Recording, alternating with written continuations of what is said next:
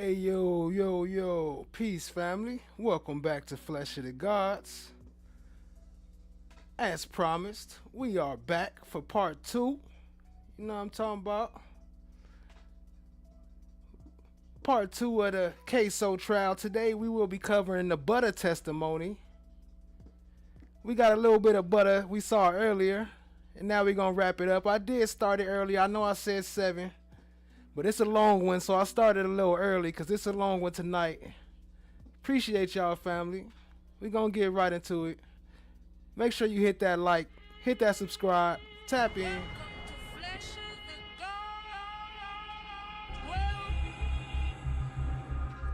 Well, isn't this a nice surprise? Okay, street. Okay. Was Charles McCormick known as Saul? Yes, sir. Towards the end of 2019, were you able to find out where Charles McCormick was living? Yes, sir. And how did you get that information? Core. Say that again? Core. And what is CORE? It's a website, like public information. Is it the clerk's public website? Yes, sir. And on that public website, what did you find that provided some of the information you were looking for? Well, I had seen that McCormick got pulled over, and it showed Jamie D, what up? Welcome. Thank you for being the first one. Much love. his address on his license. It showed his car and his license plate. So when you say he got pulled over, did he receive any type of citation? Yes, sir. Did you see that? Yes, sir. Now, when it had the address, did you get the unit number or just the address for the apartment complex? Just the address for the apartment complex. Do you recall where that apartment complex was located? Yes, sir. Where? Off Atlantic Boulevard. After you got the address for that apartment complex, did you do anything to look that complex up? Yes, sir. And what did you do? I Googled it. All right. And did you see images of it? Yes, sir. Did you tell anyone that you found his address? Yes, sir. Who did you tell? I told Kareem. After that, did you continue to monitor Charles McCormick's Instagram page? Yes, sir. Were you trying to keep tabs on him? Yes, sir. In December of 2019, did Charles McCormick post anything that kind of caught your attention? Yes, sir. And what was that? Posted a picture And why was that of interest to you? because he posted in the same apartment complex. Did you recognize that location in the photo? Yes, sir. When you saw that photo posted by Charles McCormick, what did you do? Text Kareem. Abdul Robinson Jr.? Yeah. And what was the purpose of texting Kareem? Let him know that he posted a picture at his house. Charles McCormick? Yes, sir. And why did you want to share that information? Basically, so we can ride through and see what was up. So after you sent that information to Abdul Robinson Jr., what happened? They came and picked me up, and we went out there to go see where he posted the picture at. Who's they? It was me, Kareem, Hakeem, and Scotty. So Scotty Leroy Whitaker, Yes, sir. Hakeem Robinson, Yes, sir. and Kareem Abdul Robinson Jr. Yes, sir. And when they picked you up, do you know what kind of vehicle they were in? He was in a Camry, Toyota Camry. Do you know whose car that was? It was Hakeem's car. Was it a car he owned? No, sir. It was a rental car. A rental? Yeah. Where did the four of you go once they showed up? We went to McCormick's apartment complex. And what did you do when you got there? We went to go see where he posted the picture at. And what was the reason for trying to find that location of where he took the photo? So basically, so we can, handle up after that. What does handle up mean? Get everything in motion, like set something up. To accomplish what? Kill McCormick. And did you know before you went over there exactly what unit he lived in? Yes, sir. Did verifying where that photo was taken assist you with that? Yes, sir. Was killing Charles McCormick something that you wanted to happen? Yes, sir. Is it something based on the group and everyone going over there? Was that something that Leroy Whitaker wanted to happen? Yes, sir. Abdul Robinson Jr.? Yes, sir. Hakeem Robinson? Yes, sir. When all of you went over there that day, did you see Charles McCormick at the complex? No, sir. Where did you go after you all left that day? They took me back to my apartment. What was the reason that all of you wanted to kill Charles McCormick? Because of the diss track he made. And did that diss track upset you? Yes, sir. Were you upset about what he said in it? Yes, sir. Did he get stuff wrong? Yes, sir. That upset you? Yes, sir. Why was Hakeem Robinson and Leroy Whitaker and Kareem all upset? Because he was dissing me. Look, he there you go. He admitted he was the one upset. Now he trying to say that they was upset too, but he for sure admitted he was upset. Brown Sugar Babe, what up? Air Adventuring, what up? What up though? Chan Black is golden, back in the house. What's good? What's good? Appreciate y'all. Brother and friends. And by brother, you mean Willie Addison? Yes, sir. Excuse me. Once you found out where Charles McCormick lived in December of 2019, why wasn't he killed right away? Because he took a vacation. Charles took a vacation? Yeah. You know where he went? Went to Vegas. How were you able to find that out? Through Insta. Say that again? Instagram. Were you still trying to monitor his location? Yes, sir. And at some point, did he come back from Vegas? Yes, sir. And did you find that out? Yes, sir. How? Through Instagram. Do you recall when you saw that information? So look, the feds not the only ones that be doing Instagram investigations. I guess it worked, cause they be doing it too. That's how they be op hunting. What up, Sweet Tea? I see you. Appreciate you joining. Thanks for streaming. Hey, appreciate you. Thanks for watching. Let's get it. Information. Yes, sir. When was that? It was on the morning of January 15, 2020. So the morning he was killed. Yes, sir. Do you recall where you were when you found that information? It was at my apartment. Was anyone with you that morning? Yes, sir. And was this very early morning? Very early morning. Who was with you? Christopher Brown. And once you got that information, did you and Christopher Brown do anything? Yes, sir. What'd you do? We went to his apartment complex. Whose? Charles McCormick. How did you get there? With Christopher's baby mother's car. Was that a car that was in his baby mother's name or family? It was in her mother's name. So is that a car that could easily be connected back to them? Yes, sir. What kind of car was it? Hyundai Sonata.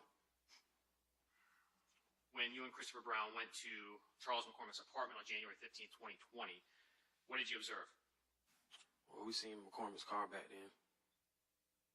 And do you recall what kind of car Charles McCormick had? It was a Kia. After you saw that car back then, did you and Christopher Brown wait there or did you leave? We left. And why did you leave? What up, what up, what up, Ali? What up, Shay? Y'all hear that, right? So him and Chris Brown alone going and stalking out the place. Not Hakeem and them. Basically go like Where did you go? we went back to my apartment. And when you got back to your apartment complex, did Chris Brown stay? No, he left. All right. And when he left, was it still the morning of January 15, 2020? Yes, sir.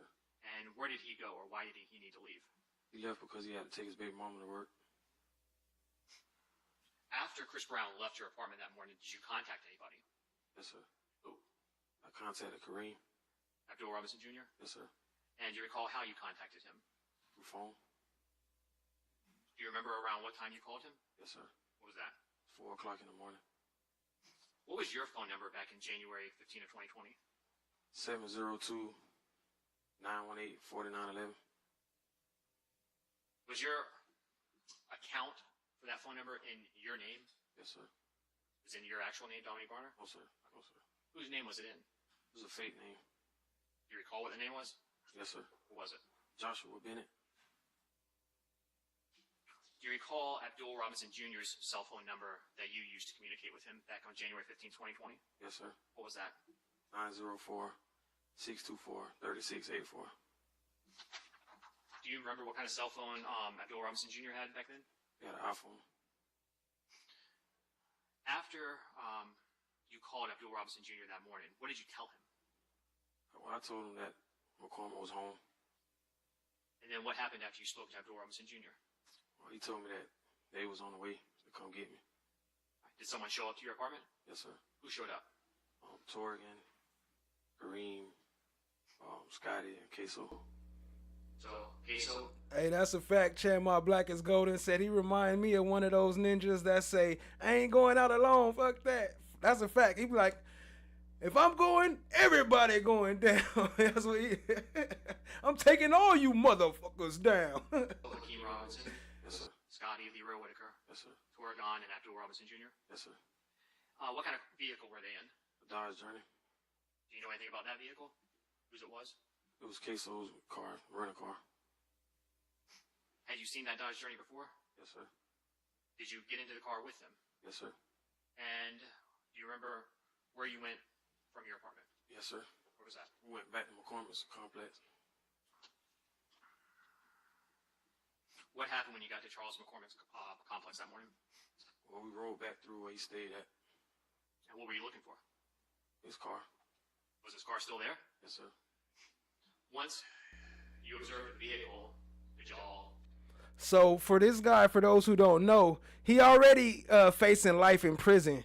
But if he testify for this judge correctly, then he'll be out in 15 years. Not life. He'll be out in 15 years. And we'll explain why. It's going to come up, but it'll get reduced to 15 years. It'll really be 20, but he served 5 already, so it'll be left with 15 to serve. I mean, he in jail right now. He been there for 5 years, so he'll have 15 left. Did you drive through or did you stop? We stopped. All right. And what happened after you stopped? We back there next to his car, and Kareem wanted to see like the tag for himself, so he got out and looked at the tag, and got back in. And what did he say? He was like, "That is it." After Kareem confirmed that was the correct car, what did all of you do? We left Where'd you go? Main Street And what was the purpose of going there? to get a stolen car. Did you get a stolen car from there? Sir, What kind of car? a Nissan Altima. Do you remember the color? Yes, sir. It was. It was great. And what was the purpose of getting a stolen car? No trail. Say that again? No trail. No trail? Yeah. Okay. And what do you mean by that? So it won't come back to none of us. Who got into the Nissan Altima? Me, KSOO, and Scotty. Who was driving the vehicle? Me. How'd you get the keys? They was handed to me By who? by KSOO. So he was the driver. Yes, sir. Did Hakeem Robinson do anything or say anything to you when he handed you the keys? Yes, sir. What was that? He smirked. He smirked at me What did you take that to mean? that I was driving. In his rental car, right? He After you gon' got the key, he gonna give you the keys to his rental car as y'all go and catch a body. Yeah, right. keys, did you get in the driver's seat? Yes, sir. Where did Hakeem Robinson and Leroy Whitaker get? In the back seat. Did Abdul Robinson Jr., Kareem, get into the Nissan? No, sir. What about Torgon? No, sir. Where were they? Still in the Dodge Journey. Did you drive Hakeem Robinson and Leroy Whitaker back to Charles McCormick's apartment? Yes, sir. And what was the intent for the three of you when you were going to that apartment complex? Kill McCormick. Did Abdul Robinson Jr. and Torgon follow Yes, sir. the Nissan? Yes, sir. What was their role or assistance in following you? Make sure the police don't get behind us. Okay. Because if the police got behind a stolen car, what would happen? We get pulled over. Do you remember what kind of clothing you were wearing that morning? Yes, sir. What was it? I don't black jacket, black pants, red shoes. Do you recall what Hakeem Robinson was wearing? Yes, sir. What was that? Nike jumpsuit. You remember anything about the colors? Yes, sir. What? It was black and gray. Top or bottom? Do you remember? Are you talking about tops, bottoms? You said tracksuit. So. Top and the bottom. Do you remember what Leroy Whitaker was wearing? Yes, sir. Best you can remember, what was it? It's like the same kind of jumpsuit. Was it exactly the same? Nah. And okay. Your Honor, may I approach the witness one more time? Yes.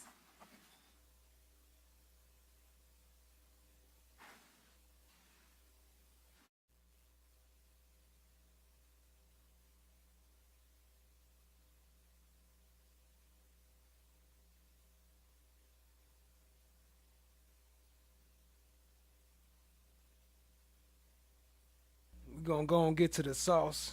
Cause you know, we pretty much seen basically how Right the now. lie is going. Sorry, Judge. I'm just making sure court reporter's ready. Yes, you may proceed. Okay. Now, The man you're married to now, right? Yes. You started dating him after you broke up with Torgon Williams, right? Yes. He was arrested. So again, this is the one that's supposed to be that picked up KSOO and helped him get away from the police. My bad if the audio coming out of one side. I don't know. That's how it recorded from the live stream. So I don't know if that was their audio or what. I tried to export it, but man, my computer was tripping. I've been trying to export these files for days, but it's just been not working correctly. But yeah, we gonna still get it. Appreciate y'all. What up, Prince Marcel? Okay, Prince Marcel. Arrested in 2022, right? Yes. He was living with you at the time, right? No.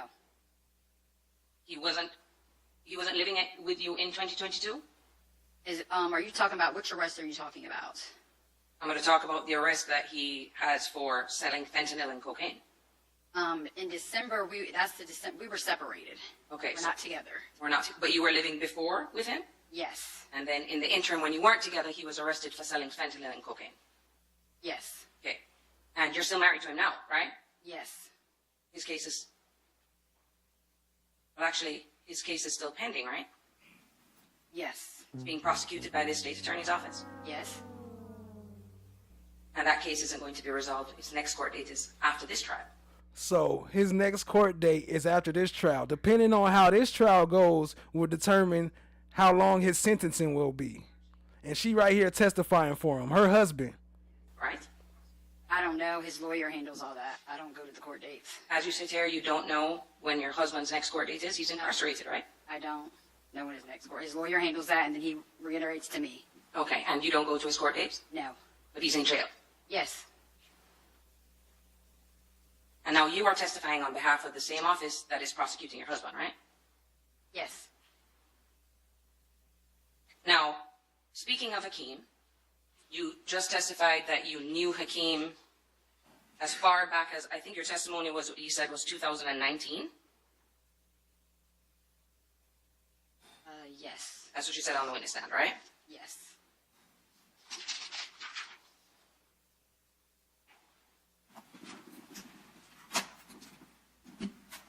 Now, you weren't close to Hakeem, right? No. You just knew who he was. Yes. Everyone knew who Hakeem was, right? Yes. He's KSOO, Yes. right? And at that time, he was a local celebrity in Duval County. Yes. He was an up-and-coming musician, right? Yes. Very close with someone by the name of Young and Ace, right? Yes. You know Young and Ace now is a very popular musician, right? Yes. And at that time, Hakeem's career was going pretty well, right? Well, I didn't know about his career. I just know. Yeah, I don't know about. You didn't go with Torgon Williams to one of the music videos where he was... Young and Ace name being brought up a lot, and he was in a lot of those videos with KSOO, ATK, for those who don't know. And they also be playing a lot of GTA games online with like thousands and millions of viewers. Now they playing GTA in real life. Shooting? Yeah, I dropped Torgan off there before. Yes. Okay, so let's talk about that. He was in the position where he was producing music videos, right? Yes. Okay. And like you said, you were there, right? Yes. You went there with your boyfriend, Torgon, right? Yes. And there were a bunch of people on set, right? Yeah. I mean, could you tell the jury or give an estimate of how many people? More than 10? I can't. I mean, I don't know. Did you end up watching the music video? I can't. I probably did. Okay. But you can't remember which one it was now. Mm-mm. But it was released into the media, right? Yes. Okay. Now, it wasn't just Torgon that was there, right? The members of their friends were there. Kareem was there. Did you see him there? See him where? At the music video? I don't know if he was at that one. Let me make this easier instead of going through the list. Would you be able to testify to anybody else that was there? I can't remember. I don't. Yeah. Okay. Now, you didn't know anyone who Torgon would hang out with apart from Hakeem, right? What do you mean by that? Okay. Isn't it true that you've testified before that you did not know who Torrigon would hang out with apart from Hakeem Robinson. You testified on direct that you know all about Leroy Whitaker, that you know about Abdul Jr. Oh, wait, I'm sorry, I misspoke. You did not know who would hang out with Torrigon apart from Abdul Jr., not Hakeem, right? Yeah, that's why I'm like, Yeah. Oh, my mistake, and you caught it because Hakeem wasn't that close. The one he was close to, Torrigon Williams, was Abdul Robinson Jr., right? yes, he would hang out with him more, yes. And we're throwing out a bunch of names, so I don't want the jury to get confused, okay? Whenever I say Kareem, is that Abdul Robinson Jr.? Yes, Okay, so he's not in this courtroom today, right? no, Okay, and that is the one that was close with Torrigon Williams. You didn't see Hakeem Robinson at your house all the time? no, You never saw Hakeem Robinson hanging out with Dominique Barnell? no, Torrigon wasn't a musician though, right? no, He hung around ATK and their musical group, right? yes, But he didn't rap, he didn't do any music. no. Now, I want to understand how it is now that you ended up being a witness for the prosecution in this case. Because let's be clear. You're testifying now that you had information about a homicide that occurred in January 2020, right? Yes, You never went to them with this information, right? no, They had to come to you, right? yes, And the case we are here for is for the murder of a young man by the names of Charles McCormick, right? yes, You have no idea who that was. no, He's a complete stranger to you. correct. Now, you just testified on direct for the state that you picked up Hakeem on the day of the murder, right? And brought him back to your house. Yes, And that at the time you lived at 750 South Dalehurst Drive, which was right around the corner from where Charles McCormick lived, right? it was 7520. Yep. 7520, right? But that's right around the corner from where Charles McCormick was murdered, the strip mall. That's where your house was. Yes, a mile away. And when this murder happened in 2020, it was broadcast all over the news, right? Yes, Your testimony is that you knew there was a murder right by your house, right? what do you mean? When did I know, though? What do you, I mean? When did you know that there was a murder? You had to have known when you saw the news later that day. Yes, later that day. Yes. Within 24 hours, you knew that that murder happened and it involved your boyfriend, Torrigon Williams, right? I didn't know for sure. I just seen the death of Charles McCormick on the news. At the strip mall, right around from your house, right? The one where you claimed that you heard the gunshots from your house, right? I didn't never say I heard any gunshots. Okay, because you were asleep all morning, right? Yes, And can't testify to anything that happened at your house before you woke up, right? correct. But you picked up the shooter and you helped him get away, right? I picked up Hakeem Robinson. That's who I picked up. And they are claiming he is the shooter, right? Yes, You picked him up and helped him get away and evade capture, right? I guess if that's what you want to say. I was just picking somebody up. Okay. Because if you claim you didn't know anything, then you can't get charged for accessory after the fact, right? I didn't know anything. So you're telling this jury that after you, Torrigon or Kareem comes into your house and says, I need you to go and pick up Kareem from the Center woods, in Hakeem from the 2018. woods. In the video, he wears an ATK chain around his neck. The lyrics reference 3 men killed in shootings.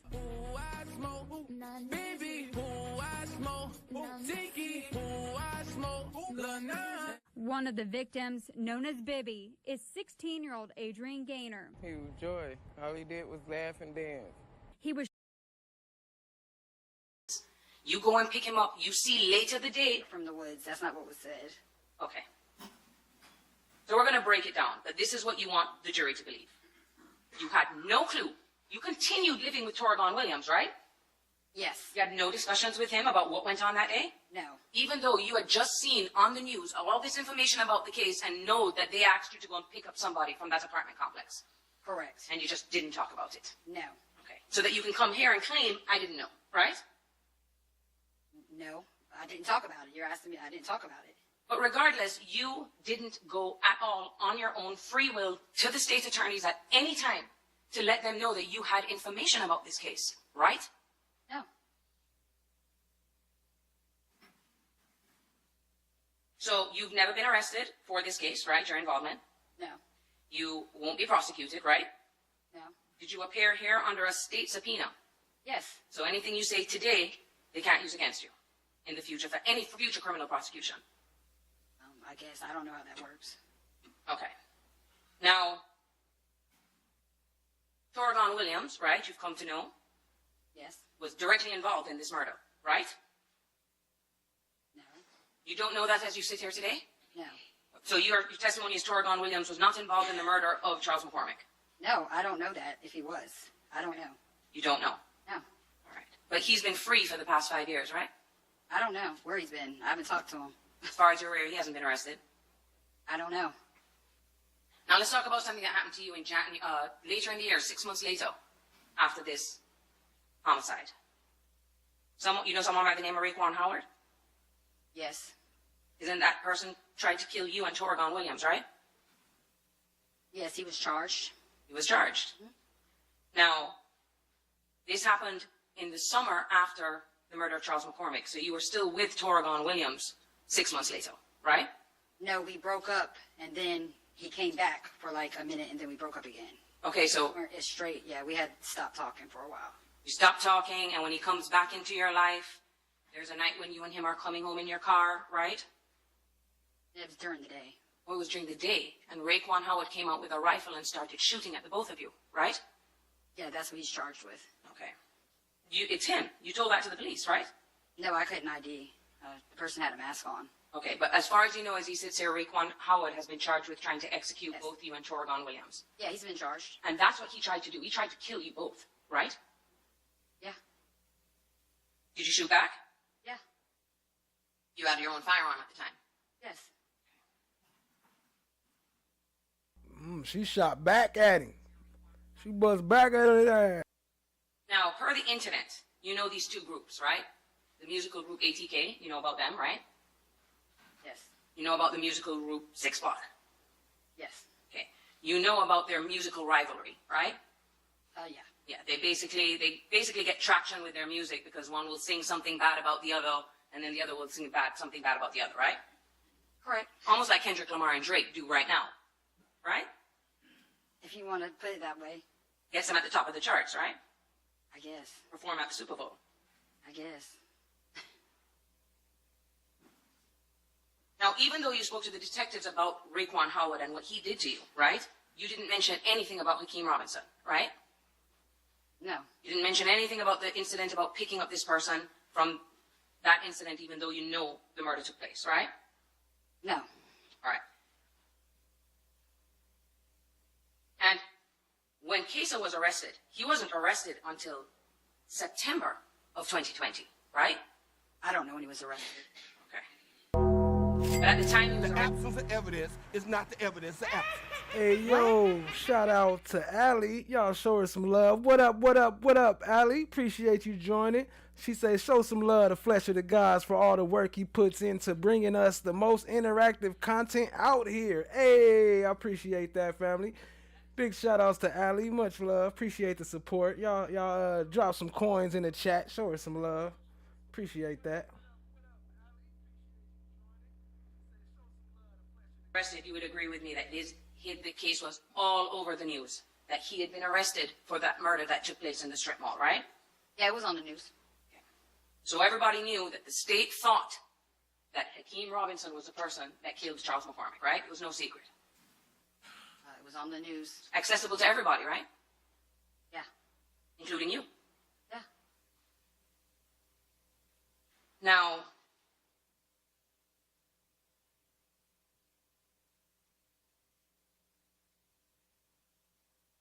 we're also in Florida, right? You know about the law in Florida that we call this the Sunshine State, right?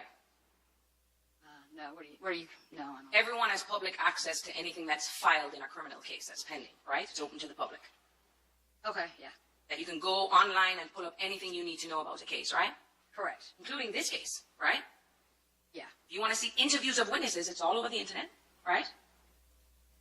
Yeah. You could look it up. If you wanted to see the interview of Dominique Barney, you could find that, right? Yeah. If you wanted to see the interview of his girlfriend, Janera Smith, that's on the internet for anyone to see, right?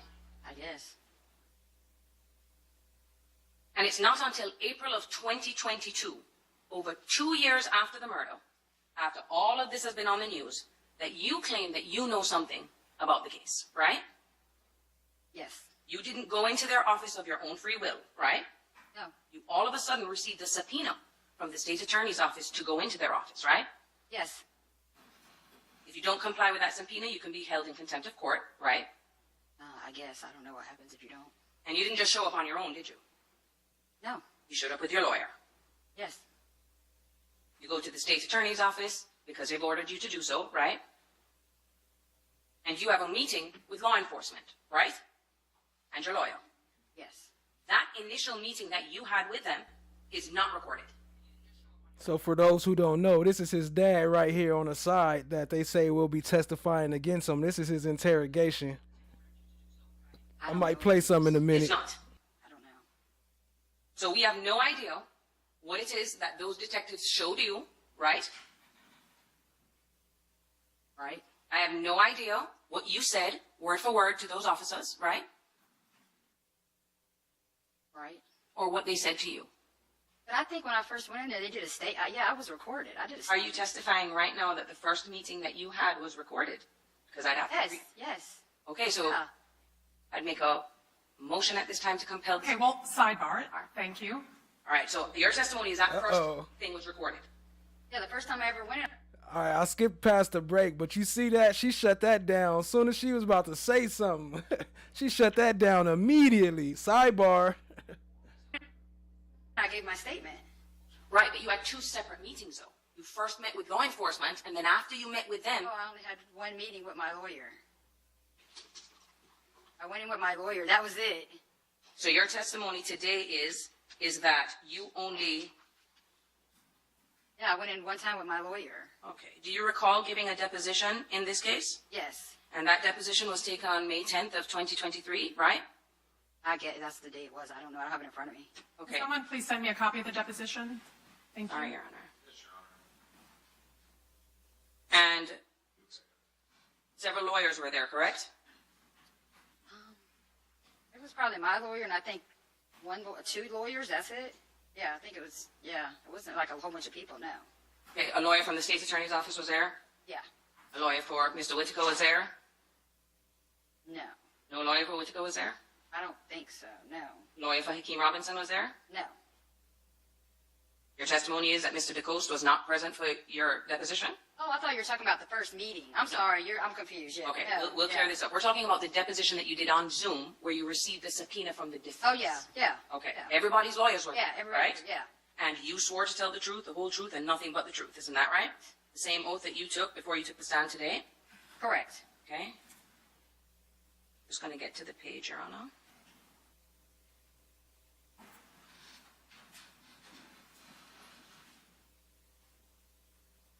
Okay.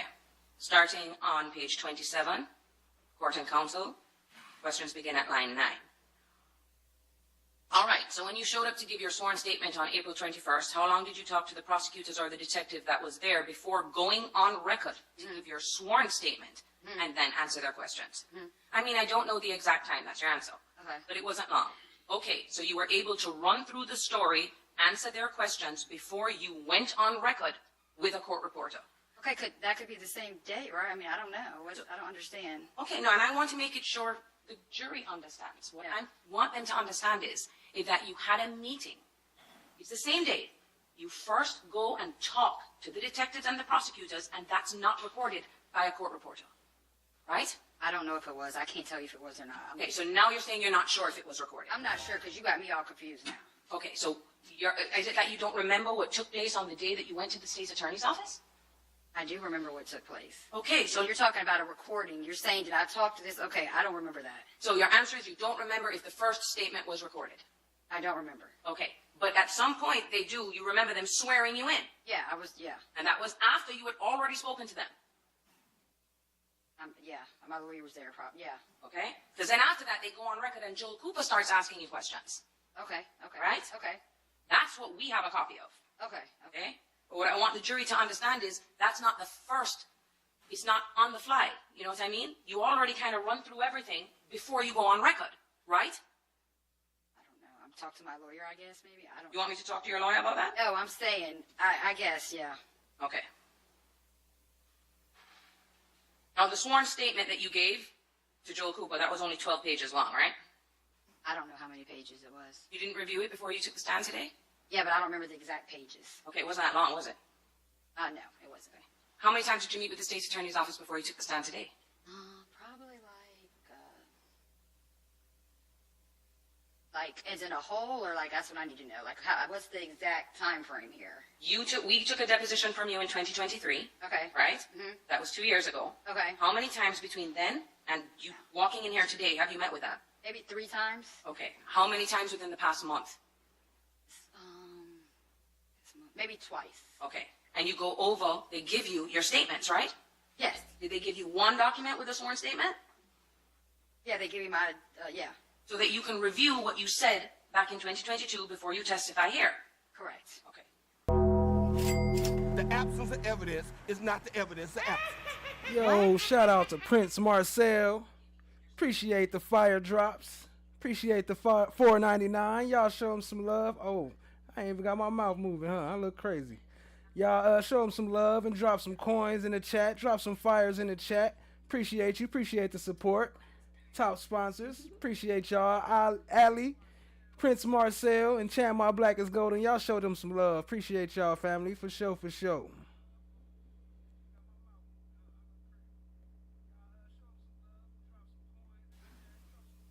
Now let's go over the details of what you're claiming took place on that day, okay? Okay.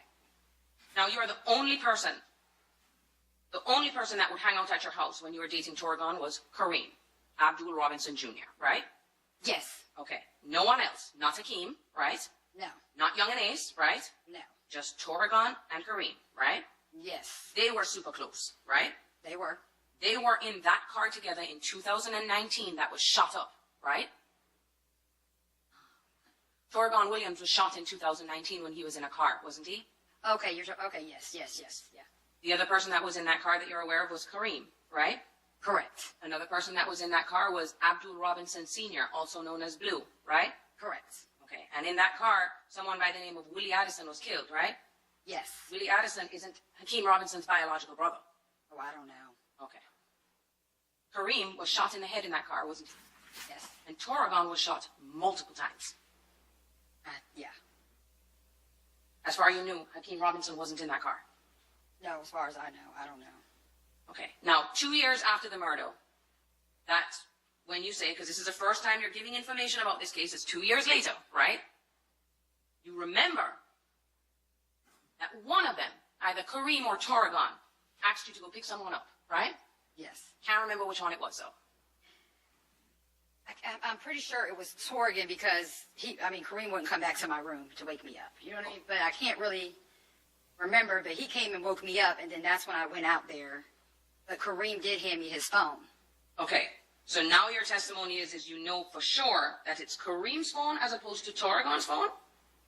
I never said it was Torgan's phone. Or did you say before you didn't know which phone it was? No, I knew it was Kareem's phone. Okay. So your testimony, it's Kareem's phone? Yes. And you know it's Kareem's phone, why? Because it's coming out of Kareem's hand and handing it to you? Yeah. Okay. And you can't testify to anything that happened in your house or anything that morning until he wakes you up from your sleep. Yeah, I was asleep. Okay, so you wake up and he hands you your phone and says what? Wait, hold on. Torgon wakes you up, you go outside. What does Torgon say to you? Torgan says, well, Kareem is like, I don't remember which one of them were like, we need you to go pick up Hakeem. You don't remember which one though, right? Yeah, it's a blur of that. No. Okay, so they say to you, we need you to go pick up Hakeem. You don't say why? No. You just I was follow still orders. half asleep too. You gotta think, I just got woken up. So I'm already aggravated. So. But if you're aggravated, wouldn't you say, why should I have to go pick him up? That's your friend. You go pick him up. Well, I didn't say that. You're just following the orders of your 21-year-old boyfriend. I guess. Okay. So you don't know anything, you just say, okay, sure, I'll go. Right? Yeah. And you say a phone is handed to you. What kind of phone was it? I believe it was an iPhone. Not sure? Not pretty sure, but I think it was an iPhone, I believe. Okay. And he hands it to you, and what's on the phone? I don't know what's on the phone. Can't tell me what the screensaver is? No. Okay. Did it lock? I think he might have took the lock. I'm not sure about that. Now that I don't remember. Okay, but it's not your phone. You don't know the password to that phone, right? No. But you're now traveling with the phone in the car by yourself. You don't ask either one of them to follow you, right? Or to come with you. No. Okay. Now you just happen to know, okay, they tell you, go and pick him up somewhere by Arlington Road, right? Yeah, some apartments. On Okay. Arlington Road. How long is Arlington Road? How many apartment complexes are on there? It's a couple. I believe they did say the name of the apartments. I can't remember that though. Or I don't remember if there was like, you know how people can put like a pin on there, like a GPS? I can't remember that. Okay, but you see what you're doing now, Here she go. Look, I believe. Ms. Gant, as we sit here today, is you're saying things like, I believe and I think. You're guessing. Crazy. But you know what happened, right? Crazy. What up, Rock Solid TV? I'll see you, family. Appreciate you joining. Right? I'm not guessing. I just don't remember. But that's the answer. Oh, we just need one person speaking at a time. So Ms. Gant, if you'll allow the attorney to conclude her question, and then Ms. Kwas, if you'll allow Ms. Gant to conclude her answer. Thank you. So when you say you believe, you don't know, right? You're guessing. I don't know. Okay, your answer is you don't remember, is what your answer is. I don't remember if there was a pin address on there or, no, I don't. You don't remember if they told you where to go. You don't remember if a pin was sent on the phone, which should be reflected on some record somewhere, right? But you somehow knew exactly where to go, right? Yes. You get in your vehicle, right? Mm-hmm. You drive over there, right? Did you stop anywhere else, or you went directly to the location that you needed to go? Directly. Directly. Now, did the phone have a case on it? I can't remember that. I don't remember. Okay. And is your testimony that you were using the phone while you were in the car? I wasn't talking on the phone or anything. Okay, but where was it in the car? It was in my hand. It was in my hand. I was driving, looking for the thing, calling, getting calls. I don't know if the phone was locked. What up, Starfish and Coffee? Welcome back. I see you. Always Lion Love. Good evening. Good to see you. Okay. And were you making any calls from this phone? No. Was any text being received from this phone? No. Okay. And you just pick him up, and your claim is that Hakeem Robinson comes and gets in your car, right? Correct. Now, you were able to give a description today about Hakeem Robinson, right? Yeah. But at the time of the deposition, you couldn't give us a description of what he was wearing, right? No, I don't know what he was wearing. Okay, so even though he came out and got in the car, you can't tell this jury what he was wearing. Oh, I can't remember. But you remember what his hair was like, right? Well, I remember he had like the little twist, yeah. You said dreadlocks, but that's not correct. Dreadlock twist that's the same thing to me. To you. Yeah. Okay, there's a difference, though, right? Between dreadlocks, which are thick. Some people take their dreadlocks and they do like a twist thing, so. And I see you doing like this, like you're saying little twisties on his head. No, I believe they were like right here. But you say, I believe. Yeah. But you don't know, right? No, they were right here. They weren't long.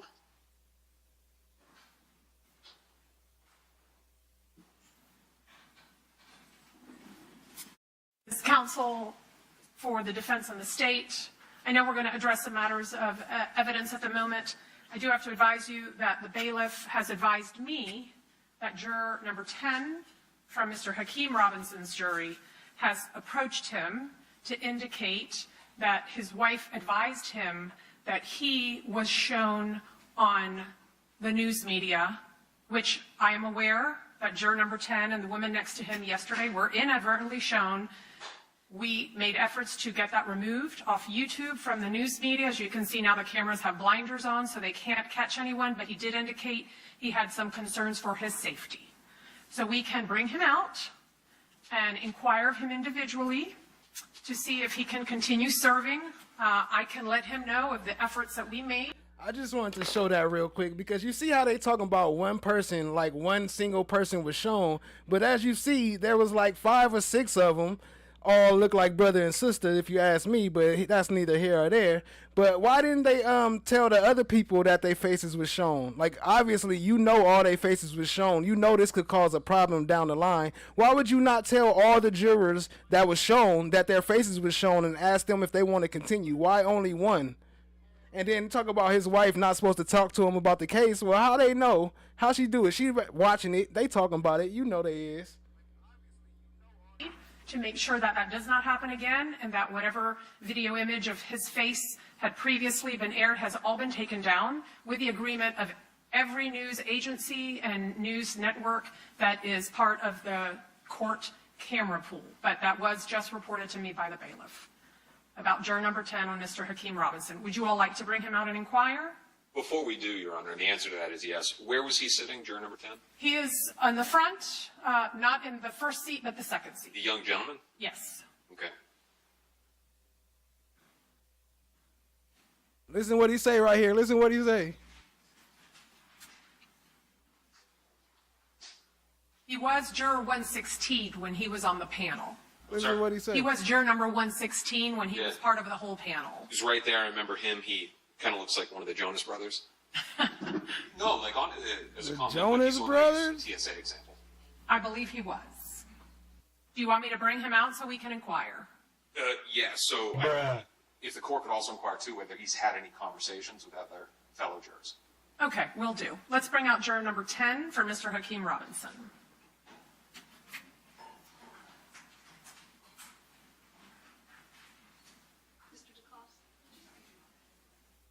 I believe after this we should be starting All with right, the so butter just to trial. confirm, you're juror number 10 on Mr. Hakeem Robinson's jury? Yes, and the bailiff has reported to me that your wife showed you a video where your face was actually shown on where? Did she tell you on what channel, what station? Yeah, so I don't know the station, but my wife is a crime junkie. She obviously knows I'm at jury duty. Sure. So she's been watching this, and she saw me, sent me a picture of me on the TV, and also all my people from my place of employment now know I'm on this trial. They probably showed it more than once. It might be another copy out there with them because they was kind of messy with the at the beginning. Yes. We were And made why is aware they of that playing his yesterday voice? afternoon.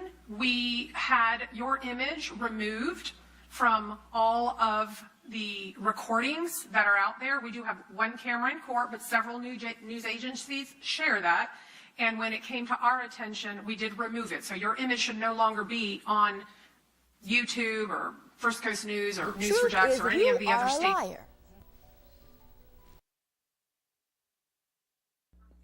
Then they finally cut the mic off.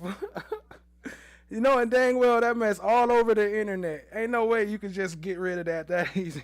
It was on the opening statements. Come on now. Notice the 510. Possibly try to put it to the side. But he's making a comparison based on that variable over the shooter.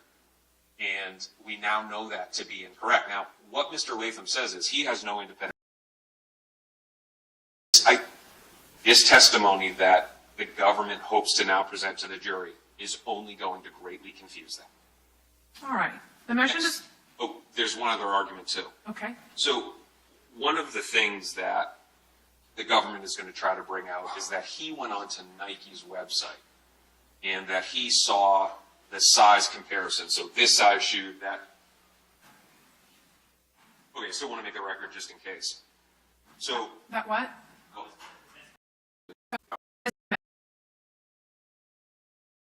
Skip past some of that. That was kind of pointless. Let's see. Okay, let's get to some of this real quick, and then we'll get to the butter. During this examination. Go ahead. Does that include being accepted as an expert in the fields of digital and multimedia evidence, comparative analysis, content analysis, photogrammetry, terrestrial 3D laser scanning, among others? Yes, that is correct. And in what states have you been accepted as an expert? Do you recognize this disc, sir? Yes, I do. And does that disc contain a PowerPoint presentation containing images, videos, your analysis in this case? That is correct. Are those images and the analysis a fair and accurate representation of your work? Yes, that's my work product from the analysis. And would that assist you in your testimony here today? Yes, it would. Your Honor, based on that, I would seek this evidence as the state's appropriately numbered exhibit. All right. And on behalf of Mr. Robinson, well, let me back up. Sorry. On behalf of Mr. Whitaker, on behalf of Mr. Robinson, All right, thank you. All right, 10-0 will be marked into evidence as number 248. And, Your Honor, may I publish? Yes. Mr. Latham. Showing.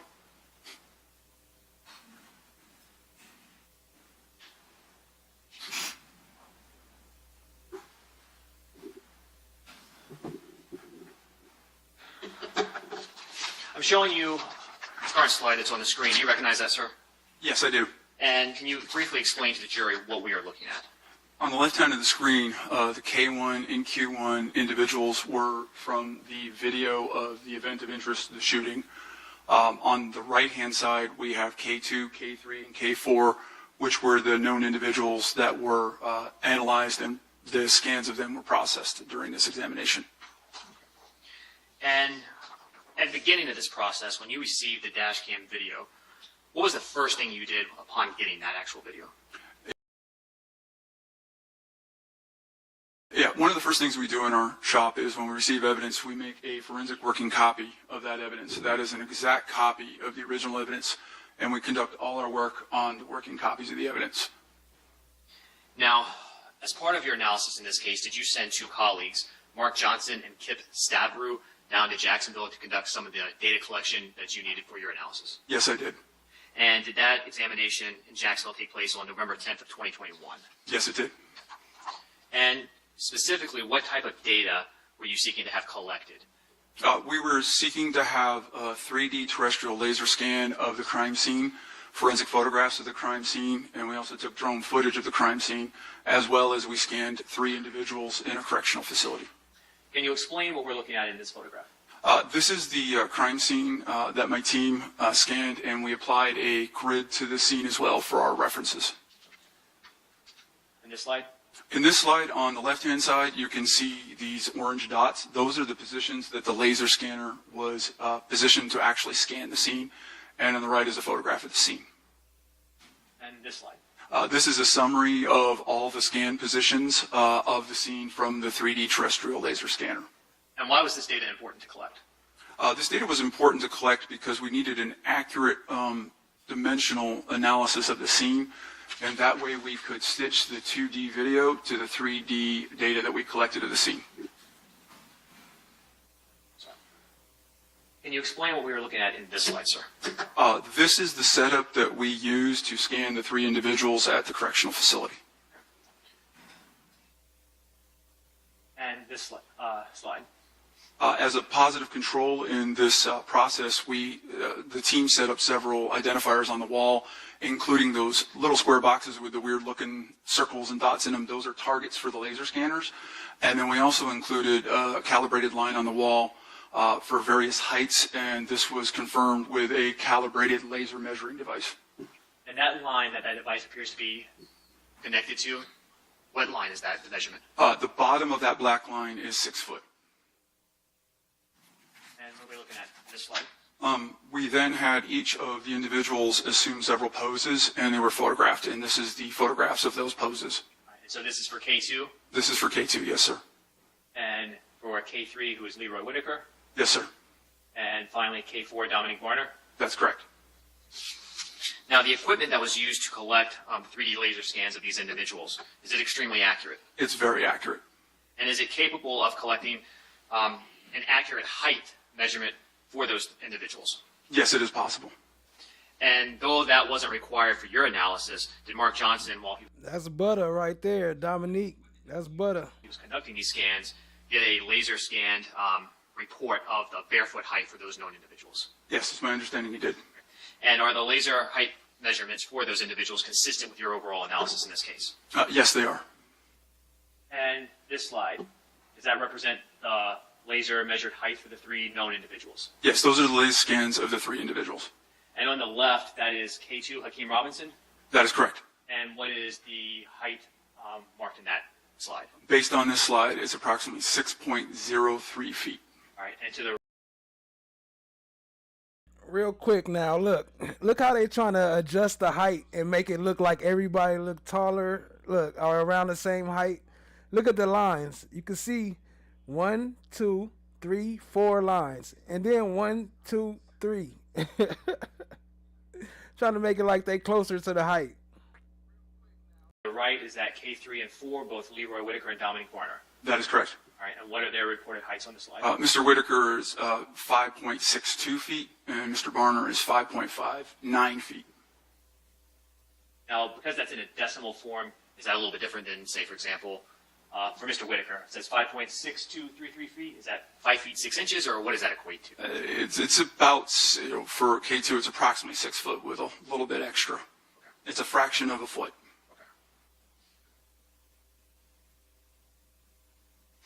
After collecting that data, did you also do what is called a camera match overlay as part of your analysis? Yes, I did. What is a camera match overlay? Very simply, a camera match overlay is the process of taking the 2-dimensional video that was recorded at the scene and then taking the 3D data that we collected with the laser scanners and stitching those together. And we use some complicated geometry and mathematics to do that. And why is that needed? That's needed so we can add, once we do that, we're able to either generate models of scenes or objects that we see in the video, or we can introduce scaled models into the 3D data so we can better visualize and analyze the 2D video data. Can you explain briefly what is contained in this slide? Yes, one of the first processes in a camera match overlay is these surveillance systems generally have wide angle lenses. What that means is the light that comes in on the edge of the lens gets bent. If you look at the roof line on the original on the left, you can see that the roof kind of has a little bend to it. That's called barrel distortion. So one of the first things we have to do is correct the lens aberrations in the 3D point cloud.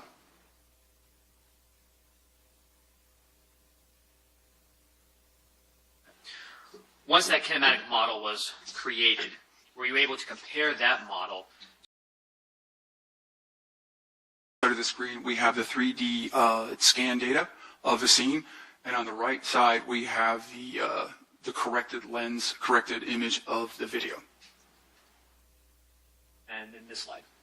Once the process is completed, the computer algorithm then places the 2D over the 3D based on the mathematics and geometry and produces a composite image with both of those overlaid.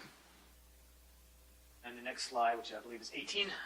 Correct. The little green crosshairs in this image, what I'm doing here is I'm taking fixed points in the video that I can see, like the example, a corner of the door, corner of one of the moldings. These are then picked in the video and are also selected within the 3D data. These are the points that the computer uses to apply the mathematics to stitch those two together and overlay them. So why they didn't use this or have him do that with the car to show exactly the height of the person that they were saying was maybe 5'8" or maybe 6'1"? Why they didn't do all this with that footage? And then slide 19. And this is the result of the 2D being overlaid on the 3D in a mathematical fashion. And are these scanners accurate? The laser scanner is very accurate at this distance. And so slide 20, what does that reflect? This is our positive control. We put a grid down on the pavement of a known quantity, and this was calibrated. This was confirmed by a calibrated laser measuring device. We can then use the scan because we know the distance of these squares is exactly 1 meter. We then can use this to determine the error rate of our analysis. And slide 21, does that reflect that error rate? That represents the error of the scanner, which is 0.001 meters. And then slide 22. This is the final step in the process where we look at the calibration accuracy. How well did the computer match up to the known distances within the camera match overlay? Now, did this process allow you to do what you referenced earlier, stitching that 2D video together along with that 3D kind of point cloud? Yes, it did. And were you able to visually depict both the shooter and Mr. McCormick, the victim in the video, together side by side? Yes, I was. I'm going to show you the shooter and the victim. This slide 23, which apparently I skipped. Yes, this is. There are 3 factors that account for the accuracy and precision of this entire process. One is the accuracy of the scanner, which is very precise. The other is the accuracy of those green points I picked. And the last one is the accuracy of a known measurement, that square box on the ground. Add those all together, and the overall error rate of this process was 1.3426 inches. And then slide 24. These are examples. When we have the computer do this analysis, it produces a frame, it produces this overlay for every single frame of video that we provided to the system. Isn't this a nice... Now, getting back to the question I asked a moment ago regarding placing the two individuals, the shooter and the victim, side by side in a visual comparison, you were able to do that. Yes, I was. And showing you what is slide 26, can you explain what we are looking at? Yes, because of the, I'm going to call it a corridor of this walkway, both the individuals had to traverse the similar path. And because of the step up, the way their feet hit the ground on the step, they funneled through this area. And there were several frames where when we superimpose one individual over, because the scene didn't change, we then can see that they followed a very similar path. Now, slide 27. The K1 height of 5 foot 10 inches. You did not conduct that analysis yourself, did you? No, I did not. And is that what was reported through the medical examiner's report? That was a report I received from the medical examiner, yes. Now, regardless of that, looking at these two individuals together, were you able to form any opinion as to how comparatively their heights, the shooter? So wait a minute. So this is the victim that they saying is 5'10", and he don't it look like he kind of behind him, or is he in front of him? I don't know. I guess I gotta see it playing, but that's the victim right there they talking about? To the victim in this case, how they compare. Yes, I was. And what was that opinion? It was my opinion, based on this side-by-side, is that the K1 shooter was at least as tall as the K1 individual. And Q1 was the shooter? Q1 is the shooter, yes. Now, as part of your analysis in this case, was a 3D kinematic model also created of the shooter that is captured on that dashcam video? Yes, it was. And who created that model? Mr. Mark Johnson created that model. Did you participate and collaborate with Mr. Johnson during the creation of that 3D kinematic model? The creation of that model was at my direction, command, and control. And did you review that work? Yes, I did. And going to the next slide, which is slide 29, can you explain what this slide depicts in the creation of that 3D kinematic model? After the camera match overlay, the computer produces a frame for each, produces an image for each frame of video. The kinematic model is then articulated. The joints are moved to overlay the model over each frame of video. And this is, in this case, it was conducted over 28 individual frames as the individual moved away from the camera in perspective. And I'm going to go to the next series of slides, starting with number 30. What is this? This is a result of the kinematic model analysis. And then starting with slide 32, is this the first frame of the 28 total frames that were used? It is. And can you also explain to the jury kind of how scaling works and why the 28 frames were important in this case? Yes. As an object moves away from the camera, it's going to get smaller. As it comes closer to the camera, it's going to get larger. So the model, the kinematic model, is generated not just on one image. We use multiple images as that object, in this case a person, is moving away from the camera. That allows us to make sure that the scale is consistent in the 3D environment throughout the placement of the model. And I'm going to go quickly through the next series of slides. If you need me to stop, just let me know. 33, 34, 35, and let's go quicker. Are these essentially just the 28 still? Yeah, this is the way we confirm that the model matches the object that we're trying to model in the 3D point cloud. Okay, so they had put them there. I think that image, they put them side by side. I don't think they was actually standing there together. That was just a 3D model edit, I think. Because right here, they look like further apart. Once that kinematic model was created, were you able to compare that model to the 3D laser scan of the three known individuals in this case, K2, Hakeem Robinson, K3, Leroy Whitaker, and K4, Dominic Varner? That was correct. And can you explain to the juries what we're looking at? Is slide 62? Yes. Pardon me. The top of the chart, those are the photographs of K2, and at the bottom of the chart, those are the laser scans of K2. And then slide 62. And what I've done here is the bottom, again, the top is the photo of the individual.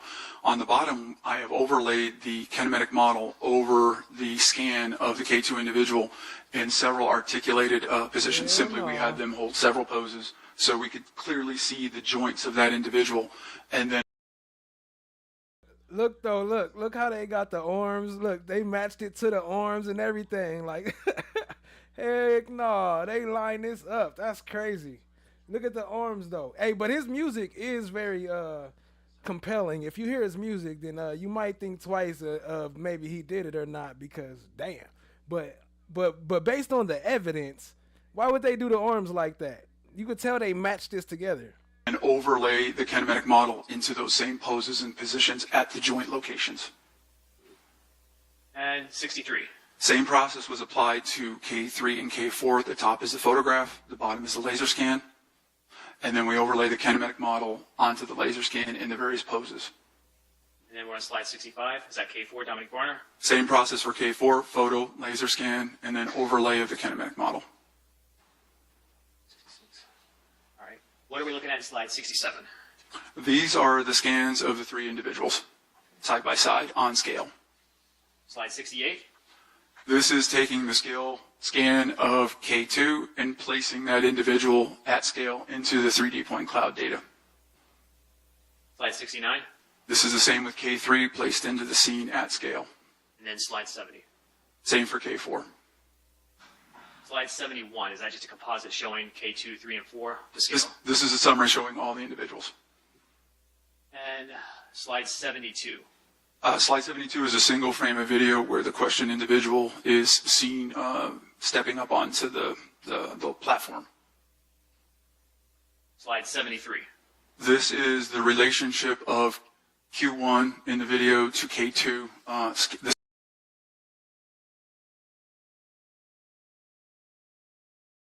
don't know. What y'all think? I had to stop it there. I don't know. What y'all think? Is that height matching? Okay, look. I don't know. Let me know what y'all think in the comments. The scan of K2. And K2 would be Hakeem Robinson. That is correct. Slide 74. Same. On the left is the Q1, the shooter, and on the right is K3. And then slide 75. Same for K4. Slide 76. Here we have the scan of K2 Look, side by side. There's a closer up. I don't know. What y'all think? Is that too big to match up? What up, She? I see you. Appreciate you joining. What you think, She? Do that look like, do this one right here on the right match the body on the left? Do this look like this could be him inside these clothes on the left? At scale with the Q1 shooter. Slide 77. Same. This is the Q1 shooter at scale alongside K3. Slide 78. Same with K4. And slide 79 is just a summary of those three previous. Summary of the three side by side. What are we looking at in slide 80? This is kind of a composite summary of how we got here, showing the three-dimensional scan with the models of K2, 3, and 4, and on the bottom is the relationship to the 2D video of. All right, I started the poll. Does the figure match KSOO? Do that look like him if he was running and he had them clothes on? What y'all think? Of the Q1 shooter. Slide 81. We then introduced the kinematic model. We stood the kinematic model up in erect position, and then at scale positioned it into the camera match overlay data. Slide 82. In this slide, it is the at scale, the Q1, the shooter, the kinematic model of Q1, and the scan of K2. And K2 again is Hakeem Robinson. Mr. Hakeem Robinson, yes. Slide 83. We have the video of Q1, the shooter, the kinematic model stood up of the Q1 shooter, and the model of K3. And that's Leroy Whitaker, K3. Correct. All right, and then K4, Dominic Warner. Same as the other two.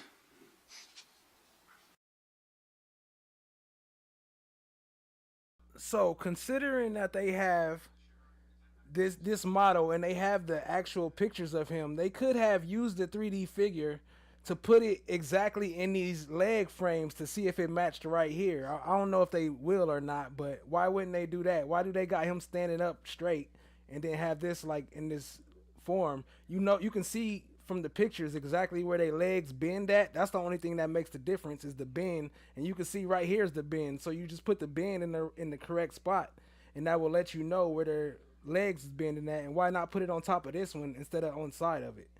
I don't know, just a question. And slide 85.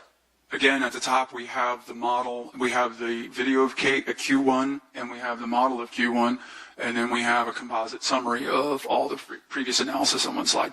Were you able to, based on this data and analysis, come to any conclusions regarding whether any of the known individuals could be excluded from being the shooter captured on video? Yes, I did. And using slide 86, can you tell the jury what your conclusions were? Yes, it's my professional opinion based on my training and experience and the results of the body morphology analysis that K3, Leroy Whitaker, and K4 could be eliminated as a possible candidate for the identity of Q1, the shooter. So just to be very clear, K3, Leroy Whitaker, and K4, Dominic Barner, are excluded as possible candidates for the identity of the shooter Q1. What about K2, Hakeem Robinson? Could he be excluded? K2 cannot be excluded as a possible candidate as the shooter Q1. Now, in addition to this analysis, were you also asked to do a comparative analysis between firearms? Yes, I was. And was that specifically the firearm that was captured on the dash cam video by the shooter, as well as a firearm in a music video? That's correct. And did you get a copy of the music video, in this case from the state? Say that again, sir. Sorry, were you provided with a copy of the music videos? Yes, I was. In addition to the dashcam video? That's correct. Now, after visually reviewing the music video, did you do some research in an attempt to identify a potential match for the make and model of the firearm? Yes, I did. And were you able to identify a potential match? Yes, I was able to identify a potential match for that weapon. All right, and what did you identify? That was an XTAR, spelled EXTAR, EXP 556 MK1 with a stainless steel barrel. Going to slide 88. What is that? That is item 4, which was a music video that was sent to me as evidence. And slide 89. This is our item 5, which again was a music video that was sent to my office as evidence. And are these the music videos that you were referring to in terms of doing a comparative analysis with that firearm? Yes, they are. Slide 90? These are photographs. I was able to acquire a known MK1 weapon from a manufacturer, and these are the forensic photographs of that weapon. I was mad as fuck, I went up in a fucking race. I caught a nigga lacking at the store, fucked up his face. They and shoot you in your face, and we'll put it back on your head. As a potential match. This is a weapon identified as a potential match at this point. All right. Slide 91, what are we looking at? This is a summary of all the question and items. On the left, we have the Q1 shooter holding a weapon. The Q2 is, the question 2 is a weapon carried by that individual. So Q1 is the individual. Q2 is the item, the weapon in the hands of that individual. Q3 is the weapon that was observed in the item 4 video. And Q4 is the weapon that was identified is in the, the Q4 was the weapon identified also in item 5 video. And again, those were carried by K2, which is Hakeem Robinson, correct? I believe so, yes. Slide 93, can you explain what we're looking at? One of the first steps I do in the comparative analysis is first we always work on the question images or objects first. So in this case, I'm taking the weapon in the hands of this individual and I'm clarifying it. I am applying specific filters and techniques to better resolve this weapon in the hand so I can better understand its construction and also to assess if there are any anomalies within the video that would impair me from doing a comparative analysis. And were there in this case? No, there were not. Slide 94. Again, these are several additional frames where the weapon that Q1 was carrying was isolated and clarified to better resolve it. And the same for slide 95? That's correct. And so you did that for a series of images. On all the frames where it was appropriate and I was able to get reliable data from the clarification, I used all those frames in the analysis, yes. Slide 97. Again, this is from the item 4 video. This is the weapon depicted in that video. Slide 98. Again, from item 4 video, on the right, on the left we have the original, and on the right we have the clarified version. Slide 99. From item 4 again, left is the original, right is the clarified. And 100. Same as before.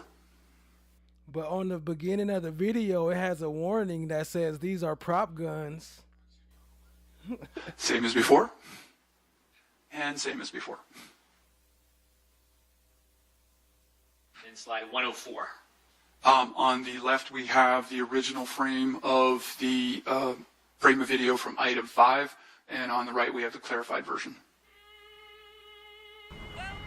Slide 106. These are the clarified images that were taken in my laboratory of the known X-Star MK1 weapon. And then can you explain the process you went through, starting with slide 108, to do that comparative analysis? Okay.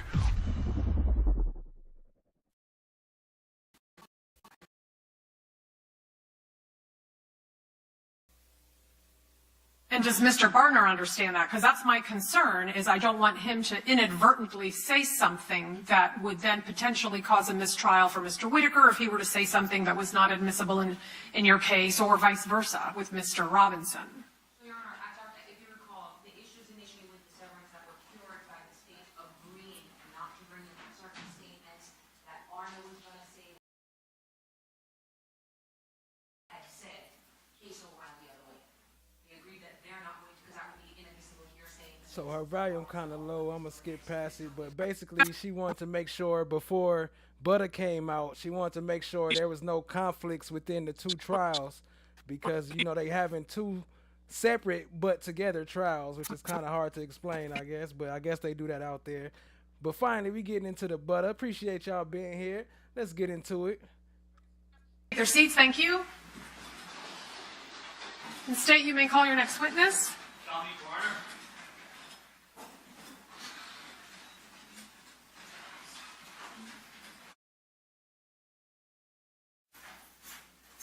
All right, Mr. Barner, if you'll have a seat right there in the chair. Turn around to be sworn.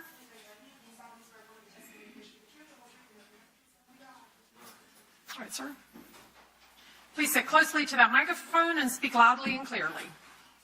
State, you may proceed. Thank you.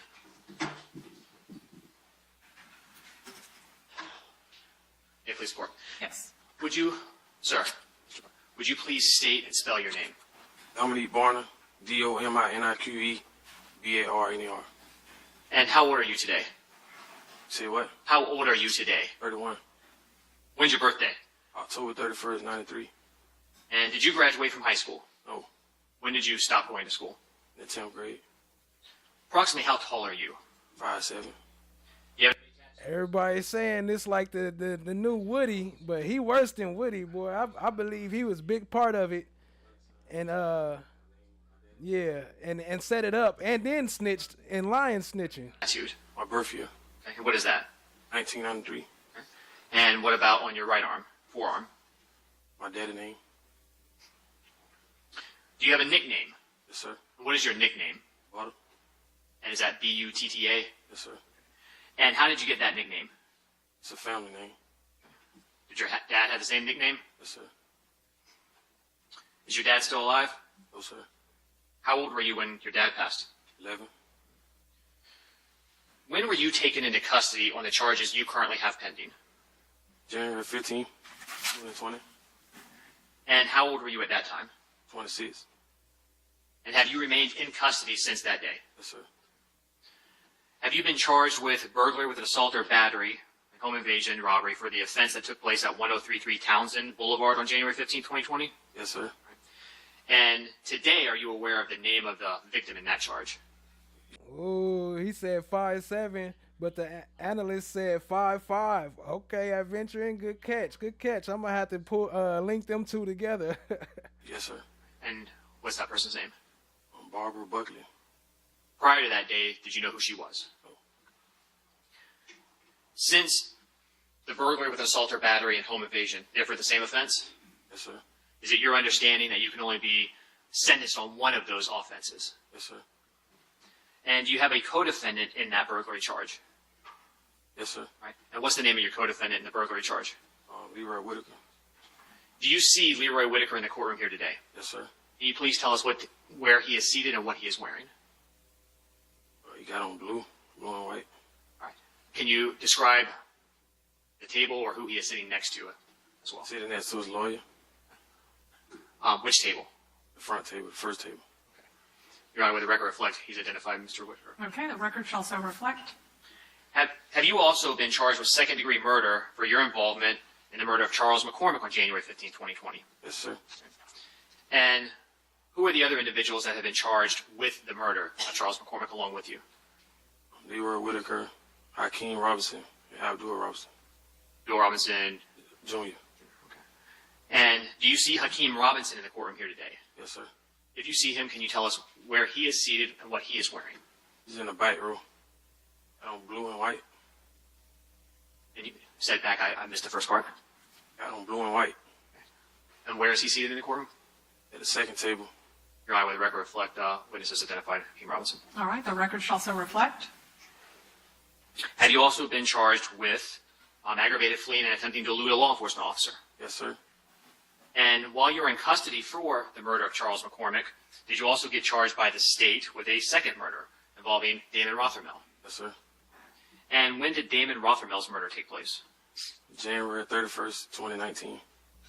Do you have This is your witness, though. This is the state's witness. co-defendants in that case? Yes, sir. All right. Charged with murder Specifically, already. who are your co-defendants in the Damon Rothermel murder case? Christopher Brown and Derek Hudson. And is Abdul Robinson Sr. a co-defendant in that case as well? Yes, sir. In August of 2020, did you agree to cooperate and testify against your co-defendants? Hold on, you hear that? His dad is also part of that case. Hakeem Robinson's dad is part of that case. KSOO's dad. So we definitely gonna have to play some of his interview, his interrogation before we head out. In all of your cases? Yes, sir.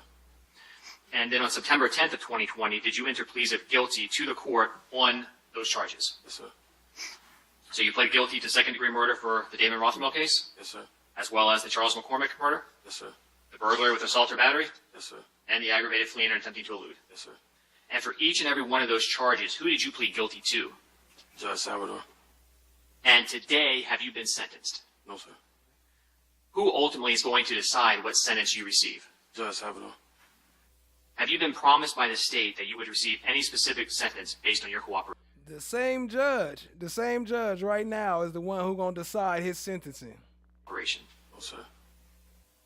Based on your pleas of guilty to those charges, what is the maximum sentence this court can sentence you to? Life. Without parole? Without parole. And life without parole, that's on the 2 murder charges? Yes, sir.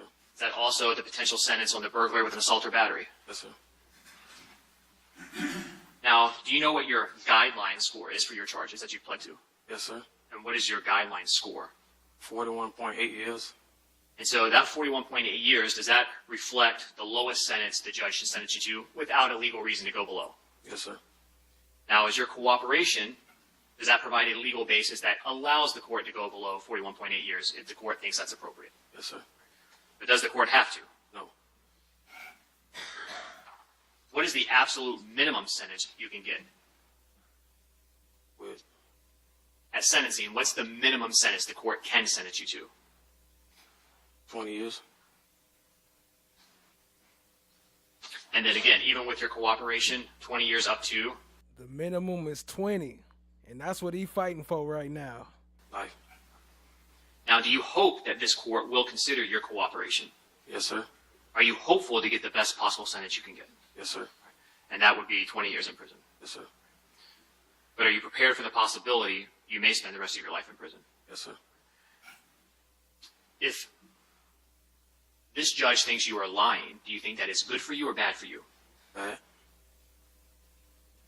Do you know someone named Abdul Robinson Sr.? Yes, sir. How do you know him? I knew him since I was young. Are you related to him? No. All right. So how did you know him when you were young? Well, he's a friend of my dad. What do you call Abdul Robinson Sr.? Blue, big homie. Do you know where Abdul Robinson Sr. was living back in 2020? Not specifically. What areas of town? Northwest. Does Abdul Robinson Sr. have any children? Yes, sir. All right. Do you know some of them? Yes, sir. Do you know Abdul Robinson Jr.? Yes, sir. What is Abdul Robinson Jr.'s nickname? Kareem. Do you recall how old you were when you first met Kareem? Yes, sir. Approximately how old? 9 years old. Were you in school? Yes, sir. And did you become friends with Kareem? Yes, sir. Do you know someone whose nickname is K Crazy? Yes, sir. Who's that? Kareem. Okay. So he has two nicknames. Yes, sir. Do you also know someone whose nickname is Fula? Yes, sir. All right. Who's Fula? It's Blue first son. Is that Abdul Robinson Jr., Kareem's brother? Yes, sir. Does Abdul Robinson Jr. and Fula actually have the same first and last name? Yes, sir. When did you meet Fula? 5th grade. Is that around the time that you also met Kareem? No, sir. All right. Before. Before? What school were you going to? Beacon Elementary. Did you become friends with Fula? Yes, sir. And you obviously know an individual named Hakeem Robinson. Yes, sir. Who is Hakeem Robinson related to? Related to Kareem and Fula. And is Abdul Robinson Sr. his father? Yes, sir. Do you know Hakeem Robinson's mother's name? Yes, sir. What is it? Ebony. Can you say it louder? Ebony. Ebony? What's the age difference between Hakeem Robinson and his brother Abdul Jr., Kareem? He said Ebony. Ebony. One was born 94. One was born 98. Do you know anything else about their birth date that's interesting? It's on the same day. Okay. Approximately how old were you when you met Hakeem Robinson? I know it was 2015. Because what they saying is that his dad is his big homie, not they from the same crew. He not from the same crew as his son, so that's why it's not a problem for him to snitch on him, because they not even really that cool like that. But this one right here, he raised him more like a son than he did Hakeem, allegedly. You think that it was around that time? Oh. All right. So do you know around how old he would have been, Hakeem? Like 18. Do you recall where you were when you first met Hakeem? Yes, sir. Where was that? Timber Run Apartments. Is that here in Jacksonville? Yeah. 103rd. Now, when you first saw Hakeem Robinson out of that apartment complex, did you know who he was? Yes, sir. Did he know who you were? No, sir. After seeing Hakeem out of that complex, did you, or did Hakeem become aware that you were friends with his brothers? Yes, sir. Does Hakeem Robinson have any nicknames? Yes, sir. What are they? KSOO. All right. Keemy. Keemy? Keemy and KSOO. KSOO. Do you know someone, you identify Leroy Whitaker, how do you know him? I know him through his cousin. All right. Who's his cousin? We call him Popeye, but his name Mark Clayton. Is Leroy Whitaker related to Hakeem Robinson in any way? Yes, sir. How? Cousins. Does Leroy Whitaker have a nickname? Yes, sir. And what is that? Scotty. Yeah, I'll need you to speak up. I couldn't hear that either. Scotty. Okay. Scotty? Thank you. Just make sure you stay close to the microphone. All right. Prior to January 15th of 2020, did you, Abdul Robinson Jr., Hakeem Robinson, and Leroy Whitaker all spend time together? Yes, sir. Was that often? Yes, sir. But usually in a group setting? Yes, sir. Do you know someone named Torgon Williams? Yes, sir. All right. Who was he? Friend. So the lady that was talking earlier, that was Torgon Williams' wife, the one that she was trying to get out of jail when we first started. Is Torgon Williams related to the Robinsons? I would say Kareem. Okay. So Abdul Robinson Jr.? Yeah. How is Torgon related to him? They call each other cousin. Do you recall when approximately you met Torgon? Yes, sir. When was that? Like 2016. And who introduced you to Torgon? Fula. Fula? Yeah. Are you familiar with a local rap group called ATK? Yes, sir. Was Abdul Robinson Jr., Kareem, part of ATK? Yes, sir. What about Hakeem Robinson? Yes, sir. Leroy Whitaker? Yes, sir. Thorgon Williams? Yes, sir. Based on your relationship with that group, and specifically Abdul Robinson Jr., and Hakeem, and Leroy Whitaker, did you become associated with ATK? Yes, sir. And are you also familiar with another local rap group named Six Block? Yes, sir. Do the groups ATK and Six Block get along? No, sir. Do they basically hate one another? Yes, sir. Are you familiar with the street term ops? Yes, sir. What does that mean? Opponents, opposition. Are ATK and Six Block ops of one another? Yes, sir.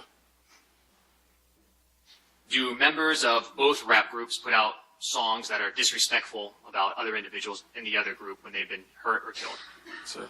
What are those kind of songs often referred to as? Diss track. Diss track? A diss track.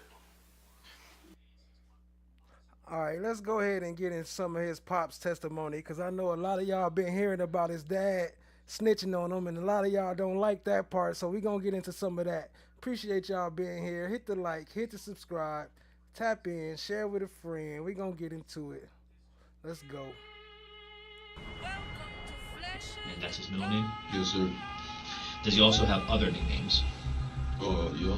Do people sometimes refer to him as Little Blue? Yes. Do they sometimes refer to him as Crazy or K Crazy? Yeah, Crazy K. Crazy K.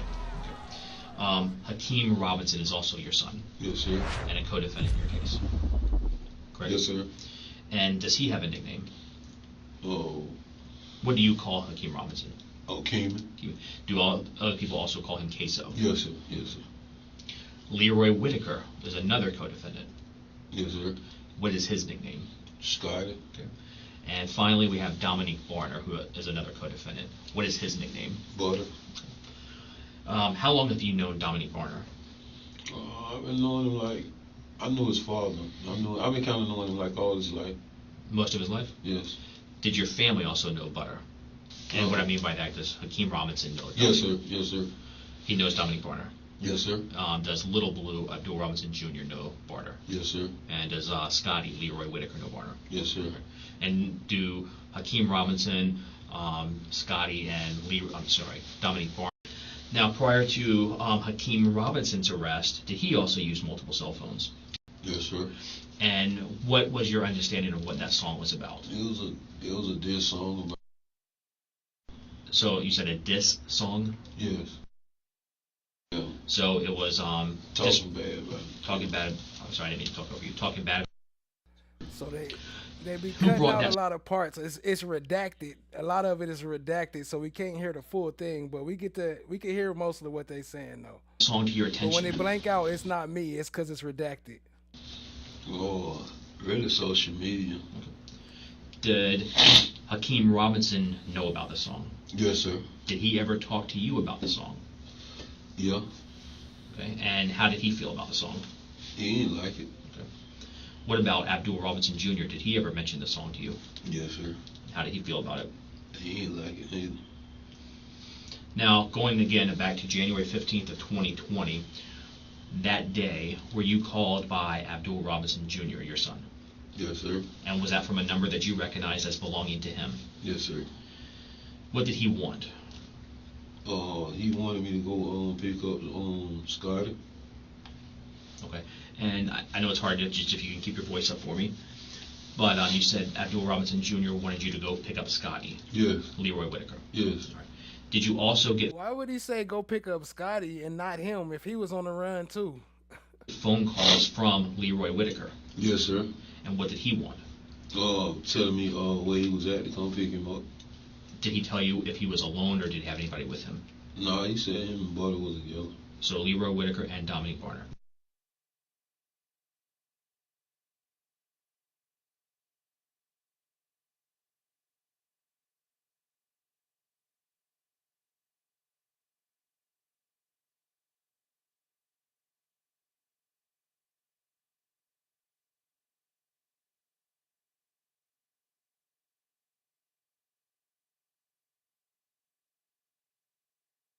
Oh, he was next to a crash car. Did that car crash? Was it on the street or in a yard? Do you remember? Like it was kind of like in a ditch or a yard. Yeah, it looked like it might have been in like a ditch or something. So was that near a house? Yes. Like in the front yard of a house? Yes. And you drove past that.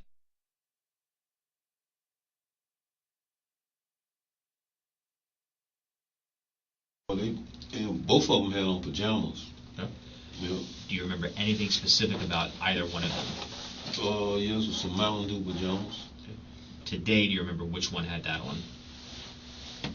I think it was Dominique. Dominique Barner? I think so. Did they have anything in their hands as they came out of the house? Yeah, they had some more clothes in their hand. Both of them? Yes, sir. Did they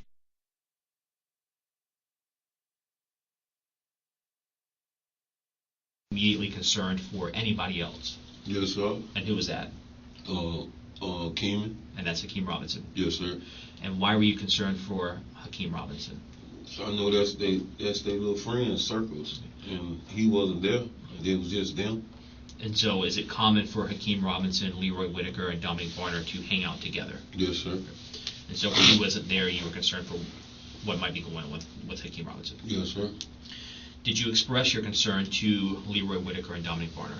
Yes, I kept asking like, where Hakeem at? Or Hakeem, where Hakeem at? I kept asking like, where Hakeem at? And that's when they finally told me he jumped out the car and ran another way. Okay. And I'm going to ask you just to be careful with your hands and your mouth just because of the recording. Who told you that, did both Leroy Whitaker and Dominique Barner talk to you about the car that crashed? Yes. Okay. And what did you mentioned just a moment ago that they said Hakeem Robinson got out of the car? Yes, sir. Tell me specifically what, did Dominique Barner say that to you as well? Both of them said it. Okay. What do you specifically remember them saying? That they crashed the car, the police chasing them, and Hakeem jumped out the car. They went one way, he went another way. Did they say whether or not Hakeem Robinson, Keamy, had anything with him when he jumped out of the car? Yeah, they say he had a gun with him. Did Leroy Whitaker and Dominique Barner mention to you if anything had been left behind in the car after it crashed? Yep, they said they left a gun in the car behind. Okay. And did Leroy Whitaker and Dominique Barner tell you anything about what may have transpired or was going to transpire before the crash? Before let me rephrase that. Before the car crashed, did Dominique Barner and Leroy Whitaker say? Look at how set up this whole interrogation is, though. Like, he's sitting here telling him the whole questions, like basically like they in court and they already read all this statement. Like, did he already give you this statement? How do you have all the answers before him? He asking them, is this correct? Is this correct? Like, they in court and they already have this documented. Where's this at? The absence of evidence is Where's not this the coming evidence. from? What? Let me know if y'all want to keep on going with this. I got about 7 more minutes of this, so we can keep going with this for the rest of it, or we can switch back over. Let me know. Shout out to our stream sponsors today: Ali, Prince Marcel, Chant My Black is Golden. Appreciate y'all. Think about what someone in the car maybe was going to do as they fled from the police. Oh yeah, shoot at the police. And who was going to specifically be the one shooting? Cayman. And hearing all of that information, were you still concerned for? Yeah. Yeah, I was very much concerned. In addition to that information, did you learn about being shot and killed? Yes, sir. And who told you that? Scotty explained to me that it was a guy that got shot. It was a little while back before this situation at a gas station that made the song.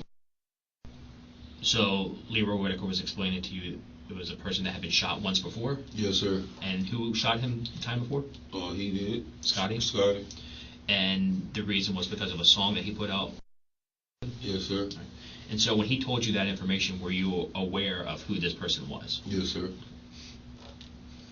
Bruh.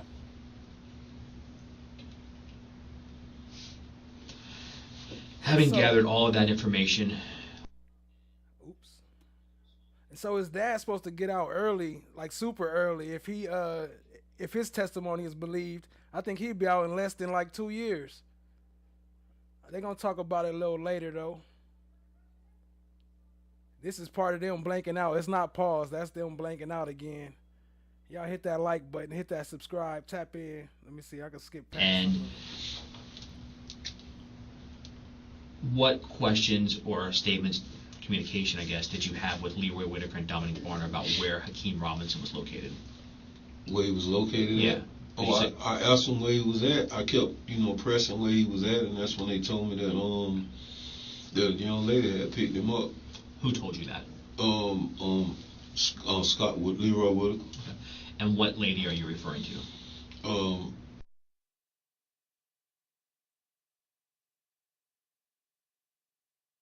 They cut out her name right. It was your understanding from Scotty that they picked Hakeem Robinson up. Yes, sir.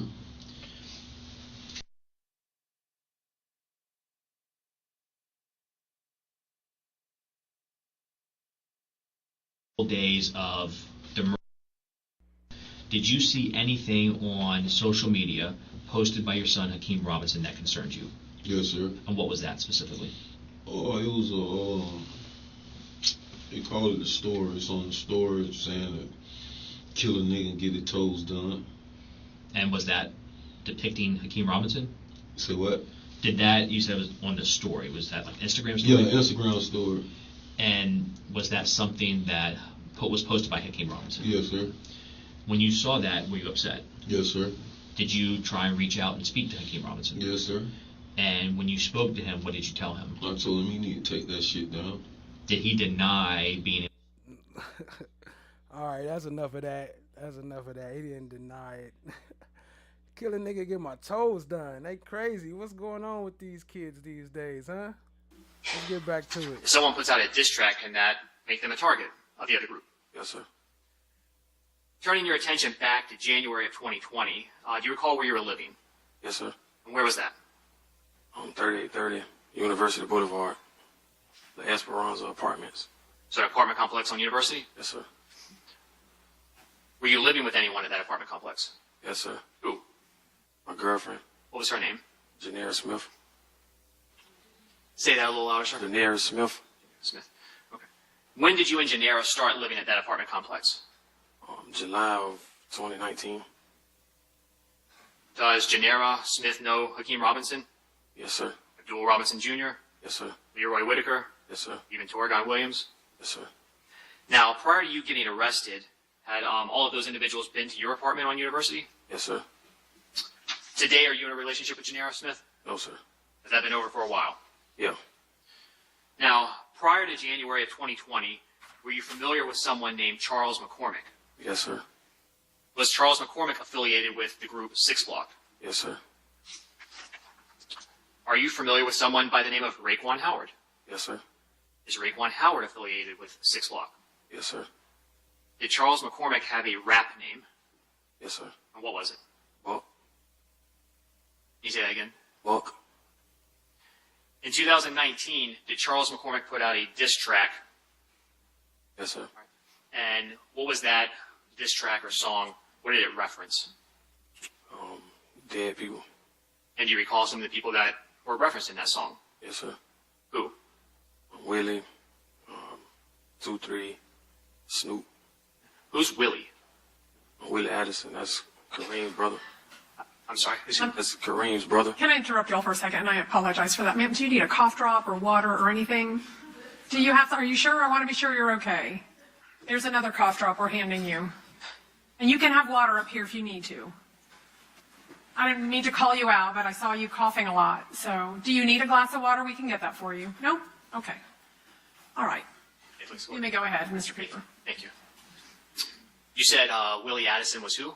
It was Kareem's brother. Okay. So Kareem being Abdul Robinson Jr., Hakeem's brother. Yeah. Did Willie Addison and Abdul Robinson Jr., Kareem, actually have the same mother? Yes, sir. And do you know her name? Yes, sir. What is it? Angie. You also mentioned someone named 23. Who's 23? Royale. Who was Royale friends with? Hakeem. Were Hakeem Robinson and his brother, Abdul Robinson Jr., close with Willie Addison? Yes, sir. Do you remember when Willie Addison was killed? Yes, sir. And when was that? January 15th, 2019. So exactly 1 year prior to Charles McCormick's murder? Yes, sir. How was Willie Addison killed? Shot. Are you aware of if anyone else was with him at the time he was shot? Yes, sir. Who was with him? Abdul Robinson, Jr. and Sr., Torian, Moody, and Sam. Did they all get shot as well? Yes, sir. Do you know where Abdul Robinson Jr., Kareem, was shot? Yes, sir. Where? His head. Did it take a long time for him to recover? Yes, sir. Was he still physically suffering some of the effects of that shooting in late 2019, beginning of 2020? Yes, sir. What kind? Well, he messed up his ability to walk, like run. Could he walk? He could walk, but he couldn't run. How did you become aware of Charles McCormick's diss song about Willie? Through the internet. And do you recall where you saw it on the internet? Instagram. And how did you view that on Instagram? I was on a fake page. You were on a fake page? Yeah, I had a fake page. Why were you using a fake page? To stalk people. Your Honor, may I approach the witness? Yes. He said to stalk people. He had a fake page to stalk them so he could kill them. Crazy, but this is the state's witness, though. This is Video who y'all jumping chose gate. to bring up here. Anyone else with you? Yes, sir. What day was that? Same day, January 15, 2020. Does this video fairly and accurately represent the shooting on that day to jump in the gate? Yes, sir. Your Honor, at this time, the state will move into evidence. 8G is the appropriate evidence. Okay, any objection from Defendant Whitaker? Any objection from Defendant Robinson? All right. When you were in the Nissan, driving to Charles McCormick's apartment, were you armed? Yes, sir. What kind of firearm did you have? A Glock 23. A handgun? Yes, sir. And what about Leroy Whitaker? He had a rifle. Okay. What kind of rifle? M&P 15. And had you seen him with that rifle before? Yes, sir. What about Hakeem Robinson? He had an assault rifle pistol. Sorry. Did Hakeem Robinson have a firearm? Yes, sir. And what type? Assault rifle pistol. Do you remember anything about the make or model of that assault rifle pistol? Yes, sir. What was it? The AR X-Star. Say that last part again? The AR X-Star. AR X-Star? Yeah. Have you seen Hakeem Robinson with that firearm before? Yes, sir. Where? Really always had it. Okay. Look, Are you familiar with a music video? He's talking about really, he always had it. Where did you see him with it at? Can you name one place? He always had it. What? But you know all the details. Video. You know the name of it, the type of it, the bullet type. Yes, sir. Casings. All right. Title Bang It Out. Yes, sir. Have you seen that video? Yes, sir. Did Hakeem Robinson have anything in that video? Yes, sir. What did he have? The same rifle. Do you know? That Jimbo, Kirk got me on the floor. Baby, that's my favorite though. Kid, I got my head froze. Trapped in this bitch.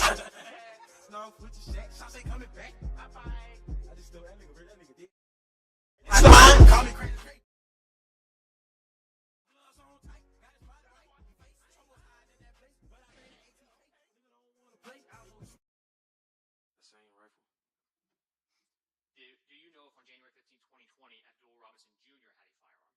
No, sir. He didn't have one, or you don't know? I don't know. What about Torgon Williams? I don't know.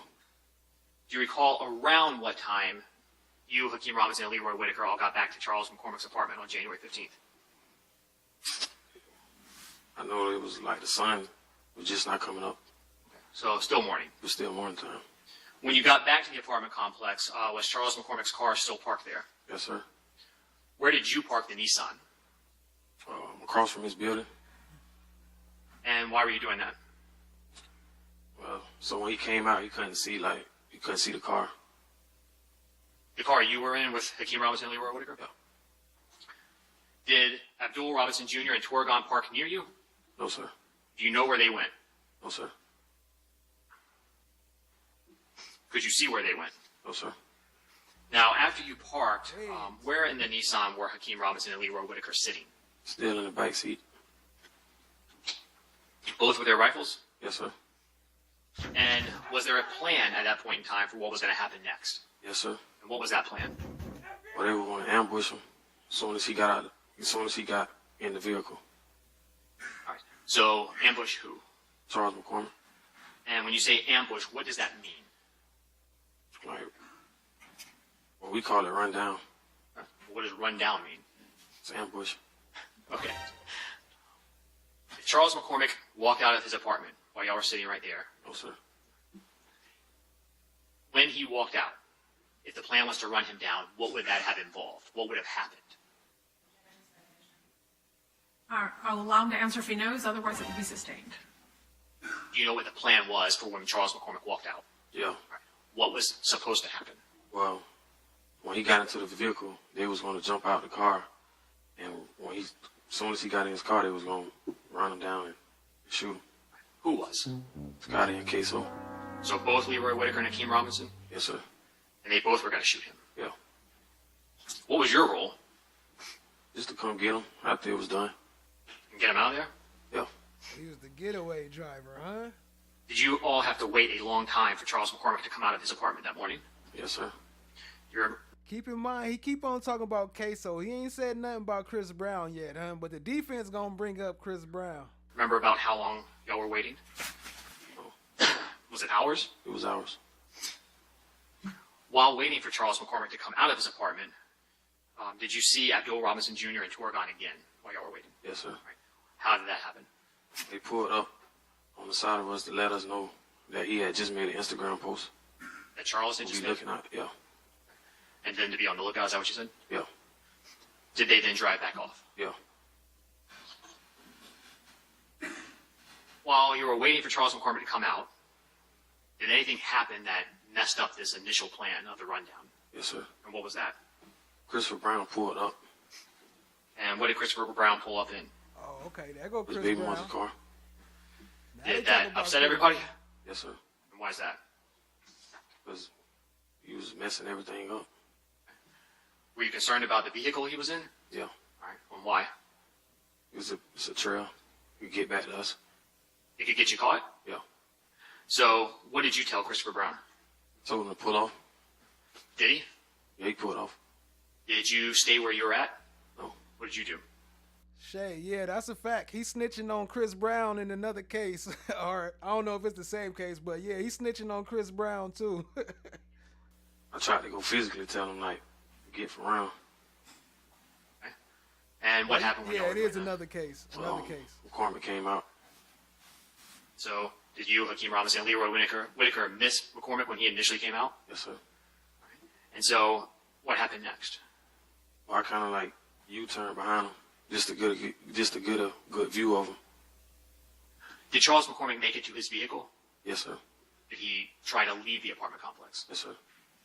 And when you saw that, did you, Hakeem Robinson, and Leroy Whitaker, stay at the apartment complex, or did you follow him? We followed him. Do you think Charles McCormick saw you? No, sir. When you left that apartment complex, do you know where Abdul Robinson Jr. and Torgon Williams went? No, sir. Did Chris Brown follow you? No, sir. Did anybody let Abdul Robinson Jr. and Torgon know that y'all were leaving the apartment complex? No, sir. After leaving the apartment complex, did something happen? Shortly after leaving, I'm sorry. Yes, sir. All right, what was that? Well, the police had got behind McCormick. Okay. And did that concern you? Yes, sir. Why? 'Cause I kind of felt like they was going to pull me over. And y'all had a bunch of guns in the car? Yes, sir. After the officer pulled behind Charles McCormick, did he stay behind him for very long? No. Okay. Where did he go? Kind of like bust off from behind him. Did you continue to follow Charles McCormick? Yes, sir. Eventually, where did Charles McCormick make it? To a temp agency. So Adventuring said it's another case, but they said at the beginning they're basically consolidating his sentences for that case and the home invasion. Okay. Appreciate that. You know, I be missing stuff. And where was that?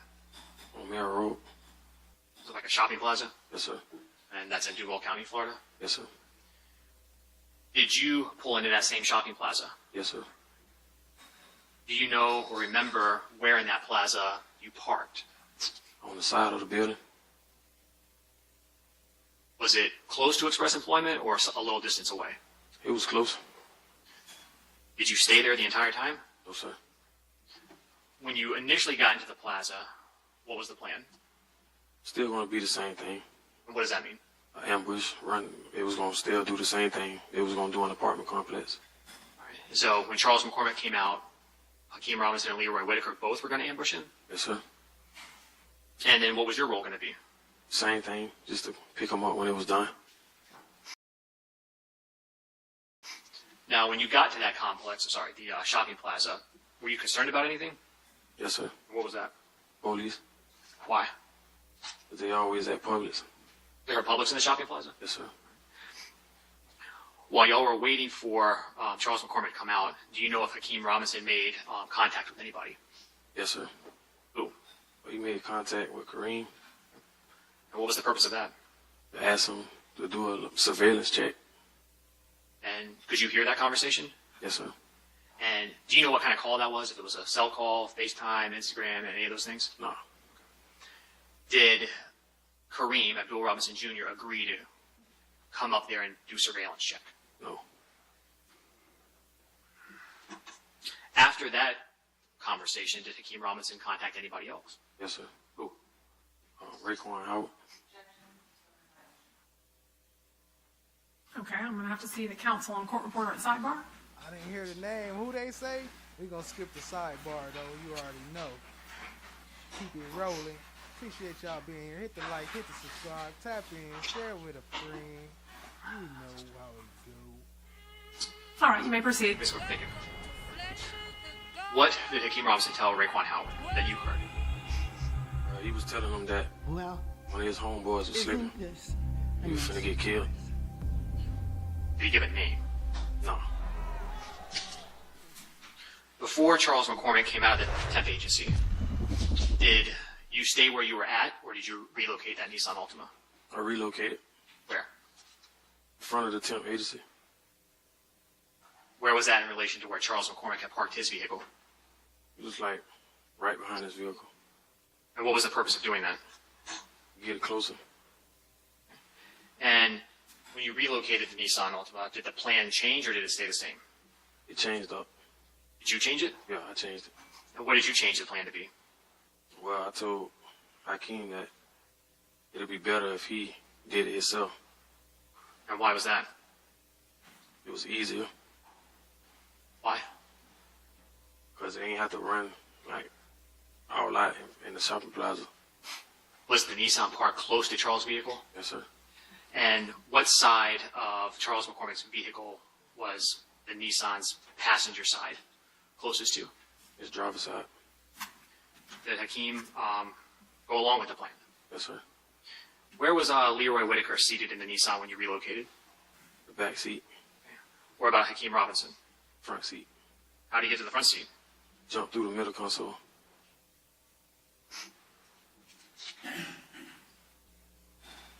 I don't know who was here earlier when we were showing them pictures, but remember I told y'all he was going to say he jumped through the center console. Big 6'1" dude jumping from the bike seat up to the front seat from the center console. Where they do that at? The truth is that you are a liar. When y'all were at that location and were still waiting for Charles McCormick to come out, was there any discussion about what firearm was going to be used? Well, Hakeem wanted to use my firearm. Your handgun? Yeah. Why? I have no idea. Did you let him use your handgun? No. You didn't want him to use it? No. If he had used it, what would you have to do with it? Get rid of it. Did Hakeem Robinson ever touch your handgun? Yeah. How? He picked it up. It was like, I'm finna use this.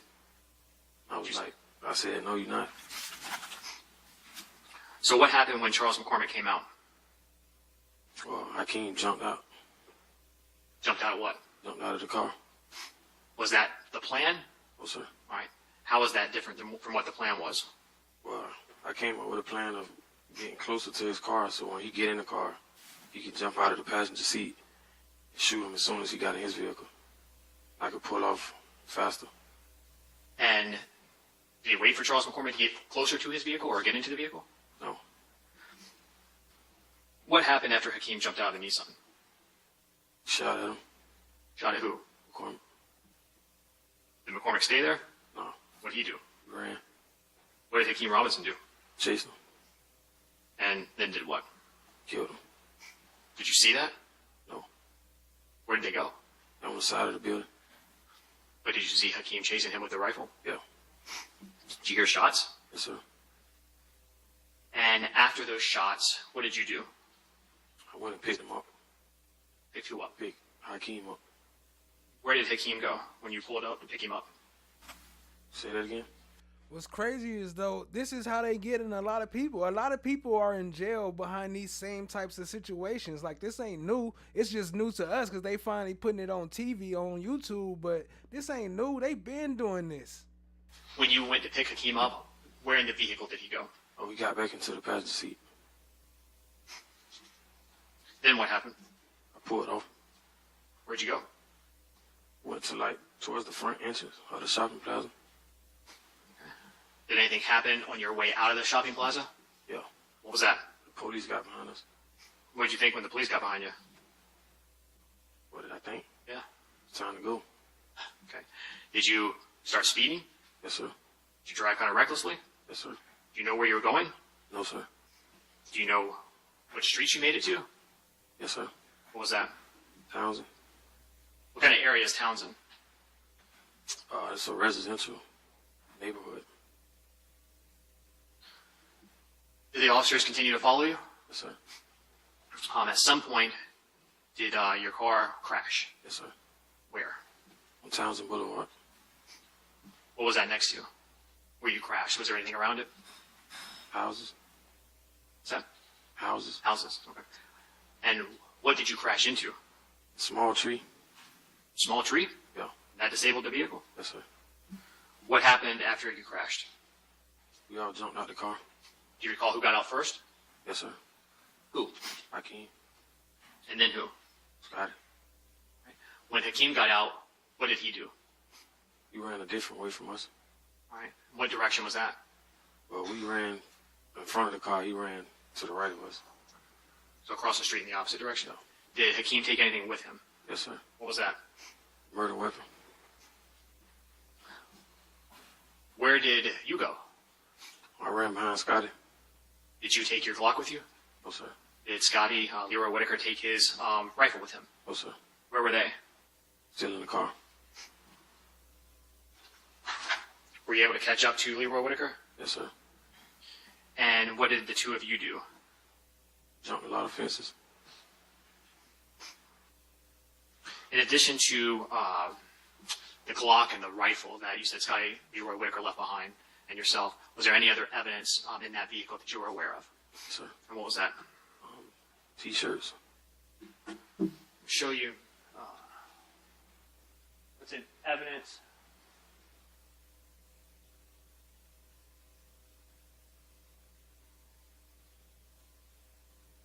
State 76. Do you recognize this photograph? Yes, sir. And what car is it? Nissan Altima. Is that the one that you, Hakeem Robinson, and Leroy Whitaker are all in? Yes, sir. That tree? Yes, sir. State's 87. What are we looking at there? My Glock 23. What's next to it? T-shirt. And then State's 92. What's in that photo? M&P 15. Whose was that? Scotty. And what's in the seat? T-shirt. And who do those shirts belong to? Hakeem and Scotty.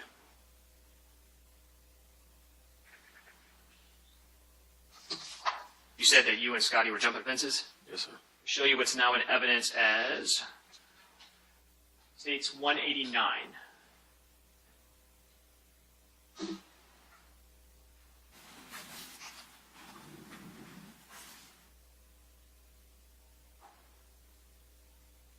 You recognize those two individuals? Yes, sir. Who were they? It's me and Scotty. All right.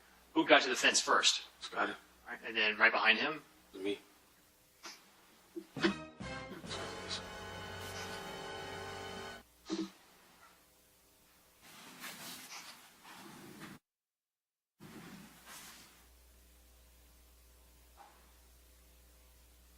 You recognize those two individuals? Yes, sir. Who were they? It's me and Scotty. All right. Who got to the fence first? Scotty. All right. And then right behind him? It's me. After you jumped over that fence, kept running? Yes, sir. And where did you and Leroy Whitaker make it? Made it to a patio. How do you go what? A house.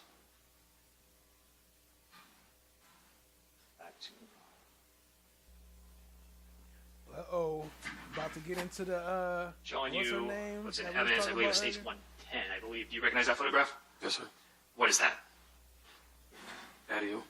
Is that the patio of the home that you and Leroy Whitaker made it to? Yes, sir. When you got to that location, what did the two of you do? Well, I opened it, walked into it. Yeah, this the home invasion. And the next exhibit, just I believe states 114 or 115. Sorry, do you recognize this? Yes, sir. And what is that? It's a back sliding door. Back sliding door. Backsliding door to that house. Yes, sir. Did you and Leroy Whitaker enter that home? Yes, sir. Did you have permission to enter the home? No, sir. Why were you and Leroy Whitaker going into that house at that time? Get away from the police. So they looking for you? Yes, sir. Both of you? Yes, sir. As well as Hakeem Robinson? Yes, sir. At the time you and Leroy Whitaker entered that home, did either of you know who lived there? No, sir. Did either of you have permission to be in there? No, sir. Did you even know if anyone was home before you? So if y'all was watching earlier, this is the house, the home invasion, where they got the pajamas and the blood and all that from. Yeah, so this is the house. This is the home invasion. This is that.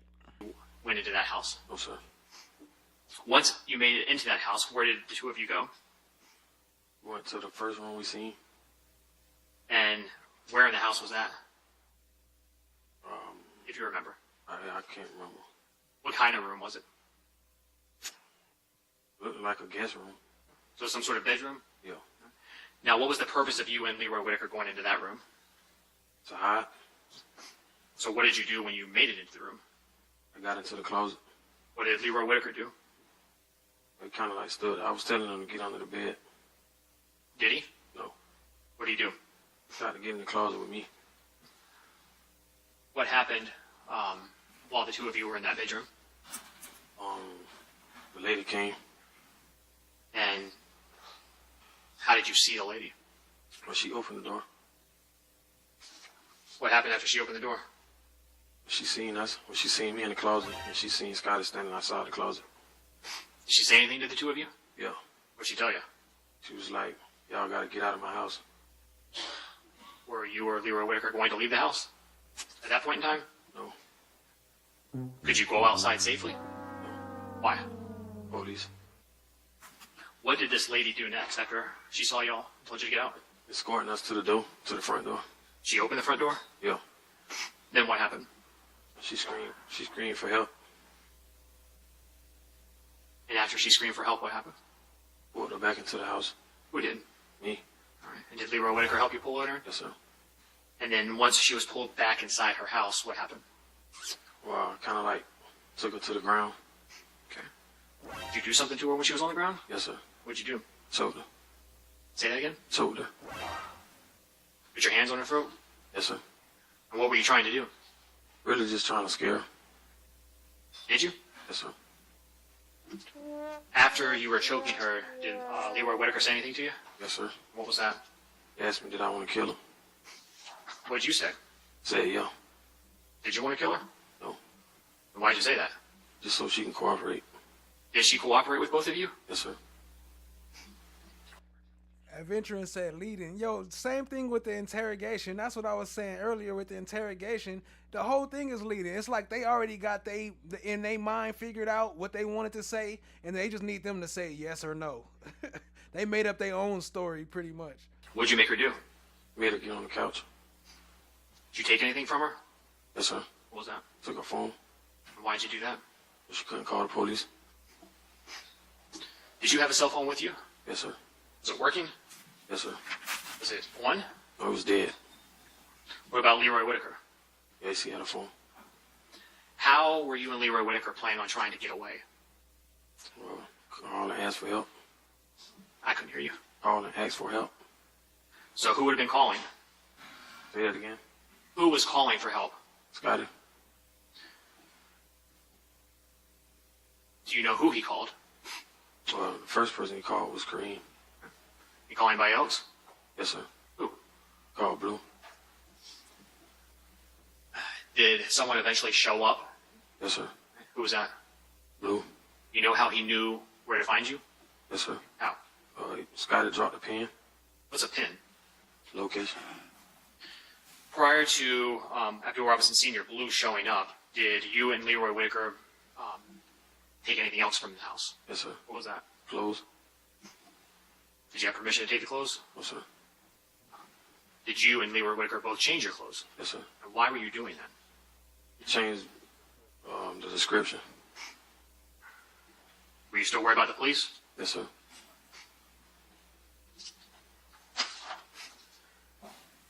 While you were waiting, what was Miss Buckley doing? She was sitting on the couch. And to my knowledge, it looked like she was falling asleep. And then, shortly after, Miss Buckley was falling asleep while she got some robbers in their house, choked her out. You think she just gonna nod out and fall asleep on the couch like, oh, I'll just take a nap? Yeah, right. after that, did someone arrive? Yes, sir. And again, who was that? Blue. And what was Blue, Abdul Robinson Sr., driving? Challenger. You remember the color? It's like orange is red. So that's crazy. Y'all in here in this house. So how did, okay, so Hakeem's dad, Hakeem Sr., said that his son, KSOO, told him to come pick up, what's the dude named Butter? He told him to come pick up Butter. So how did he know where Butter and them was if they just ran and just broke in somebody else? How they gonna tell the dad where to come pick, how KSOO gonna tell the dad where to come pick them up from, and he have no idea where y'all at? That don't make no sense. Dark orange red. Did both you and Leroy Whitaker leave the home and get into that car? Yes, sir. What about the clothes that you changed out of? Where were they? Pajamas. The clothing that you wore that we just saw in that video? Yes, sir. When you entered the home, what happened to those clothes? We kept them. You didn't leave them behind? No. Did you also still have Miss Buckley's phone? Yes, sir. When you got into the vehicle with Abdul Robinson Sr., was he the only person in that vehicle? Yes, sir. And did he then drive both you and Leroy Whitaker away? Yes, sir. Were there police still in the area? Yes, sir. Did you tell Abdul Robinson Sr. about what happened? Yes, sir. And so he became fully aware of everything that had took place? Yes, sir. Before telling him that, when you got in the car, did Abdul Robinson Sr., did he ask any questions of you? Yes, sir. What did he want to know? Yes. Sustained.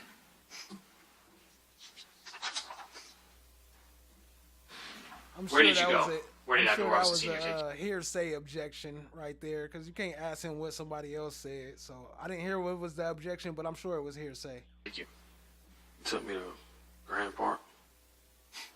Shout out to Where in you, Grand Ali. Park? I appreciate you. Took me to Zay House. Who was they? Xavier Floyd. Is he a friend of? A friend. Of who? Of Blue. And what was the purpose of going to that home? Switch cars. Did y'all switch cars? Yes, sir. What car did y'all switch into? We switched from the Challenger to Impala. Whose car was that? Karina. Who's that? That's Hakeem and Abdul's sister. And then after y'all got into that Impala, where did you go? We went to Blue House in Ocean Way. When you first got to Abdul Robinson Sr.'s home in Ocean Way, was anyone else there that you remember? Not that I know of. Before you left, did you see anyone else? Did anybody show up? Yes, sir. Who was that? Abdul and Hakeem showed up. Did you change clothes? Yes, sir. How did you get new clothes? Kareem gave us new clothes. Did he have clothes at that home? Yes, sir. Did you ask Hakeem Robinson anything about what happened? Yeah, I asked him, where he ran to. And what did he tell you? He told me he made it to some apartments. Do you know what happened to the firearm? He told me he threw it in the creek. Do you know how he got away from the apartment complex that he made it to? Yes, sir. What did he tell you? That Natalie came and got him. While you were still at Abdul Robinson Sr.'s home, did you see anything or hear anything that kind of spooked you a little bit? Yeah, we watched the news. What did you see on the news? Seen a video of me and Scotty jumping the gate. Did you eventually make it back to your apartment? Yes, sir. Was Gennaro there when you got there? Yes, sir. That evening, January 15, 2020, did you and Gennaro leave your apartment? Yes, sir. And while y'all had left your apartment, did you get pulled over? Yes, sir. And is that when you were detained? Yes, sir. And Gennaro as well? Yes, sir. And were you taken to the police station? Yes, sir. And while you were at the police station, did law enforcement attempt to interview? Yes, sir. Now, during that interview, were you 100% completely truthful with them about everything that you had done? No, sir. About who you were with? No, sir. Did you even tell them who you were with? No, sir. But this is your star witness, though. Did you also, in that interview, deny touching or taking anything from Miss Buckley? Yes, sir. Were you still arrested? Yes, sir. And that was for the burglary? Home invasion. Of Miss Buckley's home? Yes, sir. After you were arrested, was DNA also taken from you? Not in the interview. Right, but by... Yeah. Did photographs get taken of you? Yes, sir.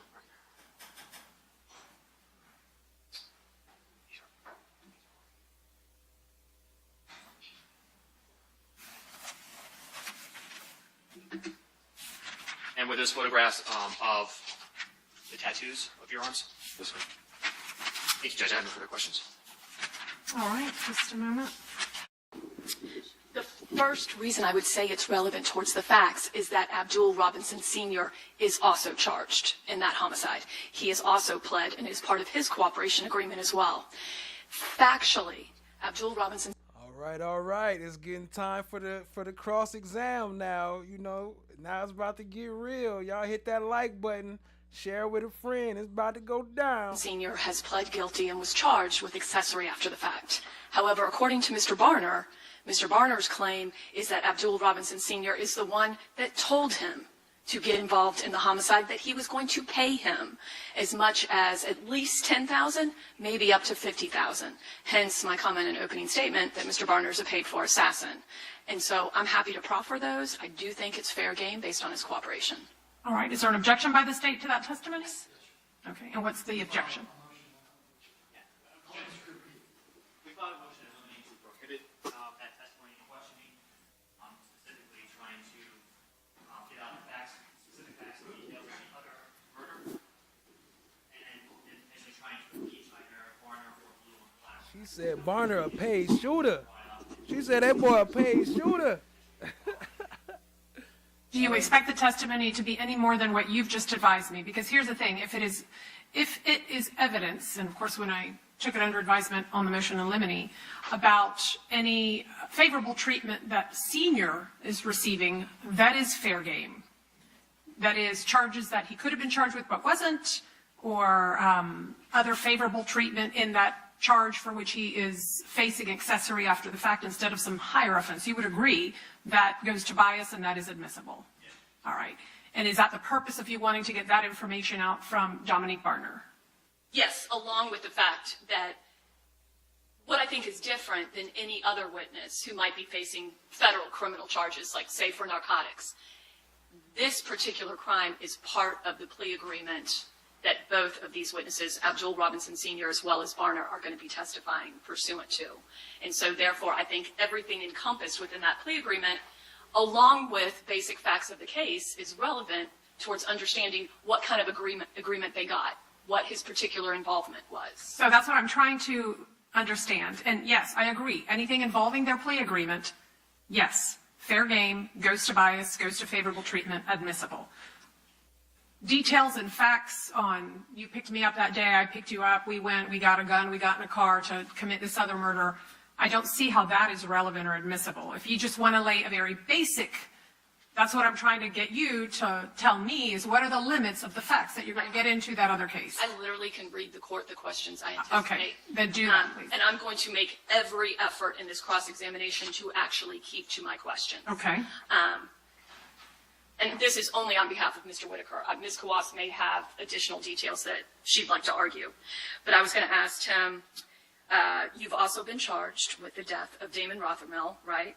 Mr. Rothermel was an innocent bystander who was shot during a drive-by shooting on another target, correct? and you were formally charged, correct? Your best friend Chris Brown was charged, correct? Your friend Derek Hudson was charged, correct? And the actual target's name was P. Money, right? You searched P. Money out, right? Because you were going to get paid to kill him, right? You weren't exactly sure how much you were going to get, but more than $10,000, maybe as much as $50,000.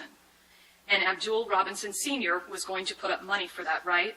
Because he wanted him dead too, right? That's it about any facts as to it. Okay. Any objection to those line of questions? If it's limited to that.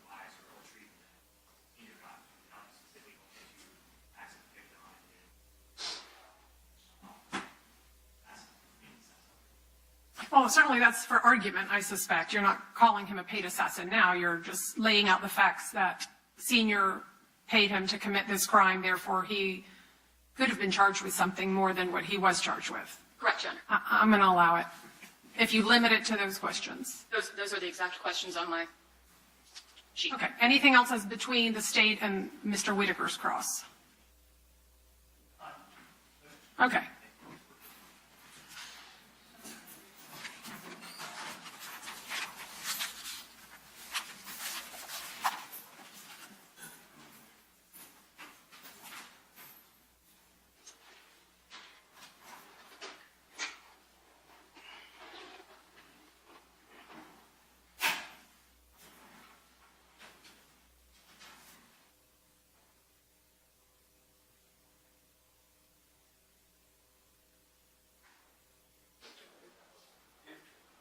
The court.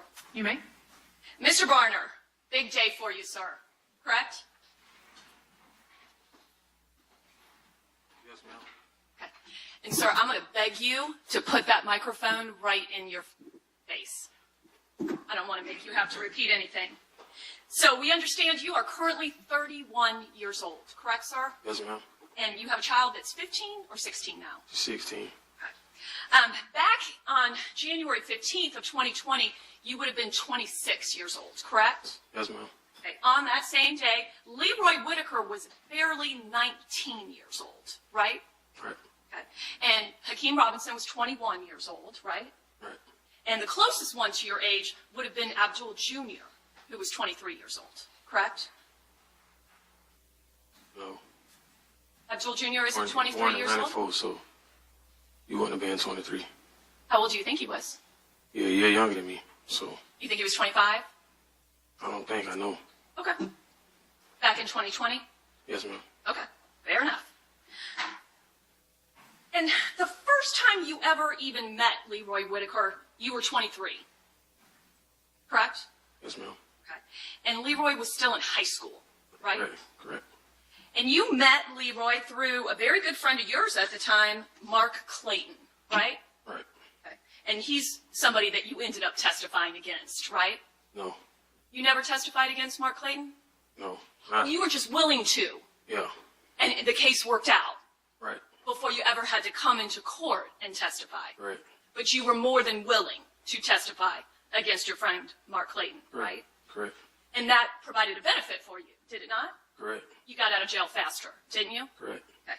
What year did you do that? 2017. Okay. So before you even met Leroy Whitaker, you had your first cooperation under your belt, right? After I met him. I think it was after you met him? Because you met Leroy when you were 23 and he was still in high school, right? Right. Okay. But you think that was before 2017? It was 2017. Okay. Okay. You didn't particularly have anything in common with Leroy Whitaker besides the fact you knew similar people, correct? Say that again. You didn't have anything in common with Leroy Whitaker when you first met him, did you? No. I mean, basically, you were very good friends with Abdul Jr., correct? Correct. Who was the cousin of 17-year-old Leroy Whitaker, correct? I wouldn't say that they're cousins. Okay, you don't know that Abdul Jr. Robinson is the cousin of Leroy Whitaker? Never heard that. Okay. How about Hakeem Robinson? Yeah. You do know that he's cousins with Hakeem Robinson. Correct. And you know that Hakeem Robinson and Abdul Robinson Jr. are brothers. Correct. Okay. You guys, you and Mr. Whitaker, never ate a meal together, did you? Yeah. I'm sorry? Yes, ma'am. When you first met Leroy Whitaker, you ate a meal together? You spent time together like that?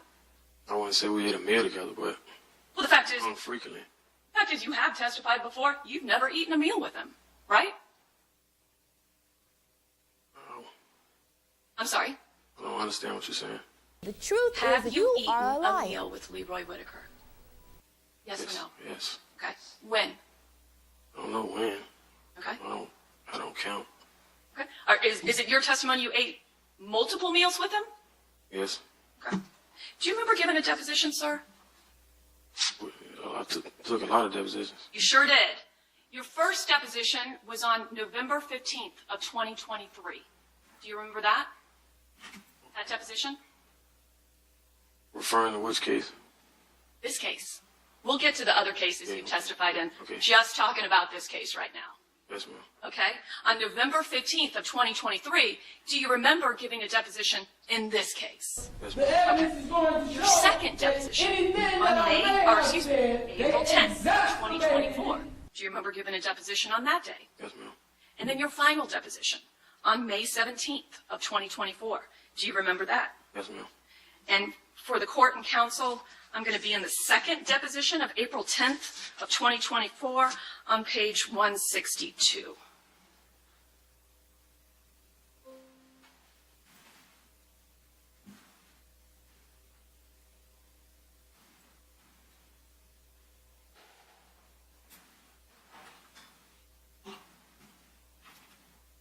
I'm so sorry, I'm in the wrong deposition. Hang on.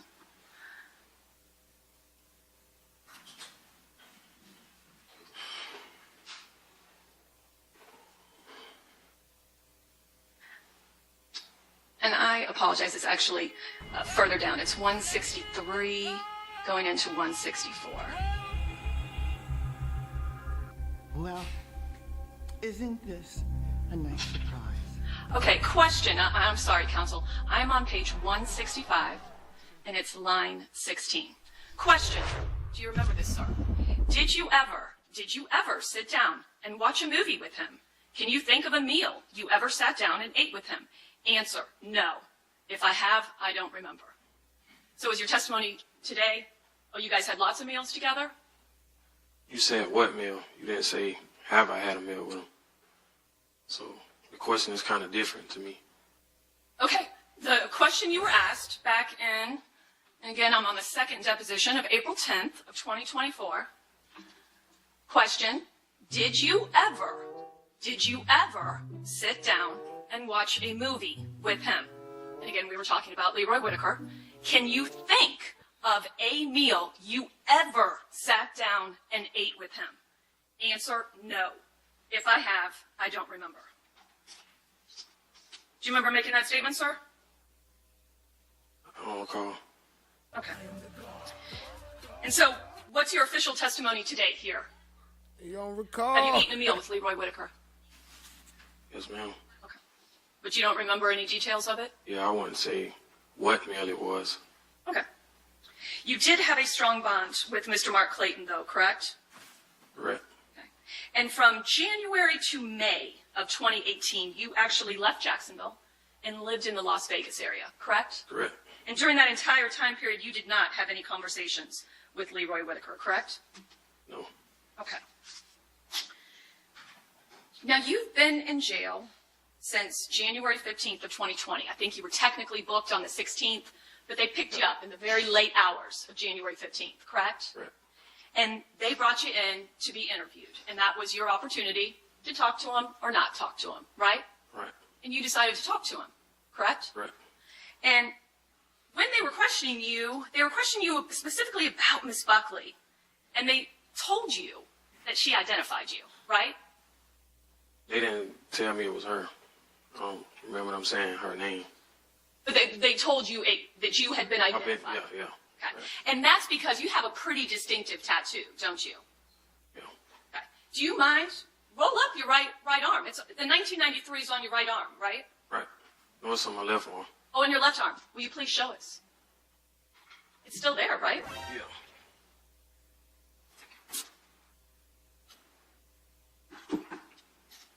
And so you've got it in large numbers? Yeah.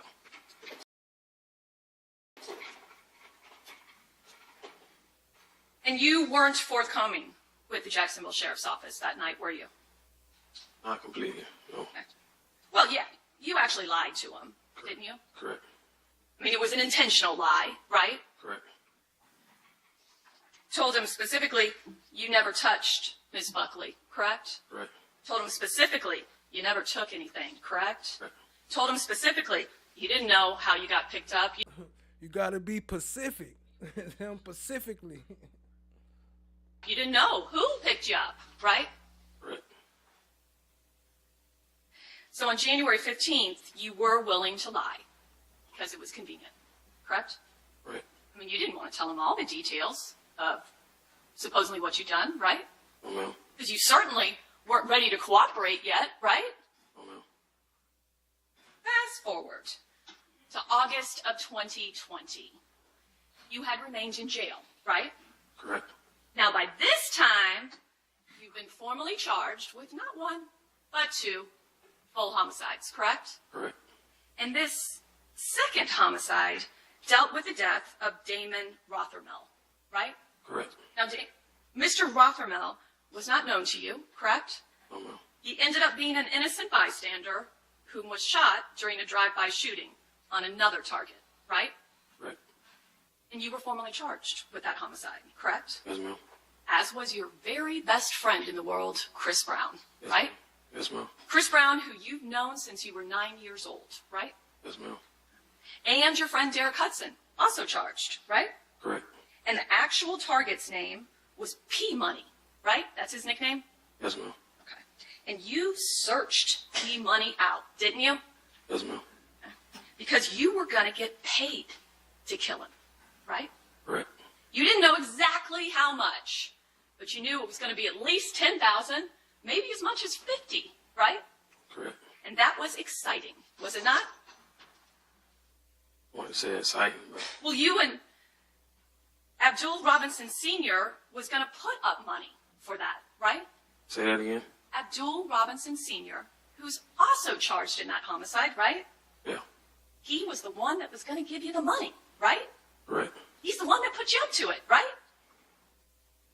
Well, no. I'm sorry? No, he didn't put me up to that exact. Okay. You just knew he was willing to pay you money Yeah. or P Money to die. Well, really, like, not specifically, but yeah. Okay. In August of 2020, you're charged with 2 separate murders, a home invasion burglary, home invasion robbery, and aggravated fleeing and eluding. And you knew that either one of those murders could get you life imprisonment, right? Right.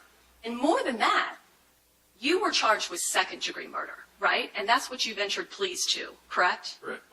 And you know that second-degree murder, under the laws of Florida, can be sentenced up to life imprisonment. No mandatory, but a judge certainly... Hey, and keep in mind, this is Whitaker's attorney, Scotty attorney, and she cool, she be doing her thing, but you know when Tara come up, she about to be killing it. She about to step it up a notch. can't impose that, right? Right. It gets different with first-degree murder, doesn't it? Yes, ma'am. And you were fully aware of that difference, weren't you? Yes, ma'am. Because that difference is that for first-degree murder, when you think about it, when you premeditate it, there's only one sentence. And that is you will spend the rest of your life in prison. Mandatory life. So you knew that both of those murders, if you didn't come to some kind of deal, were going to go to first-degree murder, right? Right. So you were staring down, not one, but 2 mandatory life sentences, plus an additional, you knew you could get up to life for the burglary, correct? Correct. You could get an additional 15 years for the aggravated fleeing, right? Right. So in August of 2020, you decided, I'm going to look out for me, right? Correct. And by this time, you fully knew the state theory, correct? As in? You knew they thought Hakeem Robinson was the shooter, right? I guess. Well, they laid it out for you, didn't they? You're like, nah, I didn't know. That's what we worked out together. We planned that together. But I guess if that's what you want to say, sure. They didn't lay nothing out to me. And yes or no, sir? No. Is it your testimony that when you walked in August 2020 and met with the state attorney's office, that you didn't know the state of Florida thought Hakeem Robinson was the shooter? I'm sorry? I won't be able to answer that. Well, either you knew or you didn't know, sir. I just know they wanted the truth from me. Okay. That's what I gave them. Okay. But you decided you wanted others to be prosecuted, right? I don't understand what you're saying. Well, you wanted Leroy Whitaker to be prosecuted, didn't you? Yes or no? I just wanted to look out for myself. Okay. My best interest. Okay. Going back to those depositions, back on April 10th of 2024, and just so the jurors understand, we're all in a room together. I was there, right, sir? You remember me being there? Right. You remember Mr. DeCoste being there? Yeah. You remember Ms. Kawas being there? Yes. Yes. It's out loud. You remember Mr. Joel Cooper being there, right? Correct. And you remember raising your right hand and swearing to tell the truth, the whole truth, and nothing but the truth. You remember doing that? Right. Just like you did here today, right? Right. Okay. And counsel, I'm going to be on, again, this is April 10th of 24, page 124, line 23. So is that like part of the scheme? Like you get somebody that you know is going to be committing crimes, continuously committing crimes, and then you get him to snitch on somebody else and make it look like somebody else did it when you know they the main suspect. And then you let them out of jail because you know they're going to commit another crime and come back anyway. Now you got double people in jail for the same crime. No wonder the prisons is overcrowded. No wonder why the justice system is so messed up. Like what? And I apologize, my notations are off. I will find that and come back to it. Oh, wait, I'm sorry. Once again. Fucking nuts.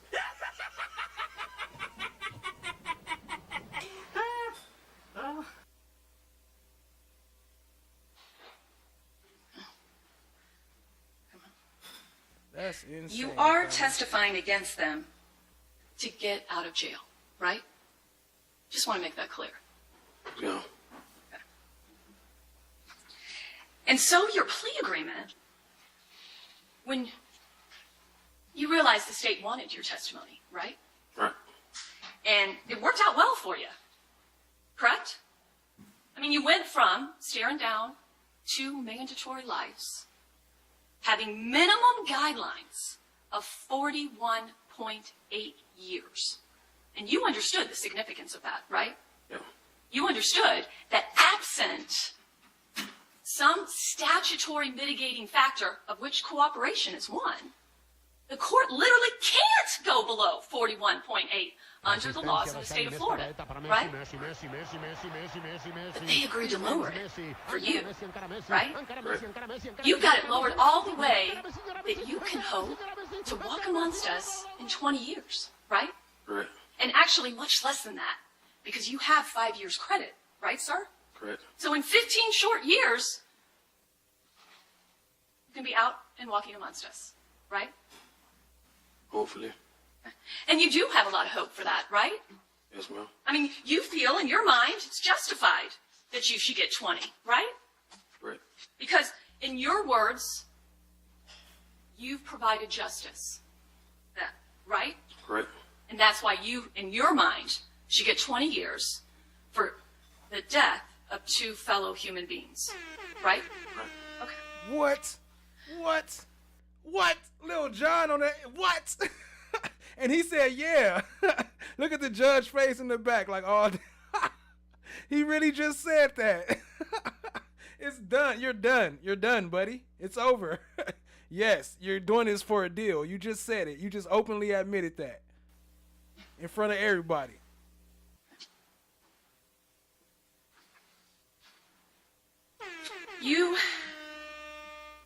Your job, as we kind of sit here today, and as it has been since you signed up, officially in September of 2020, that's when you did your plea agreement, correct? Right.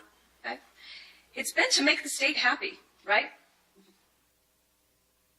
Well, as I stated before, it's not to make them happy, it's just to tell the truth. Well, you need to satisfy the state, correct? Right. Because they're the ones that are going to make a recommendation at the time of sentencing for you, right? Right. And they can recommend life in prison if you don't give answers that satisfy them, correct? Correct. They can recommend life in prison if you testify to something that's inconsistent with what they want you to testify to, correct? Right.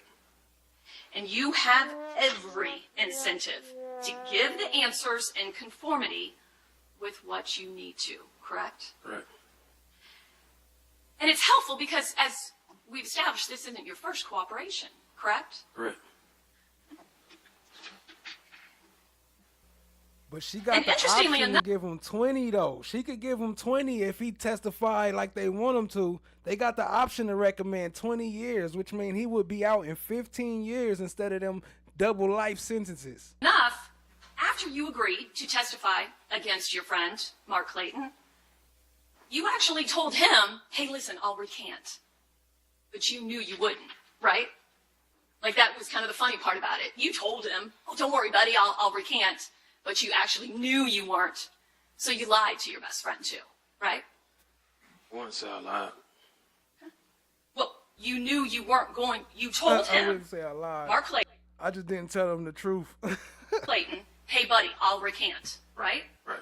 Okay, so you told him, I'm going to go in and tell the state attorney's office I lied. That's what you told your buddy, Mark Clayton. Right. Right? The truth is that you You are a knew liar. you made that statement. You had no intention of doing that, right? No, ma'am, I didn't know. You didn't know you weren't going to do that? I didn't know whether I was going to do it or not. Okay. Same deposition, back on April 10th, 2024. Let's see if my notations are right.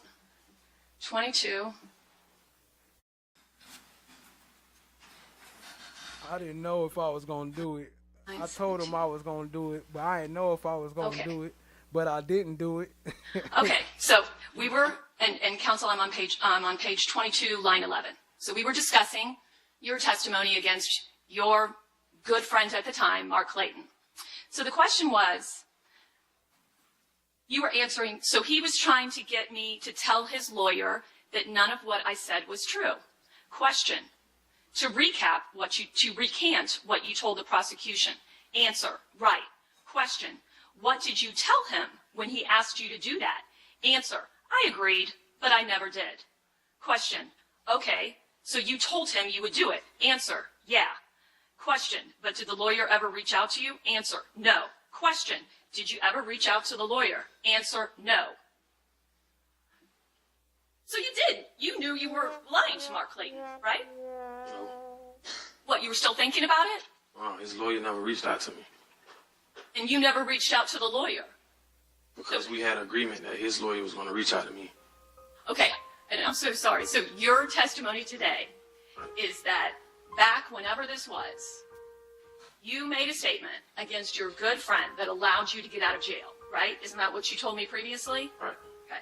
And so you're living large on the outside, and you have conversations with your good friend, and it's decided amongst you two, you're going to go in and recant, right? Right. And your testimony is that you were struggling with that decision, and it was only because this lawyer didn't reach out to you that that didn't happen? I want to say I was struggling. This lawyer just never reached out to me. Okay.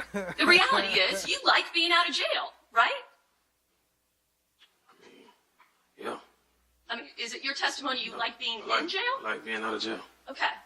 And you were out of jail, and you were willing to lie to your friend to make sure that you stayed out of jail, right? I want to say that. Okay. What would you say? I didn't know at the time. You didn't know that if you were going to recant? What didn't you know? I didn't know what I was going to do. Oh, you didn't know what you were going to do? Yeah. Ultimately, you did nothing. You enjoyed your time out, correct? The time never presented itself, so. Okay. You're actually no stranger to the witness stand, are you?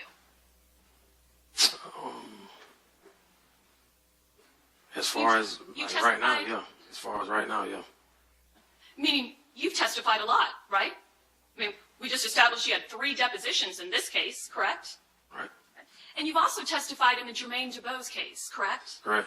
And that was an interesting case. It wasn't in this courthouse, was it? No. It was in the old courthouse, right? No, it was in this courthouse. Oh, it was in this courthouse. So you were in one of these beautiful courtrooms, right? Yeah. And you walked right in, and a judge was sitting where her honor is sitting, right? Right. And the clerk swore you in, and you raised your right hand, just like you did today, and swore to tell the truth, the whole truth, and nothing but the truth, right? The truth is you And are then you a lied, liar. right? No. Didn't you lie in the Jermaine DuBose case to make sure that he got out of jail? Yeah, I lied in the deposition. Okay, I you didn't lied. lie at the hearing. Oh, so you just lied under oath in a deposition. Correct.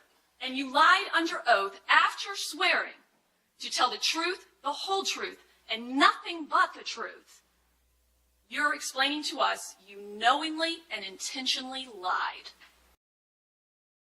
So the question is, how many times has this happened? Because he's a well-known snitch. He been telling for a long time. I think he might get paid. He might be a confidential informant at this point. But how many people have been locked up based on his lies, though? And the prosecution and the police going along with the lies, though. You feel me, TSC? What's going on? Correct? Right. In a criminal case, right? Right. And what was interesting about this lie is this was a lie to help him get out of jail, right? Correct. Not because you liked him, right? Correct. Not because he was your friend, right? Right. You wanted to chase him down, didn't you? Yes, ma'am.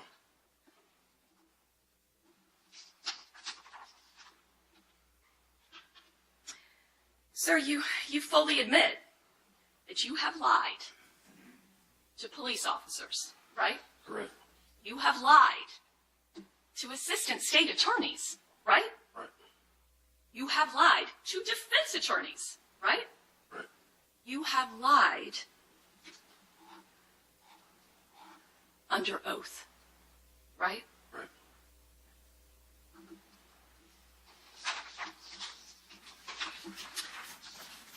Let's talk for a moment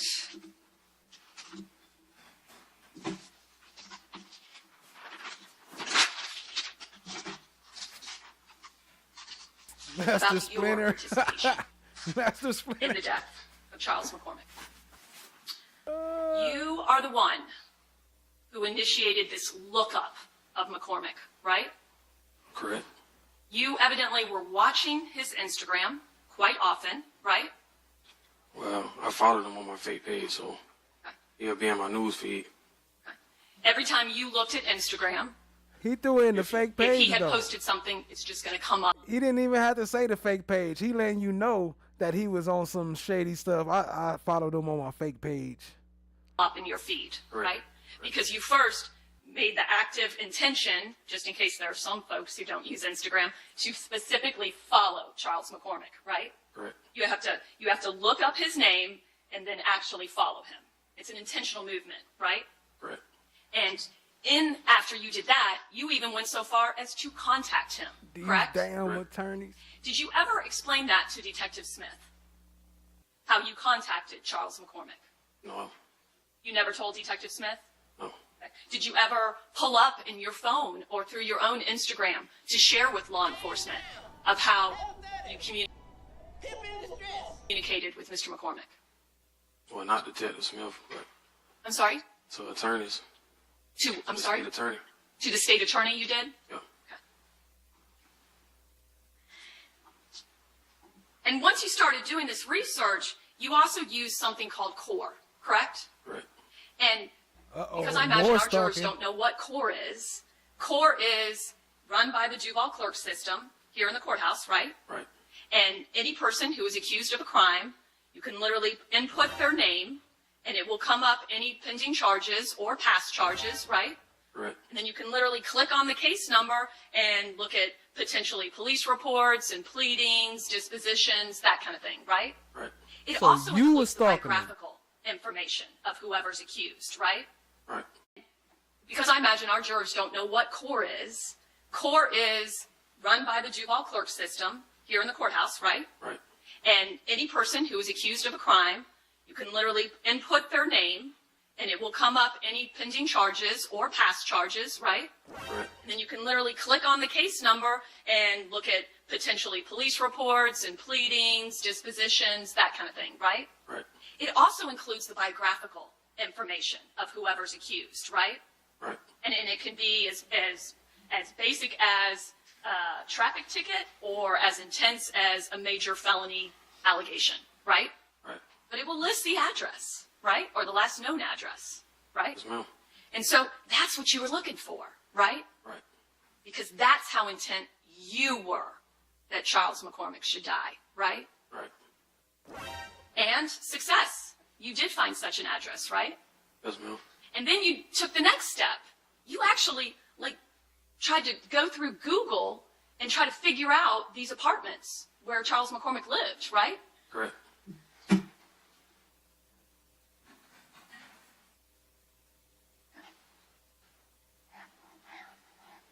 And it's your claim that once you find this, that you evidently have some kind of phone conversation with Abdul Robinson Jr., Kareem. Yes, ma'am. Okay. And then all of a sudden, your claim is that Leroy Whitaker and Hakeem Robinson and Abdul Robinson Jr. just show up where you live, right? When? When was this? On the day that you found this address. That we went and looked. That's your claim, isn't it? Or is there a time lag? Yeah, it was when he posted the picture. Got him. Okay. So after you go to the effort of finding an address, go through Google, call your friend Kareem, then I guess Mr. McCormick goes to Vegas? Is that when he went to Vegas? Yeah, sometime after he posted the picture. Okay. And so then you, continuing to look through Instagram, continuing to look at your feed, you realize Charles McCormick is home, correct? Yeah, I guessed it. Okay. And so at some point you claim there's this trip, this road trip, if you will, from your apartment to the apartment complex where Charles McCormick lives, right? Right. You don't know exactly when that occurred, right? It occurred January. Before the murder. Yeah, before the murder. Okay. Not the day of the murder. That was the murder. Okay, I understand, and we'll get there. We'll talk about the trip where you go out with Chris Brown and stalk him for multiple hours. I'm back. I'm back when you're first finding this address. When you first find this address, you call Abdul Robinson Jr. That's your testimony, right? Correct. Okay. You do not call Leroy Whitaker, correct? But your claim is that Leroy Whitaker and Abdul Robinson Jr. and Hakeem Robinson just show up at your house, right? We're about to pull up, right? On what occasion? I'm sorry? When? When you went to go supposedly verify that's where McCormick lived. Yeah, when he posted the picture. Right, when Mr. McCormick posted something that you noticed and you acted on, right? Right. Okay. But during this whole car ride, and this is the car ride that supposedly is just simply to verify Charles McCormick lives there, and let's figure out where he specifically took this photo, right? And your claim is that during that entire car ride, there and back, not one word is spoken by anyone in the car about killing Charles McCormick, right? Yeah, not that day. Okay. your testimony has always been it was just understood, right? Correct. Okay. And you figure that there must have been prior occasions, maybe, between Hakeem Robinson and Leroy Whitaker and Abdul Robinson Jr. You just weren't a part of them, right? Yes, ma'am.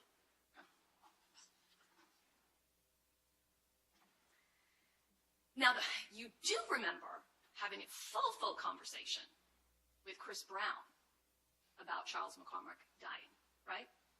Right. You and Charles, on, I guess, the early morning hours of January 15th, maybe even the late night hours of the 14th, you and Chris Brown decide, we're going to go out to McCormick's apartment complex, right? Right. And you guys physically drive out there. What car did you guys drive out there in? Chris' baby mother's car. Baby mother's car. Yeah. Okay. So that would be what you would call a clean car that could cause you to get caught, right? Right. But I guess you were just stalking at that point, right? Yeah, just to see. Yeah.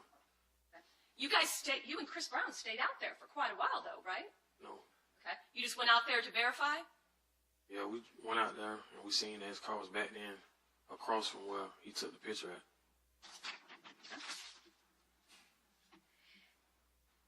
And you and Chris Brown hang out, and then you go back to your own home, right? That's your testimony? That's a good question. Rock Solid said, could the family of the victim bring a civil suit to the city for that information leading to the unaliving of their family member?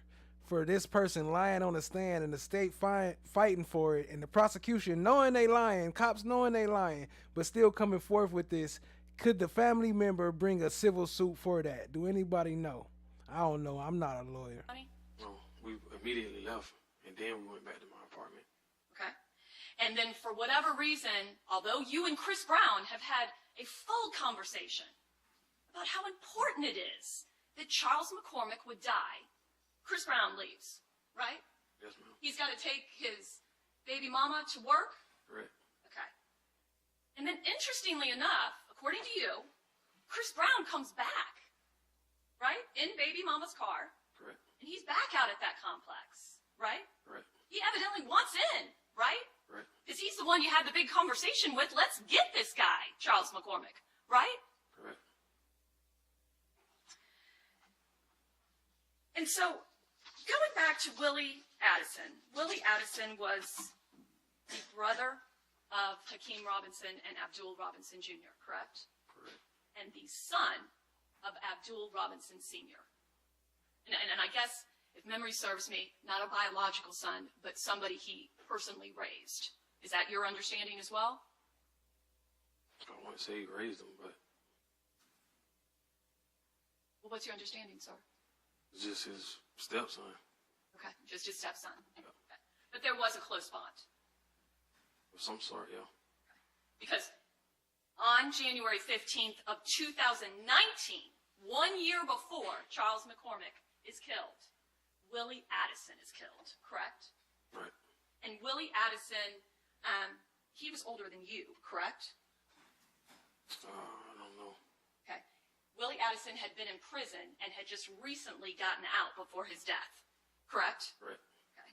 And he'd been gone for quite a while, correct? Right.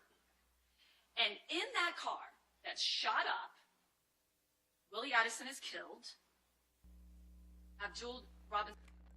Shay said, is Ace paying for KSOO attorney? I don't know. I have heard that, but I ain't seen no proof of that. I'm sure if he is, that will definitely cause some problems. It might bring a RICO. If they find him guilty of this, they would, if they have that, they would try to bring a RICO against Young and Ace.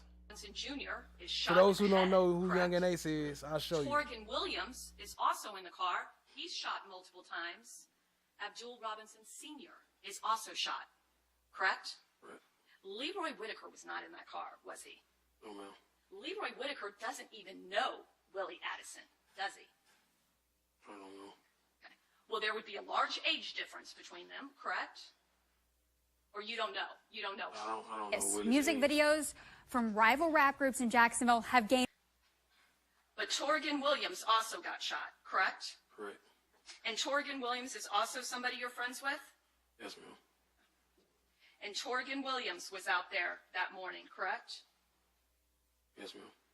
And according to you, Torgan Williams was also somebody, without necessarily any words, he just knew Charles McCormick was going to die, right? That morning. I'm sorry? That morning, yes, ma'am. On January 15th, 2020, right? Correct. Because it was Willie Day, right? Isn't that what Torgan kept saying? It's Willie Day? I don't recall.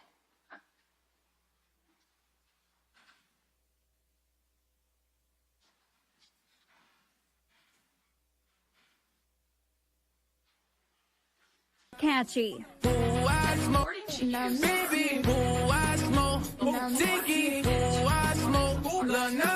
Gaining of the murder, Leroy Whitaker, no specific words had come out of his mouth indicating he knew what you were doing or what the plan was, right? Yeah, no words came out of his mouth. Because Right. again, in your mind, everyone just knew, right? Correct. And in reality, you really don't have any memory of him saying anything at all, do you? Well, when we got him, it was a discussion. And How it was going to happen. and you don't remember who said it, but your testimony is that when you're at McCormick's apartment on January 15th, there is developed this plan between the three of you that Leroy Whitaker is going to jump out of the car and run down Charles McCormick, right? Right. And that he's got this big old gun that he's going to accomplish, right? Correct. Leroy Whitaker never gets out of the car, does he? No, ma'am. Leroy Whitaker never shot anybody, did he?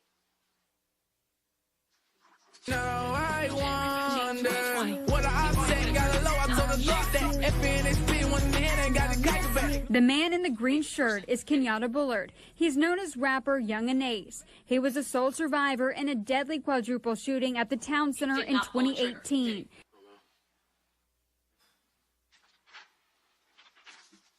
Did you ever provide your phone to the Jacksonville Sheriff's Office? No, ma'am. Why not? Well, it was at the house when I got arrested. Well, once you decided to cooperate, why didn't you want to provide that for him? It was gone. Well, you want the state of Florida and law enforcement to believe everything you're saying, right?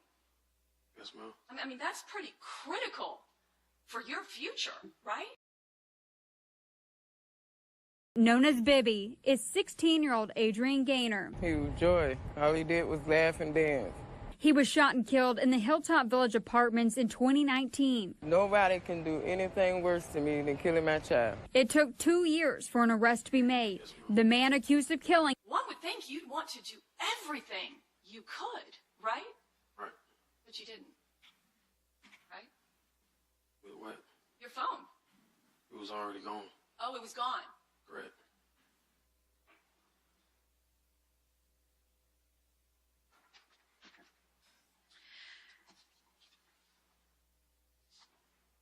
You are, according to you, sir, a changed man, correct?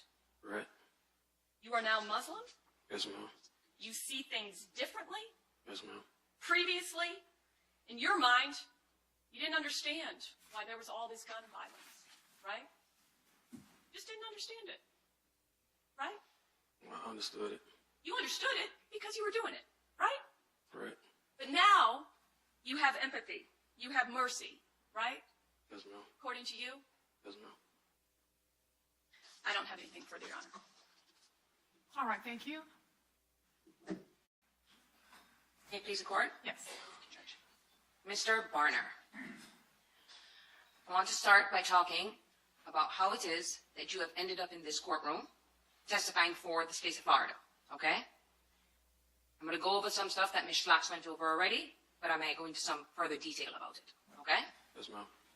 Now, as you sit here right now, you have been in jail for over 5 years. Yes, ma'am. That's because you were incarcerated since January 15th of 2020, right? Yes, ma'am. That was the day that you helped execute Charles McCormick, right? Right. And the only reason reason Charles McCormick was murdered was because of you, right? And other people. Well, let's break that down. You did not like the lyrics of the song that he put out, right? Right. You saw the post on his Instagram account, right? Right. You decided you wanted to kill him, right? Right. You started this, right? I want to say I started it. Well, it started with your irritation with his song lyrics, did it not? It irritated everybody. Okay, I'm not talking about everybody else, I'm talking about you. Yeah. It irritated you. Correct. That caused you to go on Instagram, right? Right. And now you sit here in front of this jury, and you have a deal from the state of Florida, right? Right. And as part of that deal is you have to sit here in front of these juries and say that Hakeem Robinson was the shooter, right? Correct. Woo, she coming out swinging. She coming out swinging. You have to sit here and say that Hakeem Robinson was the shooter. That's part of your deal. Get him out of here. Oh, that's crazy. Same thing they did with Young Thug. Isn't this a nice Crazy. surprise? Now, you Hit would the agree like with me button. that when you make an agreement with someone and you get a benefit or a discount, like, you know, price cut in half, that's something we call a deal, right? Yes, ma'am. And you're getting a good deal, aren't you? Yes, ma'am. A sweet deal from the state of Florida, right? I want to say sweet deal. Well, let's go through that. Because you're not only getting a deal on the murder of Charles McCormick, right? Correct. There is another case in which you're getting a deal on, right? Right. Charles McCormick is not the first person you have tried to kill, right? Right. How old are you again now? 31. So at the time when this took place 5 years ago, you were in your mid-20s, right? Right. And you had 2 dead bodies under your belt that we know of, right? Right. Now, the person you killed was Mr. Rothamel, right? I didn't kill Mr. Rothamel. Okay. You and Chris Brown, right, Correct. went out to try and kill P Money, right? Right. And the reason why you tried to kill P Money was it was the belief of Blue that P Money was the one behind the Willie Addison murder, right? Correct. That's who they believed did it, right? And so you were going out there. So Blue, y'all remember, that's the dad. That's his dad. Remember they talking about Blue. This is the other case that they was talking about that they got together. Mr. Rothamel was not the target, was he? Oh, no. Okay. So you go out with Chris Brown, right? Right. To hunt down P Money, right? Correct. At the behest of And this the one that he's snitching on Chris Brown. Abdul Sr., right? No. He wanted him dead, right? Yeah. Okay. And he provided you with the car to commit that murder, right? Right. He provided you with the firearm to commit that murder, right? Right. Okay, so he gave you everything you needed to kill P Money. But he made sure he wasn't there, right? Right. As you doing his dirty work for him, right? Yeah. And you had no problem doing that. No. Now, there was a shootout, right? Right. And you got shot. Yes? Yeah. He said no. In that shootout, an innocent bystander. He said he got no problem doing his dirty work. Talking about the dad now, the one that's snitching on the son. On a bicycle died, right? Right. P Money didn't die. No. And you even said, you know, he was in the wrong place at the wrong time, right?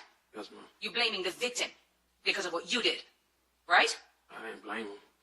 Okay, you didn't blame him being in the wrong place at the wrong time. Seems as if you're like, well, you know, his fault. He shouldn't have been there, right? No, I wouldn't say that. Now, isn't it true that you are willing to hurt people as long as someone is willing to pay? Back then, yes. Okay, and we are talking about that back then. Yes, ma'am. Okay? And whether that's by a promise of money or a promise of freedom. If you're getting a benefit, you're okay with hurting other people. Back then. You're changed now, right? Evidence is not the evidence of absence. What? Back then, yes. Okay, and we are talking about that. Yo, how do they have this as their star witness?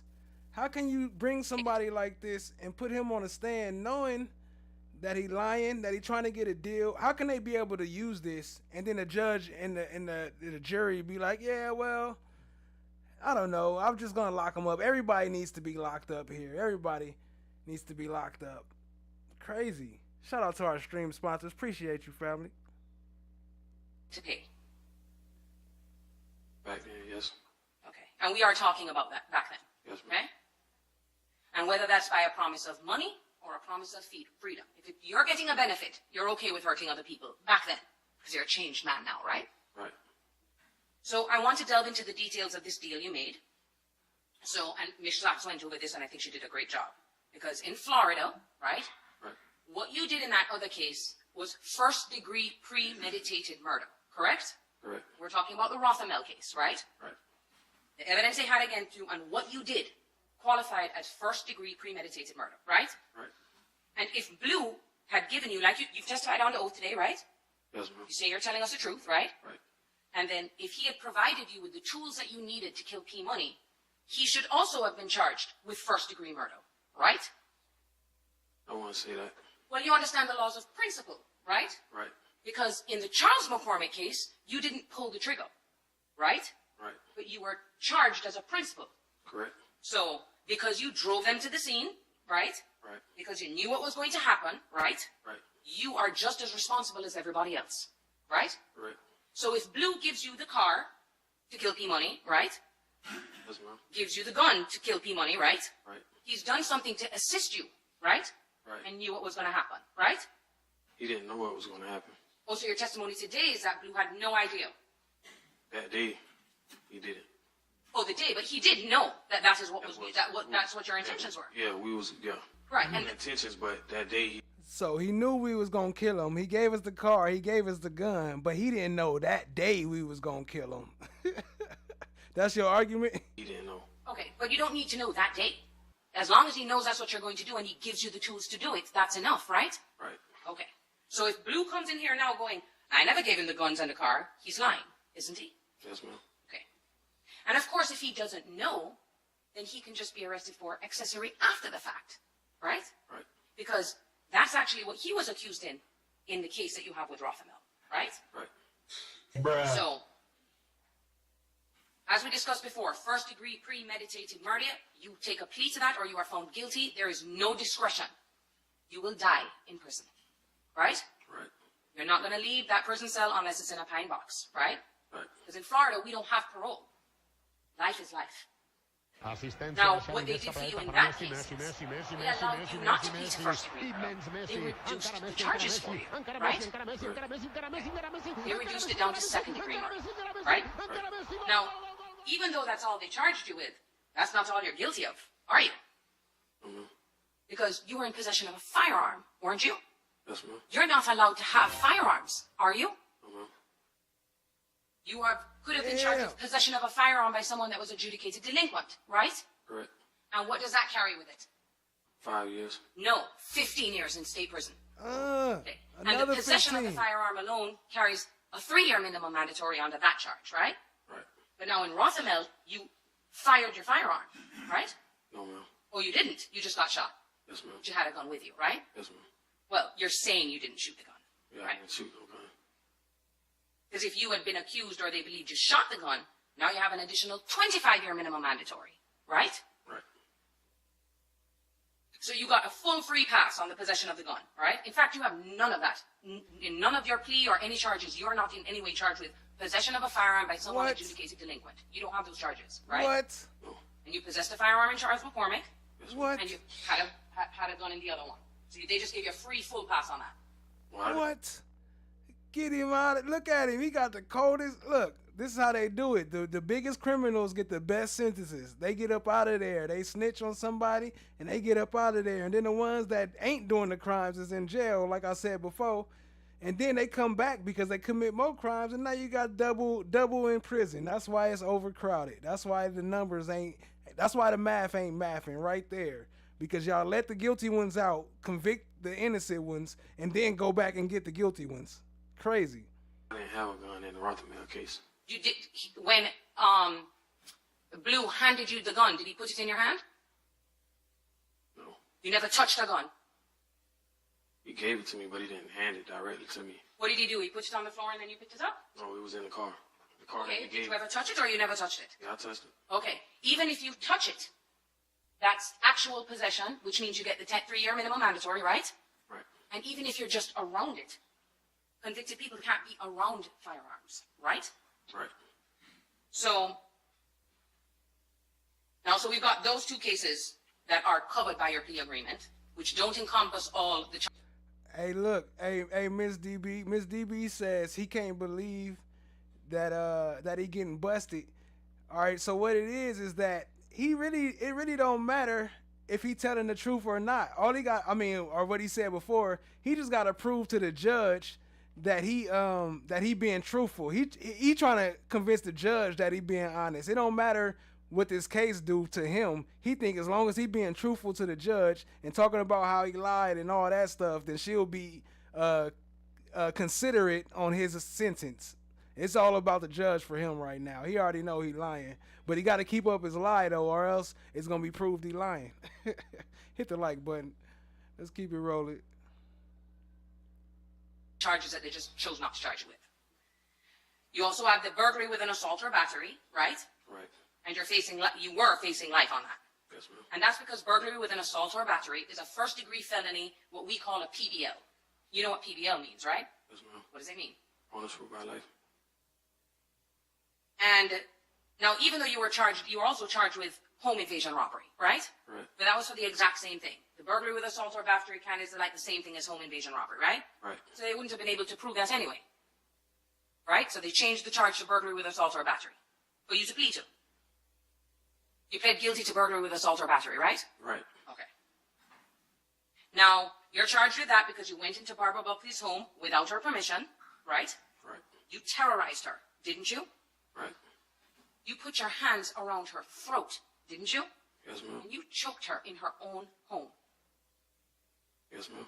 We know that you applied at least some force and pressure because you were able to leave your skin cells on her neck for the DNA. Right? Right. She asked you to leave. She even said that. You guys, get out of my house. Right? Correct. You didn't follow that instruction. Instead, you tried to scare her into thinking you might kill her if she didn't comply. Right? Right. You can imagine how terrifying that must have been for her. Right? Right. But you just wanted to get away. So your plea agreement covers the 3 separate cases. The cases.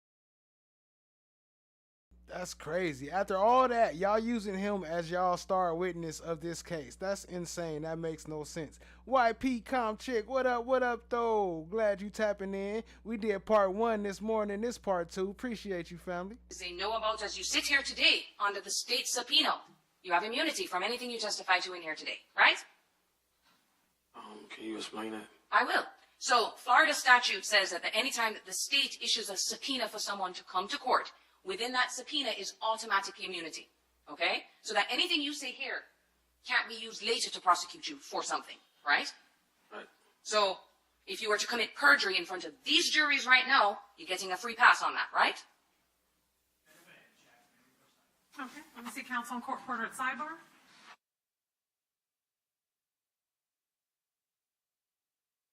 Skin cells was definitely left on the neck. That's a fact, YP. What is this? Where does blank spot come from? I don't remember this. Okay, so now Mr. Barna, going back. So in the shooting with the Mr. Rothamel, right? In that case, they allowed you to plead to second-degree murder, right? They also... I'm sorry, I need y'all to be quiet when you're coming into the courtroom. Thank you. Why don't you just wait, Ms. Kawasa, while everyone gets seated so that we don't have any further distractions. No problem, Judge. Thank you. Judge. Okay. So in this case, too, as well, with Charles McCormick, right? They're doing the same thing for you as well. You're not pleading to first-degree murder. Well, you've already pled, right? Yes, ma'am. You already entered into a written plea agreement, a contract with the state, right? Right. And that case, they've also agreed to reduce that to second-degree murder, right? Right. Even though we know you committed a first-degree murder, right? Right. Now, as we discussed before, as Ms. Schlacks brought out, the bottom of your guidelines. Did you hear that? He already got the deal to drop it down to second degree. They said that earlier. They was talking about the second degree, but that's the part they was talking about. Even though you committed first degree, you already know they dropped it down to second degree because you are an informant. we don't care what kind of killing you did. We'll give you a deal as long as you snitch on somebody. It don't matter if they did it or not. As long as you come and point a finger, you got a deal. What that means is that if you were to plead to second-degree murder, it's no longer life. Your guidelines are 41 months in state prison, right? Minus what you've already done. 41 years. Oh, did I say months? You're right. 41 years in state prison, right? Right. But they're going even a step further for 2 dead bodies, right? 41 years. If you satisfy them, right, will come to court at your sentencing and make a recommendation to Judge Salvador to sentence you to 20, right? Right. Now, you've already done 5, right? Right. But you also get gain time, don't you? Yes, ma'am. Because there's no minimum mandatory, right? Right. So you don't do every single day of 20 years. You get 2 to 3 months off for each year you do, right? Right. You have any probation after that? Not that I know of. You didn't plead to any probation? I wouldn't know that. You would. It's in your plea agreement.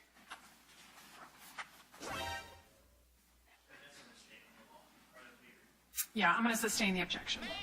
So there's a possibility that you could get 20 and the court could incorporate something more, right? Right.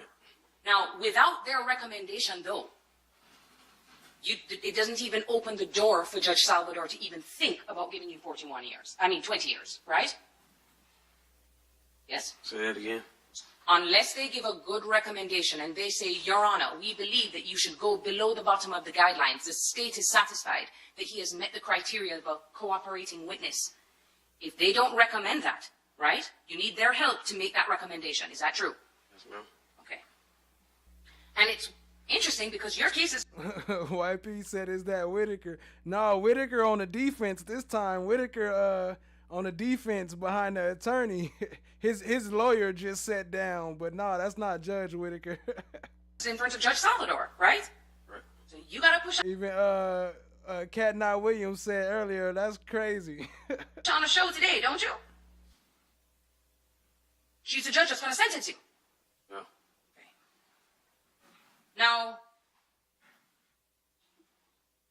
let's talk about the people who are, I just want to make it clear, who you provided information against in the David Rothamel case, right? Right. Because it was because of you that everybody ended up getting arrested, right? Right. You kind of came in and goes, I'm going to solve that mystery for you guys, right? Right. And you threw Abdul Sr. in there, right? Right. Because of you, he was charged with that, right? Right. You also threw Derek Hudson in there, right? Right. You also threw in Chris Brown, right? Right. Now, how old is Chris Brown? He's 31. Your age, right? No. Okay. Okay. And you said you're 5'7"? Yes, ma'am. He's taller than you, isn't he? Yes, ma'am. Okay. He's about 5'10", 5'11"? I want to know the exact height. But he's taller than you, right? Yeah. Okay. He also had twisties and dreads in his hair, didn't he? Before he got arrested after you told on him?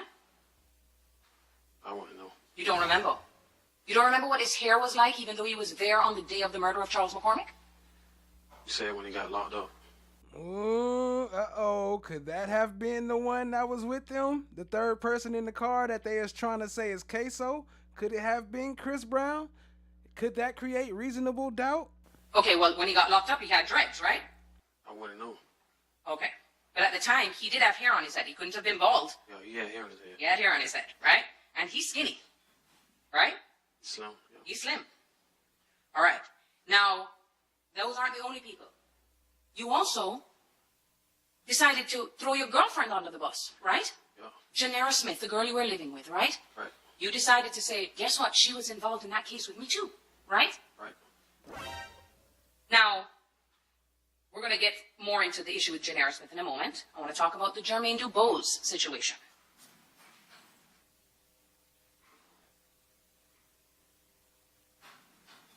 Okay, hold on one second. I got my note for all of that. Now, I know that the state and you have been keep saying that, you haven't been promised anything, right? Right. But if you testify that it was not Hakeem Robinson that was the shooter, you don't get the deal. Shay said this boy taking down everyone. That's a fact. He like Thanos. He snapped his finger and took down the whole crew. You say it was someone else, you don't get a deal. Right? Right. And I know you said it previously with Ms. Schlack, that you're saying, well, I have to tell the truth, right? Right. That's what I'm going to tell the truth here today, right? Correct. But let's talk about what the truth actually means to you, okay? I'm going to talk about the history of the times that you have lied and that they know about it, okay? Okay. And we're not just talking about lying in everyday setting like, regular people. I'm talking about you have lied in a bunch of different court proceedings, right? Depositions, right? Right. And I'm not talking about depositions in our case. I'm talking about depositions in the Jermaine Dubose case, right? Right. Everybody got together, the lawyers for everybody, and put you under oath, didn't they? Right. Same oath you took today, right? Right. In front of the presence of the state attorneys.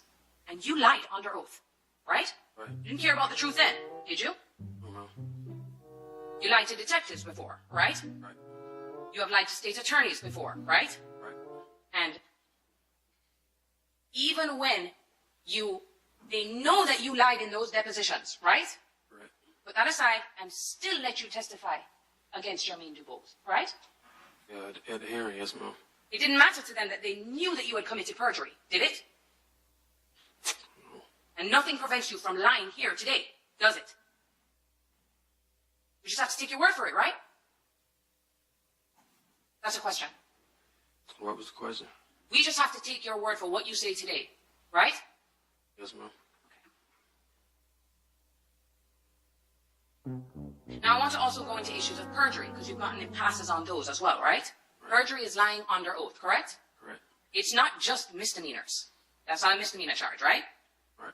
If you lie, for example, in the investigation of a homicide, you could be charged with a first-degree felony, right? The truth is that you are a liar. Or you don't know. I don't know. And that's because you've never been charged with perjury, right? Right. Even though they know you did it, right? Right. Over and over again, right? Right.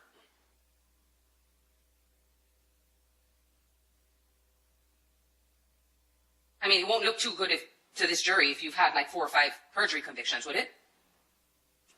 No. And the one... Somebody get her a mop and clean his mess up. She whooping this boy ass all over. The only ones who decide whether you get charged with perjury or not are the state attorneys. And they chose not to do it, right? Correct. Now, kind of like Torgon Williams. That's a name that we've heard throughout this case, right? He is someone that was directly involved in the murder of Charles McCormick. Correct? Right. They haven't charged him with it, right? Right. He's been roaming free for the past 5 years, right? Bruh. As far as you know. Yeah, as far as I know. Because you've been in jail for the past 5 years. Right. And you told them all about Torgon Williams' involvement and everything that he did back in 2020, right? Right. But they didn't take your word for it. Because he was never arrested. Yeah, sustained. He was never arrested. He hasn't been arrested, has he? No. For the murder of Charles McCormick? No.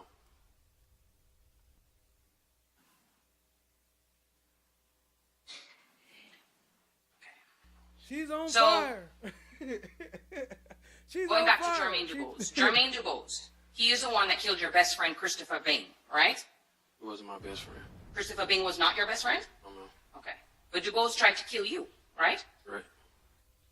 You were hanging out in an apartment complex, and he came out around the corner with an assault rifle and fired at you and your friend, right? And what are the grounds?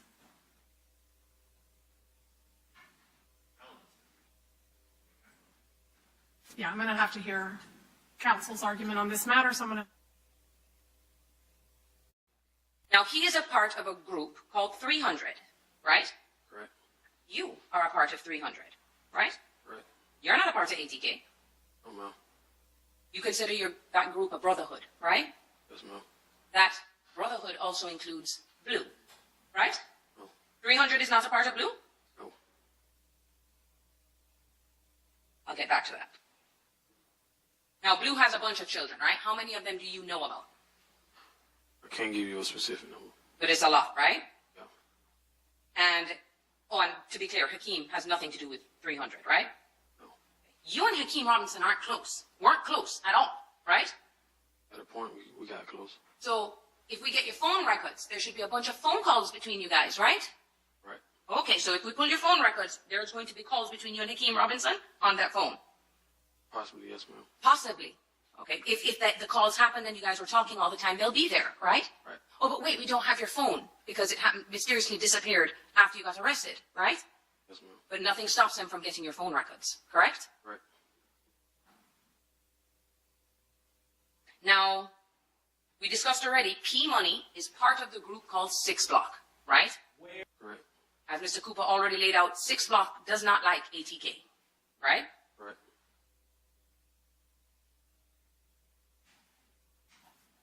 And as it relates to the Rothamel murder that involves you, Blue, Chris Brown, and your girlfriend, Janera Smith, Hakeem Robinson is no way, shape, or form involved with that at all, right? No, ma'am. Okay.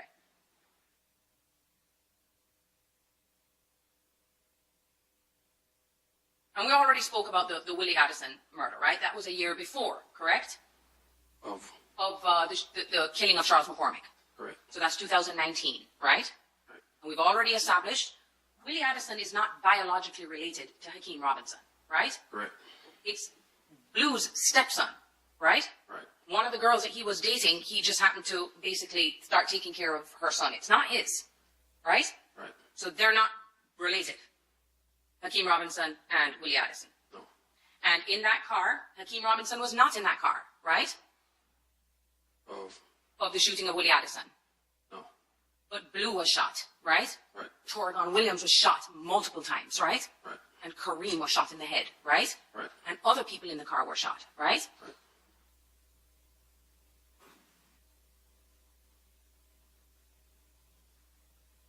Now, in that case,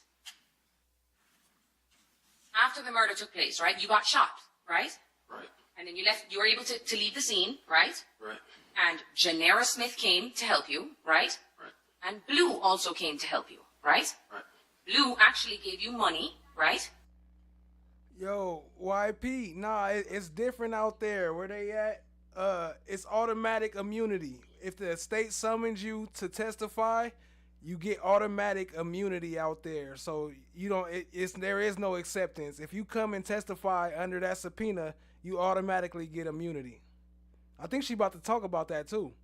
Right. And stuff you needed to get out of town, right? Right. And you and Janera literally, with the bullet still in your leg, decided to leave town for months, right? No, ma'am. How long were you gone? Less than a week. Less than a week. Is that what Janera Smith is going to tell me? Well, we booked the hotel for 5 days. Right? And you went as far down south as where? Melbourne. Okay, all the way down there. And then you ran out of money, right? Correct. The money that Blue had given you. Yeah. So, in the McCormick case, Blue helps you get away from Barbara Buckley's house, right? Right. Helps you get rid of your clothes, right? Right. Helps get rid of all this evidence, right? Right. And he also helped you in the McCormick case, right? Helped you and Chris Brown, though. Right? No. He didn't, Chris Brown wasn't there? Oh, no, that's right. You actually assumed at one point that Chris Brown was dead, right? Right. But he ended up showing up and you realized he was alive. Well, no. I had got word that he was still alive. But Blue is the one that helped you then to get away, right? Right. And then helped you again in Charles McCormick's case to get away, right? Right. And Janera Smith, too, that's kind of what she did in the Charles McCormick case, right? No. Okay, so Janera Smith, you were living with her at the time, right? Right. And in the McCormick case, you end up going back to your house at some point, right? Right. You're getting nervous because you realize someone saw your tattoo, right? Didn't you guys pack up your stuff and get ready to go in your car, right? To leave. Where were you going? We was going to Family Dollar. And then to do what after that? Go back to our apartment. To do what? Cook. So, you had just finished executing Charles McCormick, right? And what you were going to do that evening was go back and have a nice dinner with your girlfriend? Right. Okay. But before you could get back home, KSOO was on top of you guys, right? Right. You didn't get that far. You got pulled over, right? Right. But they accused Janera Smith of fleeing and eluding because she didn't stop the car, right? Right. You both got arrested that night. Right. She arrested for fleeing and eluding, and you got arrested. They beat you that night, right? Right. They put a gun in the back of Janera Smith, didn't they? Told her to stop screaming when they were beating you, right? Your money. I don't know. Ain't your money. But she was let go that night because she was only charged with fleeing and eluding. Correct? She got released the next day. Next day. But you remained in custody. Correct. And so, before she was out for the whole 9 months before Hakeem Robinson got arrested, right? Correct. Because she was arrested the same day or around the same time Hakeem Robinson was, because that's when you decided to implicate her in the Rothamel case, right? Right. And you had been talking to her on the phone while you were in jail, right? Correct. Okay. That would be the right So front. The right left, excuse me, the right left side. Front. Okay. If anything, she had access to the internet, right? Everything that was going on with the case, and she was talking to you. Correct? Correct. Now, eventually, when you flee with Janera on the Rothamel case, you got to come back. You ran out of money, right? And you had to get some work on your knee. Is that right? It was starting to bother you. Right. And did they pull, when you went to the hospital, they pulled the bullet out of your leg, right? Correct. Now, Janera knew that you were involved with that case, right? Yes, ma'am. She knew that you had been involved in the murder of Mr. Rothamel, right? Yes, ma'am. And she never came forward, did she? No. In fact, when you went to the hospital, isn't it true that police were called out there because you had a bullet in your leg, right? Correct. And anytime anyone has a bullet wound, it's mandatory. They have to call the police, right? And you lied to the detectives about how you got shot, right? Yes, ma'am. You told them about you were in Lake City and some fight broke out and you got shot, correct? Correct. And Janera Smith told that lie for you as well, didn't she? Yes, ma'am. The both of you came together with a little plot to come up with this story to tell law enforcement so that you would not get caught, right? Right. And she went along with your plan, didn't she? Yep. Isn't it true that you threatened Janera? Threatened her. You threatened her about whether or not she should come forward. I don't recall. No or yes? I don't recall threatening her Okay. to come forward. No, to not come forward. Like, don't snitch on me and Blue. I never told her that. But what would happen to her if she snitched on you or Blue? Yeah, I'm going to sustain.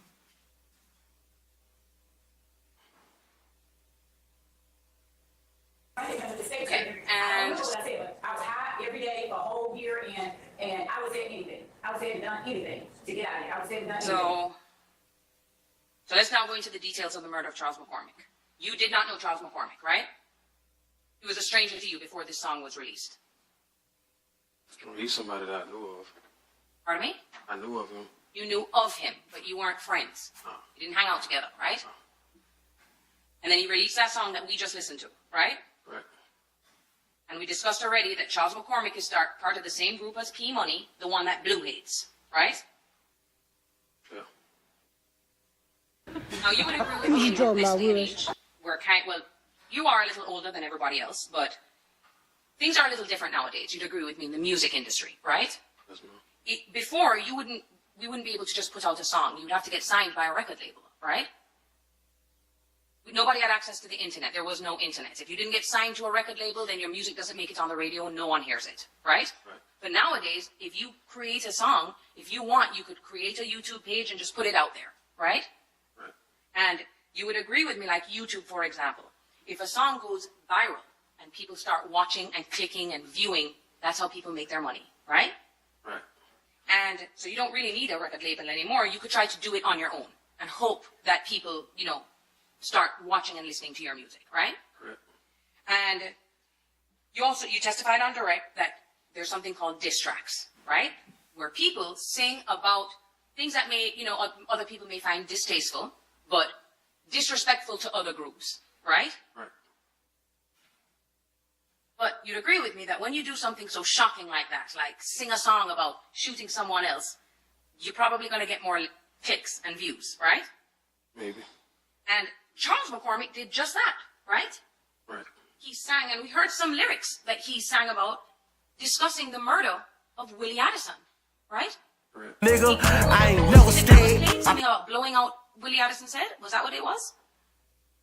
You remember the lyric that we listened to? Yeah. What did he say? Say he was smoking Willie. He said he smoked Willie. So he's putting out into the music industry that he killed Willie Addison, right? No. So what does smoking on Willie mean? He's just He dissing the deceased person, saying he's smoking on him. He's not saying he physically killed him, though. Okay, but didn't he say things in that song about that murder that he knew nothing about, right? Right. Okay. So he's singing about an incident that was highly covered on the media here in Jacksonville, right? The shooting of Willie Addison was a big thing, right? Yes, ma'am. Even Blue went on the news when that happened, saying how frustrated he was with KSOO and why no one had been caught, right? I don't know. And but there's no question Charles McCormick had nothing to do with that, but he still put a song about that very popular incident, right? Right. And it's probably because he wanted to get people to listen to the song, right? Right. And you did not like that. It angered you so much that you decided that you wanted to take his life, right? Right. Someone that you had never met before, right? In person. In person, right.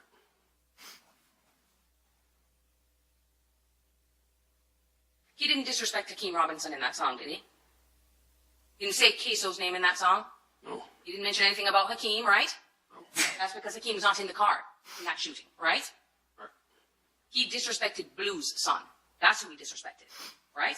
Right. And you were super close to Blue, right? Blue was like a father figure to you growing up, wasn't he? No. You wouldn't say that? No. He wasn't around? You didn't know him from you were a child? Yeah, he wasn't a father figure, though. Because he was what? Gone for quite some time? Yeah.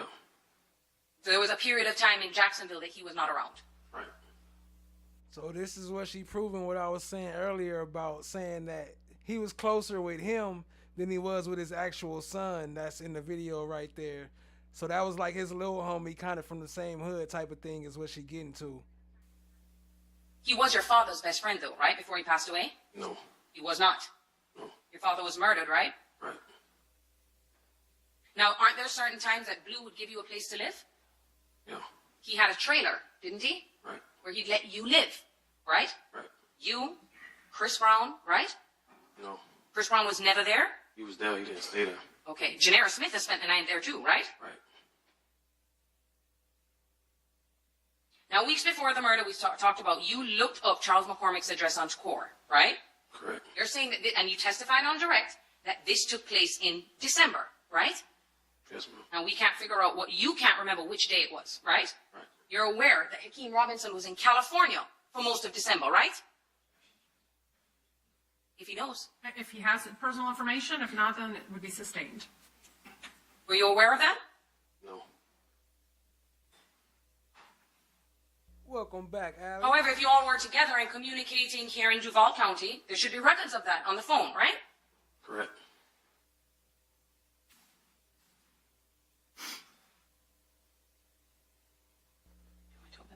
Miss DB said Blue was a father figure? What?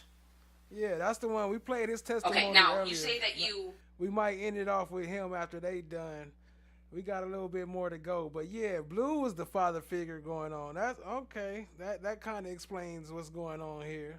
When you got this information, there's two people you sent it to, right? You sent it to Kareem, right? Yes, ma'am. And you sent it to Chris Brown too, right? Right. He shared the same desire that you did to kill Charles McCormick, right? They had the desire to kill Charles McCormick. That's crazy. What up, Allie? Welcome back. So much so that you and Chris Brown, on your own, the two of you, go out to stalk Charles McCormick, right? Right. Now, on the day of the murder, when you guys had done that in the middle of the night to go to his apartment, you and Chris Brown alone, right? Yes, ma'am. You are now placing Chris Brown at the scene of the murder, aren't you? On the day of. Not the scene of the murder. Okay, well, you're placing him around the victim's home, right? Yes, ma'am. So if anything, and they look up his phone records, he's going to be pinging there, right? Right. And at this time, you were taking drugs, right? Right. You were smoking weed and doing Molly, weren't you? Yes, ma'am. Then you claim, after you and Chris Brown go and do that, you come back to your apartment, right? Correct. No sleep, still awake. Right. And at 4 a.m. you say Kareem comes to pick you up. Kareem comes to pick you up, right? Well, I called him at 4 o'clock in the morning. You call him at 4 a.m. Killed in Let's the do this, Hilltop right? Village Apartments in 2019. Nobody can do anything worse to me than killing my child. It took 2 years for an arrest to be made. The man accused of killing him is Hakeem Robinson, known as rapper KSOO. Robinson is charged with second-degree murder. Gaynor's mother, Elizabeth Gaynor, says Robinson and other rappers continuously mocked her son's death in music videos and on social media for years. Now you know we smoke little baby. You called Kareem. You didn't call Hakeem Robinson, right? You didn't call Leroy Whittaker, right? Right. Now, you jump in the car, you have your firearm, right? You Glock 22, 23? Correct. You're not supposed to have that gun, right? Right. Where'd that gun come from? You didn't buy it. No. Where'd it come from? Traded it. Traded what for what? For a Glock 19. Okay, so how many guns did you have at that time in your house? I can't recall. Was it more than one? Yes, ma'am. Multiple firearms that you were not allowed to have, right? Right. So then you go and you say that you go to a different location, and your testimony was that you guys were originally in a Dodge Journey. Now, on direct examination, you said that that's Hakeem's car, right? Yeah. That's Kareem's car, right? But to my knowledge, it was Hakeem's car. When you say to your knowledge, what made you believe that the car belonged to Hakeem? You keep a rental car. Okay, he keeps a rental car. How many different rental cars have you seen him with? A bunch. A bunch. You don't know if he rented that car. Hold on. Remember earlier now, we played it earlier in this morning in the stream.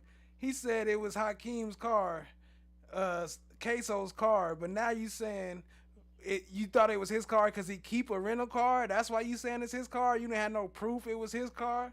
What? Car, right? He never rented it himself. So it's not his car. Whoever rented it, it's theirs, right? Right. And it's Kareem's car. But today you're saying it's Hakeem's, right? But you don't really know who rented the car, correct? Well, he tell me his mama rents the cars. He says that his mom rents cars. Did he say his mother rented a Dodge Journey for him and that this was his car? No. Okay, you're just guessing and assuming, right? When you say a statement like that, you assumed that the Dodge Journey was his, right? So then you claim that you then go to another... What? So you sitting here lying? So you all this whole time you talking about it was his rental car and you been lying this whole time? What? Location and pick up the Nissan Altima, right? Right. Now it's your testimony today that that's the first time that you'd ever seen that car?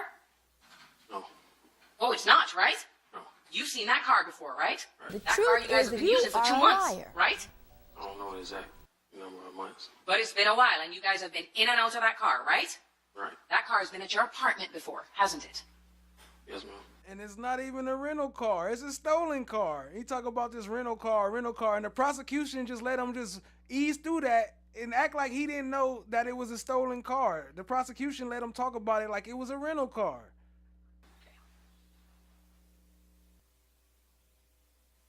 Now you all say you jump in that car. It's still now early. You've been awake all night on Molly and weed, right? Right.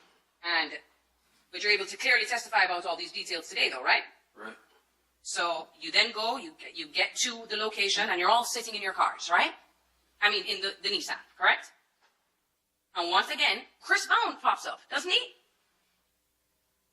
When? When you guys return with the Nissan. Right before the murder, your testimony is that Chris Brown was there, right?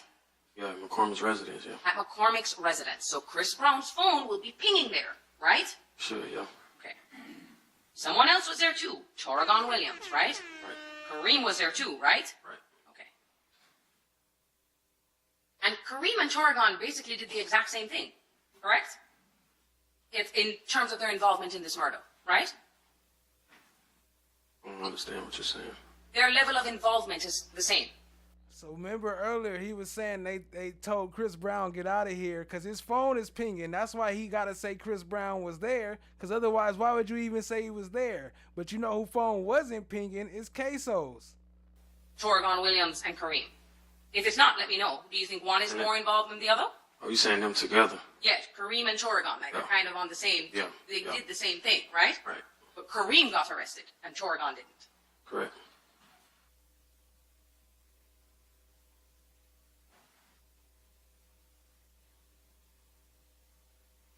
So you're sitting there now for 3 to 4 hours, right? Yes, ma'am. You got your phone on you? No. You don't have your phone on you? You left your phone? Did you have your phone when you went into Barbara Buckley's house? Oh, I'm thinking of something else. Okay. Like you saying here today. Oh, no, I know you don't have. I'm thinking you talk about here today. We know dang well you ain't got no phone on you, boy. We see them handcuffs in that jumpsuit. I have a phone here today. Oh. On the day of the murder, yeah, you had your phone with you. And Kareem and Torrigon basically did the exact same thing, correct? If in terms of their involvement in this murder, right? I don't understand what you're saying. Their level of involvement is the same. Torrigon, Williams, and Kareem. If it's not, let me know. Do you think one is more involved than the other? Oh, you saying them together? Yes, Kareem and Torrigon, like they're kind of on the same. Yeah. They did the same thing, right? Right. But Kareem got arrested and Torrigon didn't. Correct.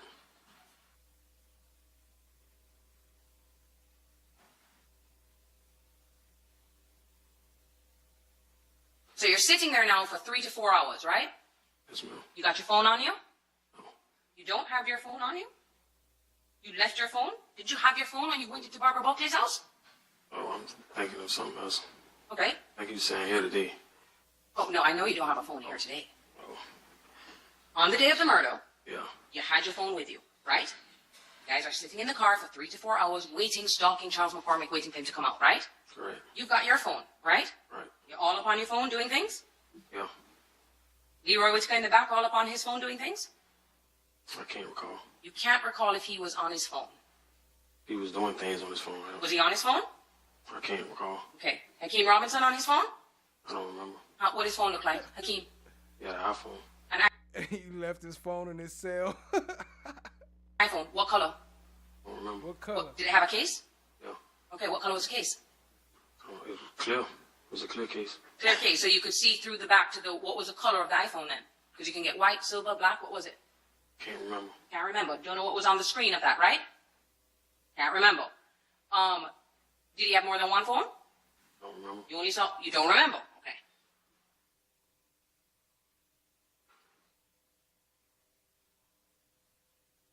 Now, you claim that at some point, and we've heard about this before, and you've testified about this before, where you claim that Abdul and Kareem had called Hakeem to say that they were in the area, right? Abdul and Kareem? I'm sorry, I have it as Abdul Jr. / Kareem, so just keep it as Kareem, because that's the same person, right? Kareem, you testified to before, called Hakeem. Kareem called Hakeem to say that they were in the area, right? It's a real cell phone. That phone call never happened? Hakeem called Kareem. Okay, so now your testimony is that Hakeem called Kareem, right? Yeah. So that should be on Kareem's cell phone records, right? Should be on Hakeem's cell. Should be in Hakeem's cell phone records, right? Yeah, he called. He called. So, well, when you call on one and someone receives it, it's going to be on each person's phone records, right? Right. Now, I want to talk about something that you testified to today for the first time, and I want the jury. Yeah, I'm going to sustain, just ask the question without commentary. Okay. Thank you. Did you testify on direct that you witnessed a phone call between Raekwon Howard and Dominique Barna?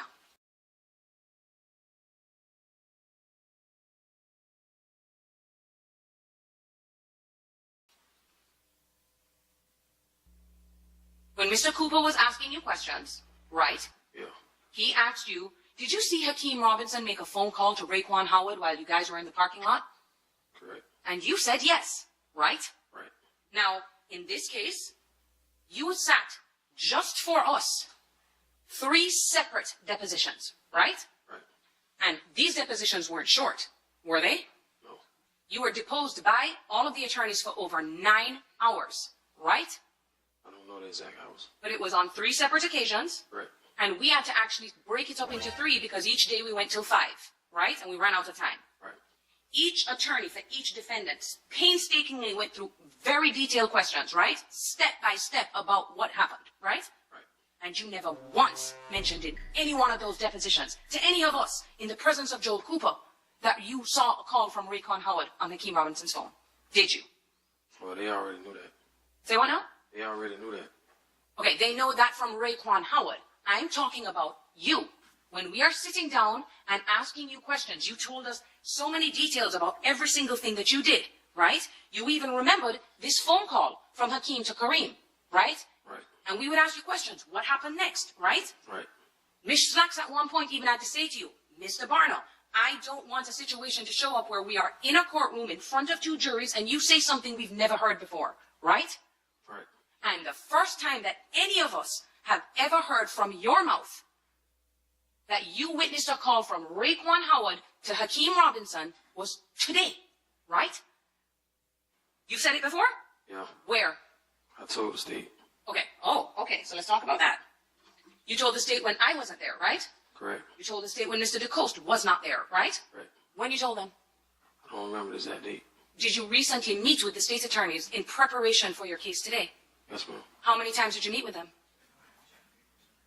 All right, let me see court report on counsel at sidebar.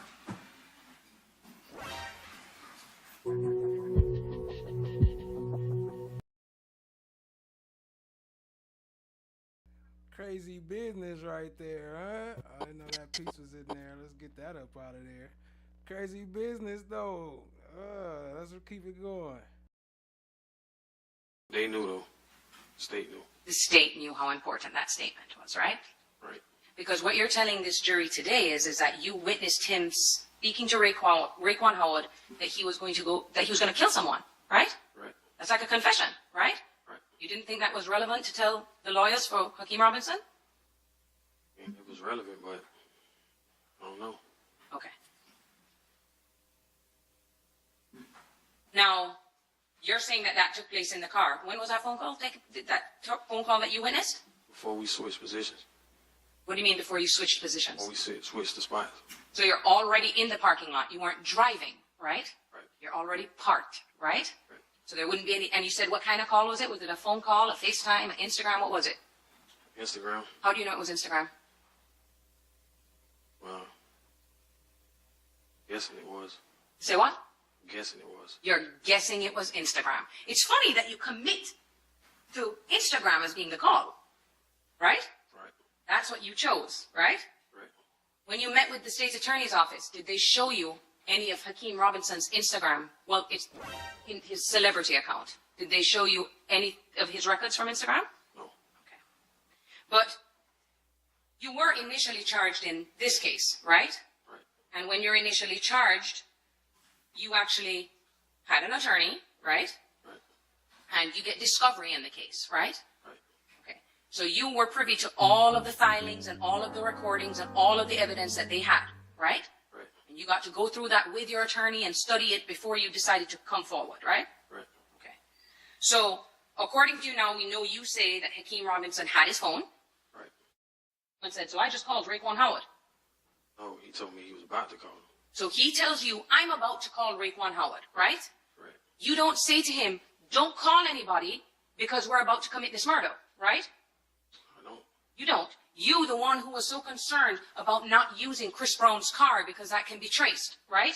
Right. You allow him to make a phone call to Raekwon Howard, right? And in your presence, you say he tells him what he's going to do, right? Right. That makes Raekwon Howard a witness for you guys, right?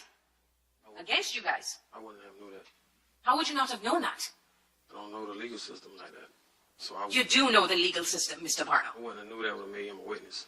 At the time, I wouldn't have knew that. The fact that Raekwon Howard had a conversation with Hakeem Robinson where you claim he confessed to him is not a witness in the case? I wouldn't have knew that. And let's talk about what you do know about Raekwon Howard. What do you know about him? As in? As in? You know anything other than his name? I know his nickname. Which is? Pooh. Anything else? 50K. Okay. That boy know everything. Chot Diggy in the building. What up, Chot Diggy? Y'all show Chot Diggy some love. Appreciate you joining.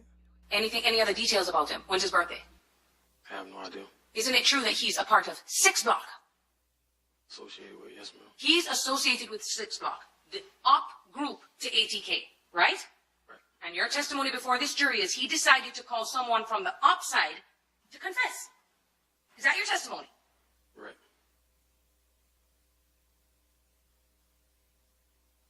You also mentioned on direct examination that there was a call from Hakeem to Kareem at some point because he said he wanted them to surveil to see if there were any cops in the shopping plaza, right? Right. So that's another call that should be reflected on Hakeem Robinson's phone, right?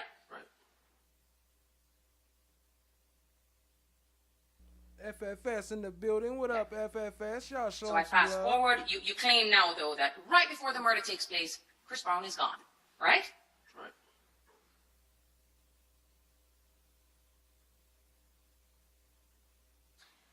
Now, you testified that, I think I brought it out already.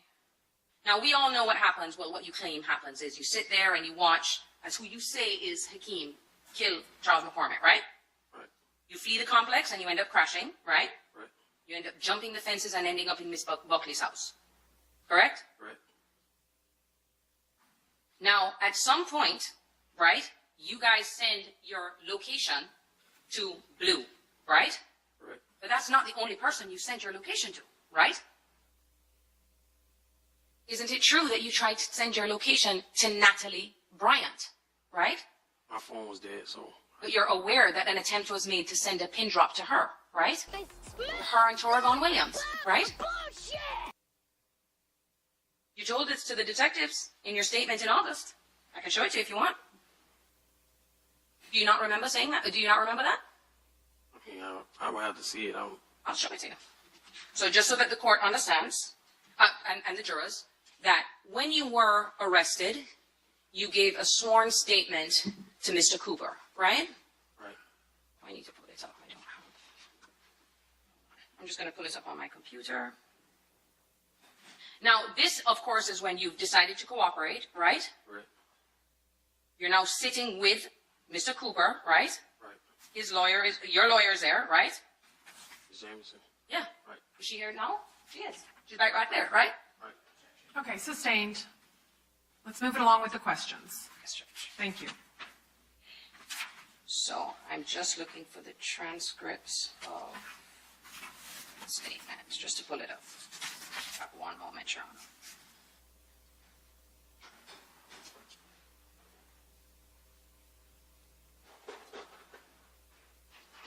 I'm going to get back to that. I'm going to have Mr. DeCoste pull that up so I don't waste any time. I'm going to go forward, and then I'm going to come back to that, okay?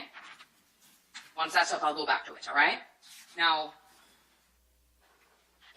so once again, you say, eventually Blue is the one that picks you guys up, right? Right. In the Dodge Challenger, right? Right.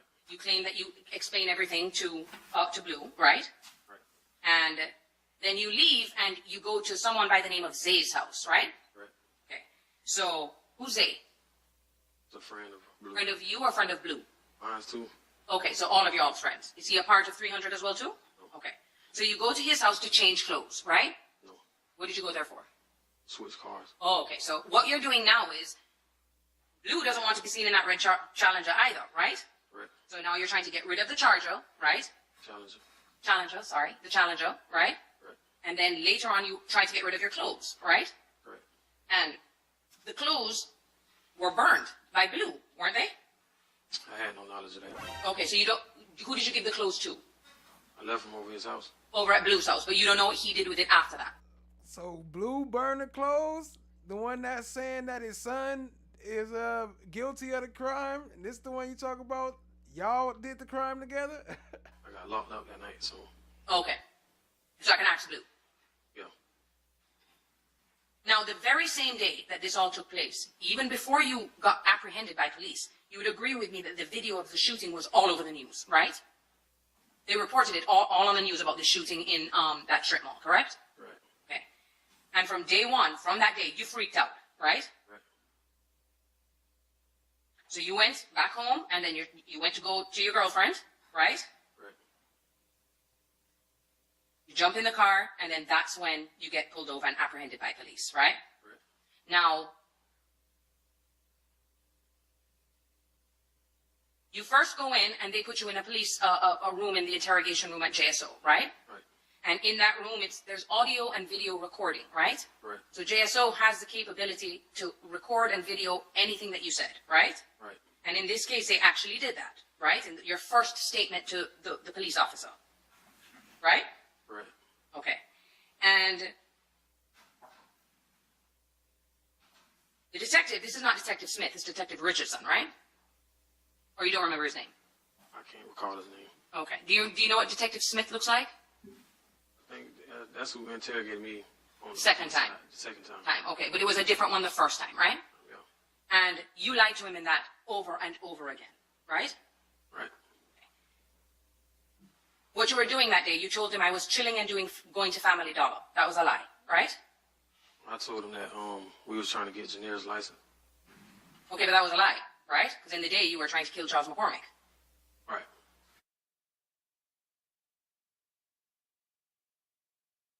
And then when he says that you're not involved in the murder and that he wants to hear from you.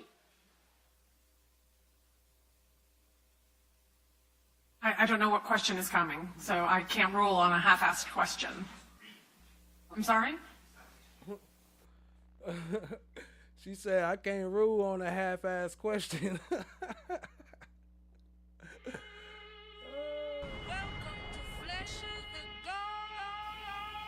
Yeah, if you have a question you want to ask the witness, you can. If you don't, Isn't this a nice surprise? yeah, if you have a question you want to ask the witness, you can. If he doesn't recall and you wish to refresh his memory, you can show him his statement. Just do it the way it's supposed to be done. After that, you terminated the meeting with Detective Smith, right? Right. You said you wanted to talk to the state first. Right. Before admitting what you did, right? Yeah. And that's because you wanted to secure a deal from the state first before talking to Detective Smith, right? Right. Smart, right? Right. Because if you say something to Detective Smith, they may not agree and give you anything, right? Right. Negotiate with the people who have power first before you give up the information, right? Right. So months go by,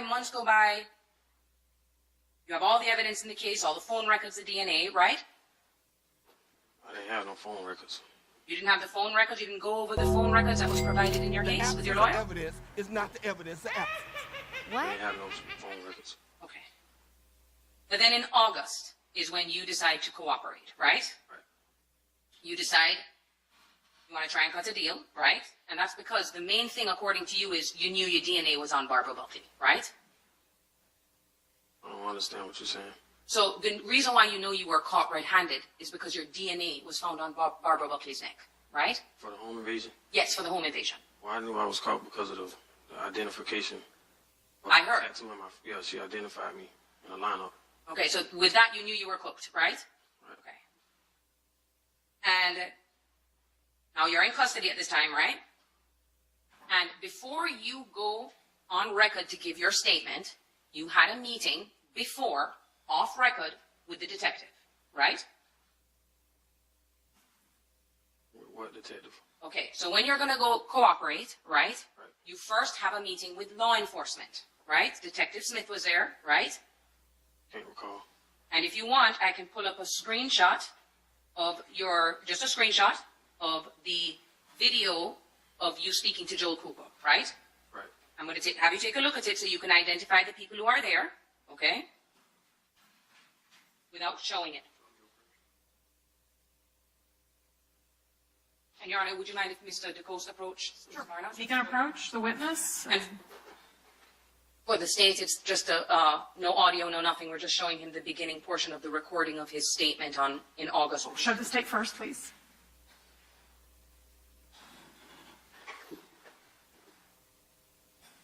And this is for the refreshing of Just the a witness's refreshing. recollection? Correct, Judge. He said he didn't remember who was there. Okay. Then just show it to Mr. Barner only, please.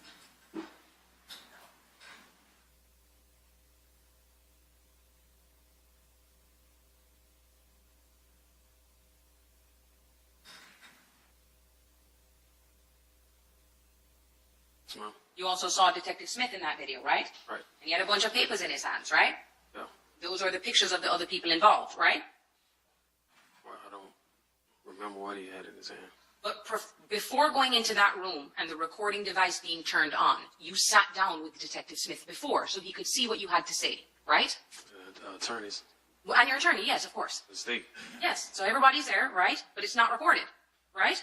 Right. They do a little run through of what it is what information you have, right? Right. But because it's not recorded, I don't know exactly what was shown to you, right? Right. And it's no way documented, right? Right. Because even as you sit here today, you didn't remember that Detective Smith came in the room. I had to show you the video, right? Yeah, I remember Lee Hutton showing me the pictures. You remember who? Lee Hutton. Lee Hutton. Who is Lee Hutton? He was the prosecutor on the Rothermere case. Oh, so one of the prosecutors at the state's attorney's office at that time that's not sitting in this courtroom. Right. Okay, He showed me the pictures. Oh, so a completely different prosecutor who wasn't involved in the case was showing you the pictures and stuff, right? Correct. But this is before you go on to the audio video recording that we get a copy of. Right. Right?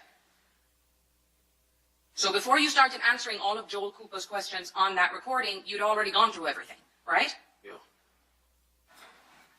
Now, this is where I'm going to pull it up if we have that statement. Going back to what we were talking about before, when I had asked you about the pin drop being sent to Natalie Gant and Torgon Williams. Did you find it?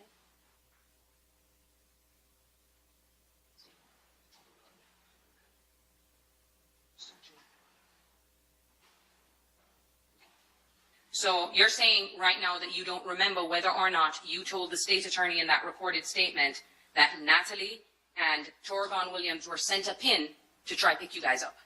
I remember that. You remember it? They was contacted. Right. And when I say that, like, you guys reached out to them. Right. To see if they could come pick you up. Correct. And that you learned that they were stopped by police. Correct. Right? So, Natalie Gant and Torgon Williams were supposed to try and save you guys, right? And Abdul. And Abdul. Right. But they couldn't because they had been pulled over. Right. So the next try was to Blue, right? Okay. So you do now remember saying that to them, right? Yeah, but I don't remember me saying that a pin was dropped to Natalie. Okay. I mean, but you do remember giving, I didn't say specifically to Natalie and Torgon, right? Right. They were dating at the time. Yeah. Right? That was his girlfriend. He was living with her. Yeah. Right? But in your mind, you had told them that those two were supposed to come and pick you up, right? Attempt, yeah. Attempt. They didn't pick you up, we know that, okay? But they were supposed to, right? Yeah. Okay. So, Natalie Gant's name was thrown into this all the way in August, right? Right. Now, you say that... So if Natalie did anything, for example, with Torgun's to try and help you get away, and she knew what was going on, that would make her an accessory, like Blue, right? I'm going to, unless he has independent personal knowledge, otherwise you're asking him a legal conclusion. And I would sustain that objection. But if he knows. You know? No. Okay.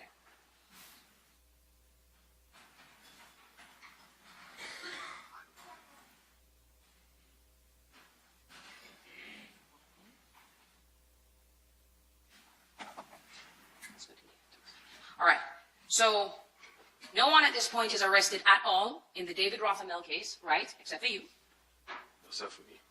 And no one else is arrested in Charles McCormick at that time, except for you. Right. Okay. But now in this meeting, this is who you've given to them, right? Torgon Williams, right? Correct. Natalie Gant, right? Right. Abdul Jr., a.k.a. Kareem, right? Right. Leroy Whitico, right? Right. Blue, right? Right. And also to Hakeem Robinson, right? Right. Who you knew they thought was a shooter, right? Yeah. And because of you and what you said, they go and arrest Hakeem Robinson, right? Right. They don't arrest Torgon or Natalie, right? Right. And Hakeem's arrest is all over the news, if you know. Do you know if it was all over the news? Yeah.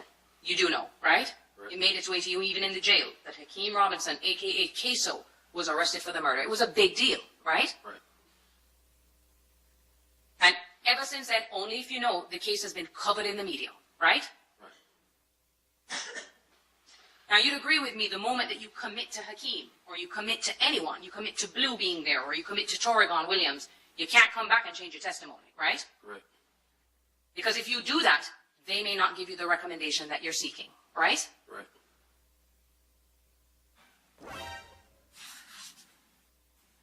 You even turned if it's true, on your girlfriend. Even if it's true, even if he wasn't there, he can't go back and say that he wasn't there, because that means he's lying and it's automatic life. But if he want to get that 20 years and be out in 15 years, he got to say Hakeem was there. right? Right. Did you love Gennaro? Yeah. Okay. But in that moment, you were okay giving her up for an accessory after the fact to murder? Yeah. Okay. Because you needed to help yourself, right? Right. Doesn't matter who it is. Right. Now, Don't matter who it is. at the time, you testified that your height's 5'7"? Yes, ma'am. Okay. Do you remember what you weighed at that time, right? Or you don't know? Can't recall. Can't recall. Do you know someone by the name of Shifton Hogan? No. Name completely ring a bell to you, or you have no idea who that is? No. Now, another thing I want to talk about is, today you testified that while you were in the vehicle, right, that Hakeem Robinson touched your firearm. Correct. Okay? When we sat down in depositions, right, did you ever tell us that before? Can't recall. Can't recall. Did you ever tell Joel Cooper that before today, or the state attorney's office before today, that you witnessed him touch the firearm? Yes, ma'am. Okay. But this is already after you know that his fingerprint was found on your firearm, right? It's something that I seen. Oh, okay. But the only time that we, as a defense, is hearing about it is today, 5 years later, right? I wouldn't know that. You never told us about it before. Can't recall.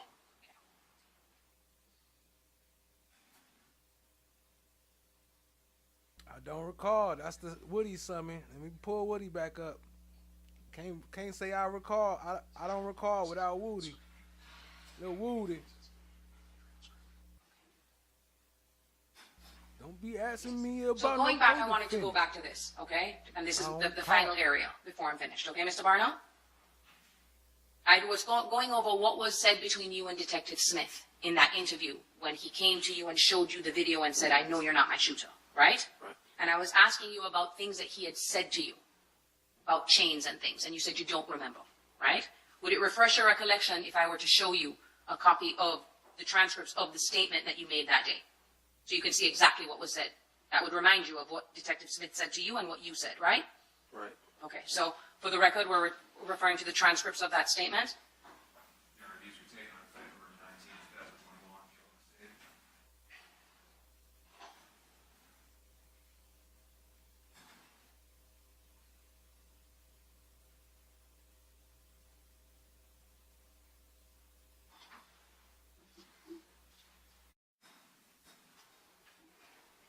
You remember? Right. Okay. So what he said to you, I'm going into what he said to you and what your response was, okay? No. He said to you that you've been sitting in jail for 2 months and that he, Detective Smith, has been looking at people's Instagram and they are free spending money on chains while you are in jail. He said that to you, right? Right. And your response was, "But I don't know him though." That's what you said, right? Not personally, though. Okay. That was a lie. Okay, so that was another lie now, okay? So where he's suggesting to you that it's Hakeem Robinson, and you're saying, "I don't know him," right? Yeah. And in fact, you even said to him, "You know his brother, but I don't know him personally," right? Yeah. And now you're saying that that was a lie. That was me saving people. Saving people, like who? Chris Brown? No. No further questions. Okay, is there any redirect? Uh-oh. Chris Brown? Prosecution was like, hey, hold on. May it please the court? Yes. So, Mr. Barner, I want to go over a few things.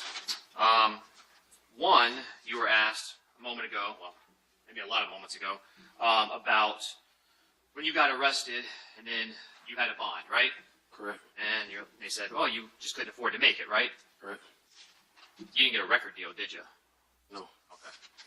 So, Willie Addison. When Willie Addison was shot and killed, there were a lot of questions regarding the fact that Hakeem Robinson wasn't actually in that car. Is that right? Remember being asked those questions? Yeah.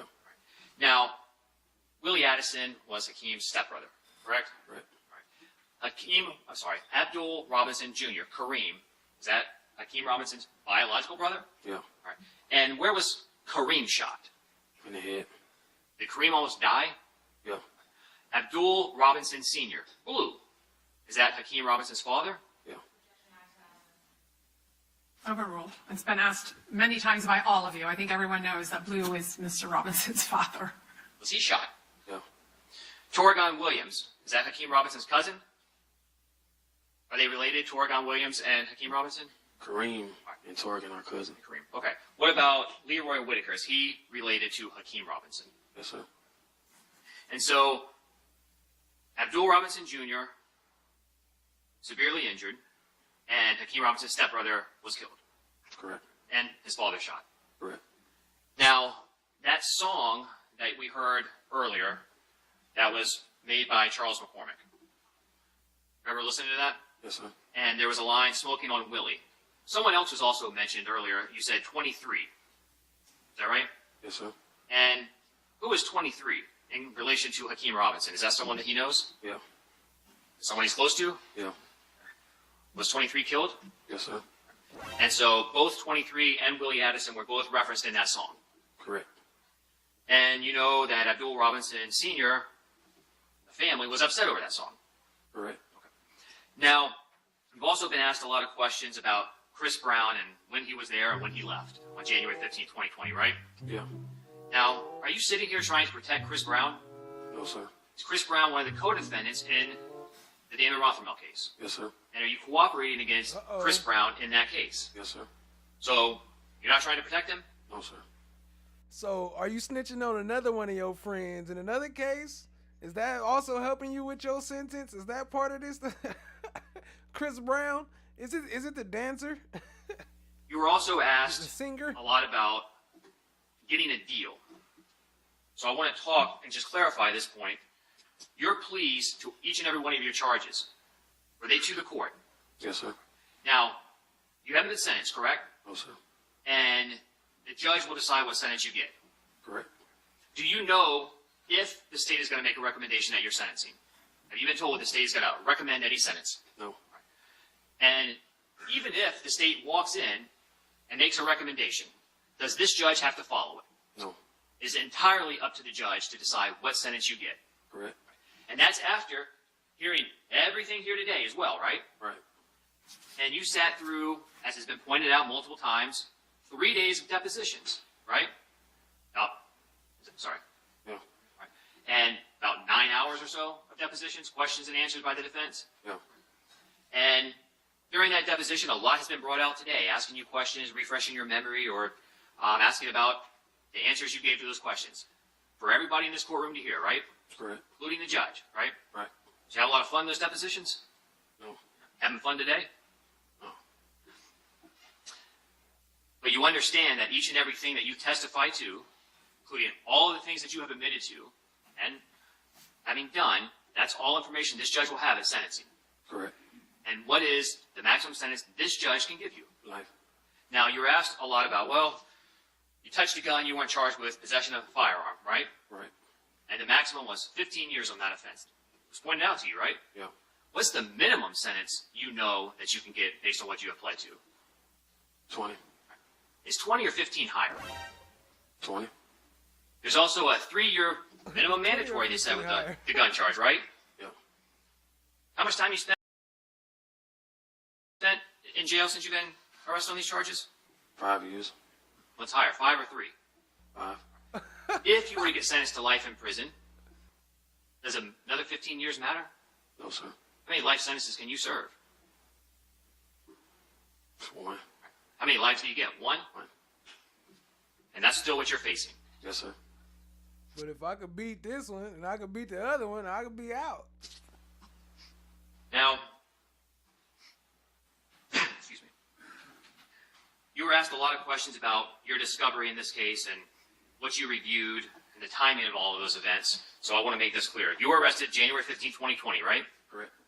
And you became a witness and provided information in August of 2020, right? Correct. And at that time, none of your co-defendants were arrested. No. And ultimately, you entered a plea to your charges in September of 2020, right? Correct. Now,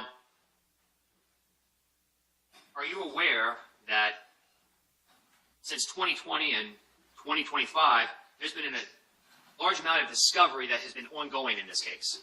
Yes, sir. And so while there Your was Honor, some I discovery apologize done for in this interrupting case, the state earlier, but the state can talk the ears off a donkey. This continued filibustering has got to stop. specifically the murder of Charles McCormick, that had not been completed by the time you pled. Is that right? Correct. So you wouldn't have had an opportunity to review all of the pieces of evidence in this case. Is that right? Right.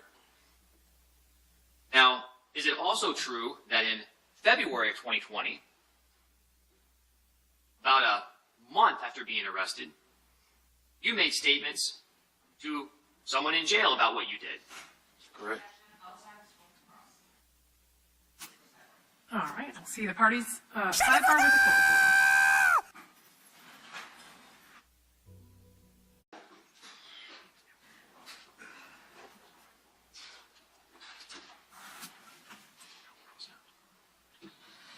All right, you may proceed. Thank you, ma'am. Please court. Multiple times. So, What? in August, after you cooperated and then entered your pleas of guilty, Hakeem Robinson, Leroy Whitaker, and Abdul Robinson Jr. were ultimately arrested and have been charged. Is that right? Leroy was already locked up. On the burglary charge? Yeah. Right? Okay. Now, did you plant Hakeem Robinson's DNA in a Nissan Altima? No. Sure? Sure, you didn't plant his DNA, right? I did. Did you take Hakeem Robinson's fingerprints and place it on that gun in the Nissan Altima? No. If what you're saying today to this jury is true, and you actually called Abdul Robinson Jr. on January 15, 2020, to let him know Charles McCormick's back, that could potentially be supported by phone records, right? Yes, sir. And you previously testified what your phone number and Abdul Robinson Jr.'s phone number was. Is that correct? Correct. And then, with regard to Hakeem Robinson, But evidence is going to show that anything that I may have said, if that happened, that could be exasperated. potentially corroborated by Instagram records, right? Right. You can't manufacture Instagram records, can you? No, sir. And if what you said was true about Leroy Whitaker being in the car, Scotty, with you and Hakeem Robinson at Charles McCormick's apartment because the three of you were there to kill him, and Leroy Whitaker had a rifle, that could be supported. Go sub up to Queen Slime, Cat Knott Williams. You know she got great content. Supported by if the rifle was found in the car, right? Right. Was Leroy Whitaker just in the car as a spectator? No, sir. Does Leroy Whitaker speak a lot? Does he talk a lot? Not really. Did he have a lot of bullets in his rifle? Yeah. And when y'all were fleeing from the Merrill Road Shopping Plaza and Officer, I don't know if you know his name, Officer Collins got behind you, did he activate his lights and sirens as he was trying to get you to pull over? Yes, sir. So you knew you should have pulled over. Yeah. And you and whoever was in the vehicle with you were actively still trying to flee from him, right?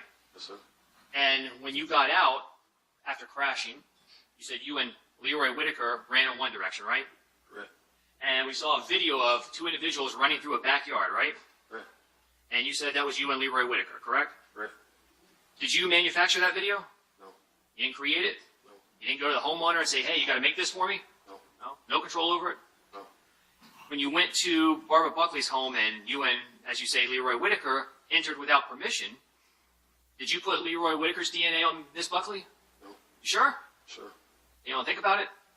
You know you didn't do it? No, I didn't do it. Was he there with you? Yes, sir.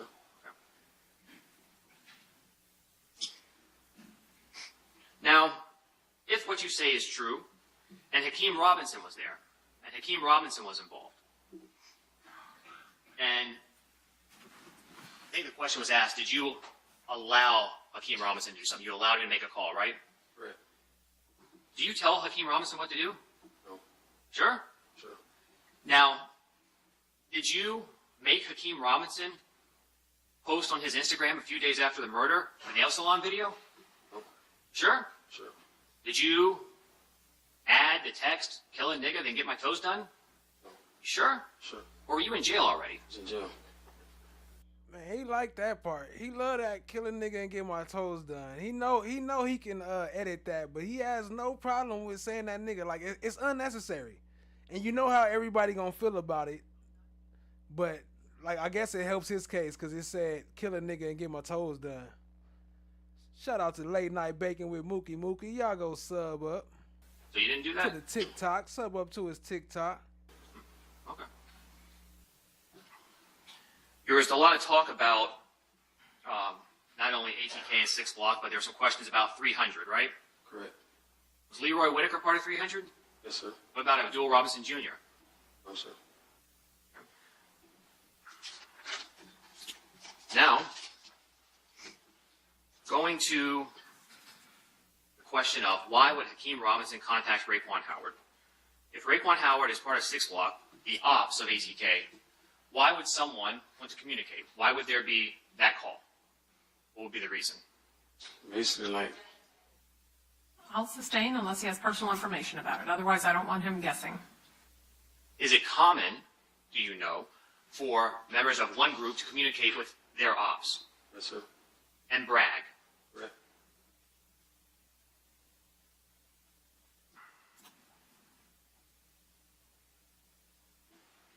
The information when you were questioned about believing that Natalie and or Torgon were coming to potentially pick you all up from Ms. Buckley's home. Did you personally talk to Natalie? No. Did you personally talk to Abdul Robinson Jr. on the phone while y'all were in that home? No. Did you try and send them any information? No. Who did? You're right. So the information that went to your knowledge as to whether or not they potentially came to try and pick someone up, who would that come from? Scotty. Leroy Whitaker?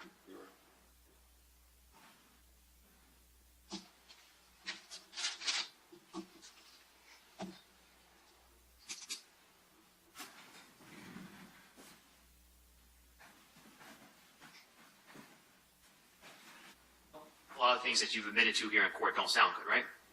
Right. And you're guilty of your crimes. Correct. Now, the fact that you're guilty, does that in any way alter whether or not Hakeem Robinson is guilty? Say that again. Does the fact that you are guilty for what you have committed, and is all the things that you've admitted to, all the crimes that you've pled to, does that in any way change whether or not Hakeem Robinson is guilty? No.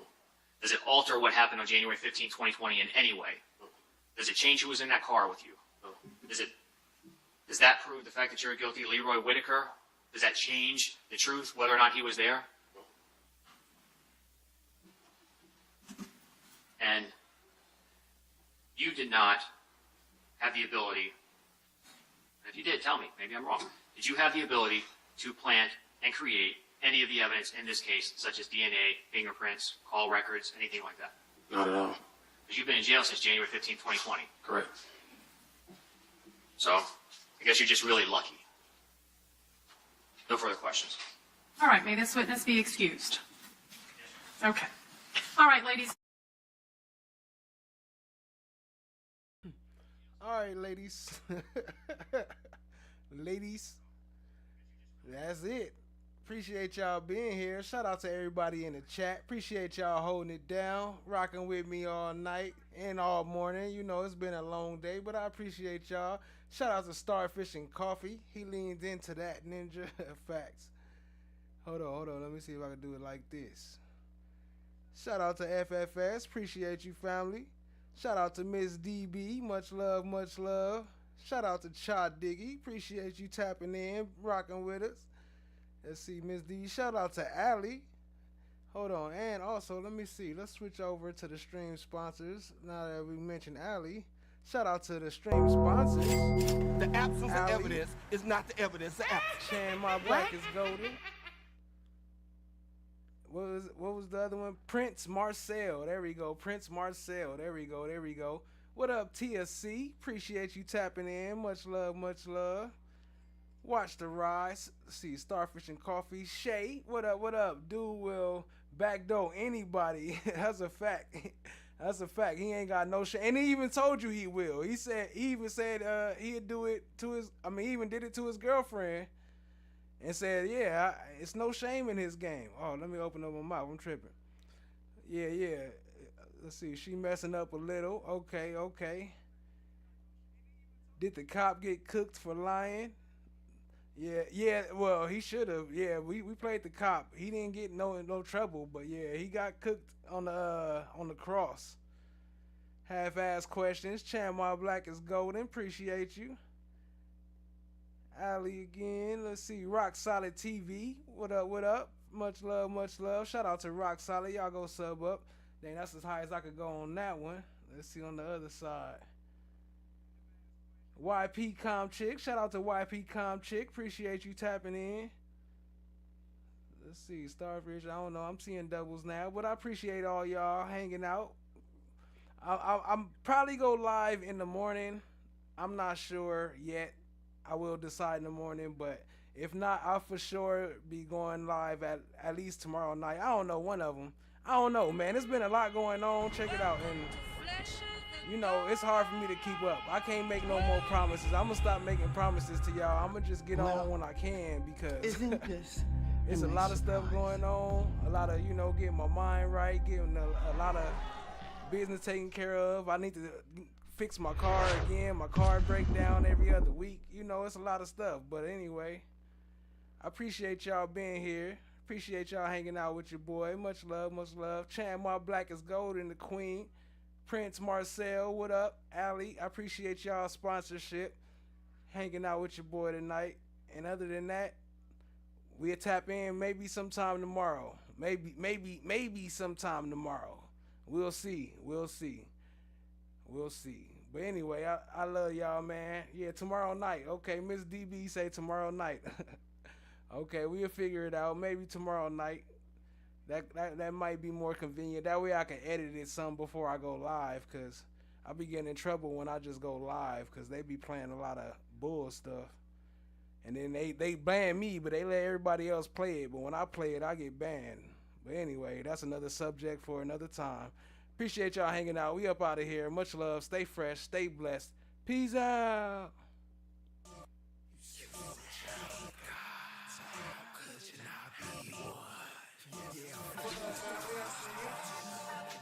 Shout out to Adventuring. My bad. I can't forget it. Aaron, hold on. Before I even play the outro, shout out to Aaron, #1 in the comments. I appreciate you. Hold on. Let me highlight your comment one time for the one time. Shout out to Aaron, #1. That's the new thing they got coming on, whoever the top sponsor. And Aaron that took it over for the day. I appreciate you. Take care of yourself first. I appreciate that. And that's a big fact. I didn't even see that was the comment, but I appreciate that. Good night from Chamar Black is Golden and Watch the Rise. Run that outro one more time and we up out of here. Much love. I am the flesh. I am the God.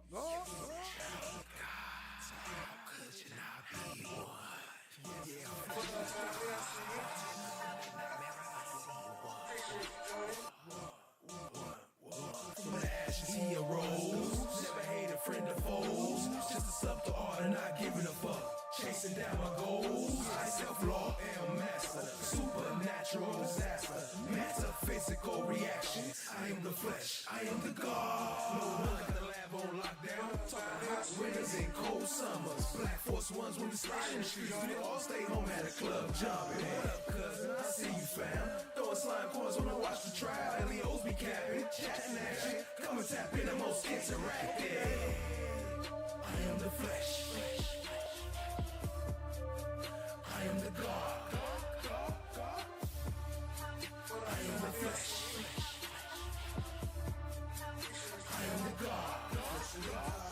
Lost baby leg gon' tap in. Gon' flesh skin every rap in. If you like us, gon' get the lights up. So you can share, tell them pack in. From the left, right, front to the passenger side. It's right here, the premiere. How you know? Cause them boys broadcast to the live. Wanna talk about it, hit the link right here. Slide coins up, got 100 bands. Mars eyes, watch how the check.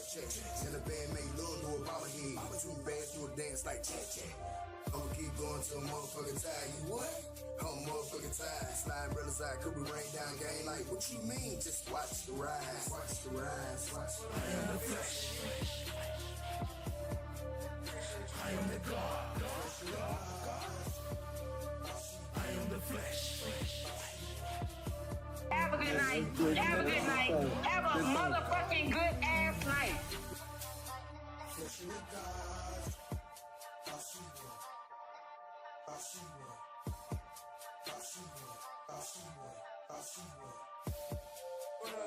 am the flesh. I am the God. I am the flesh. I am the God.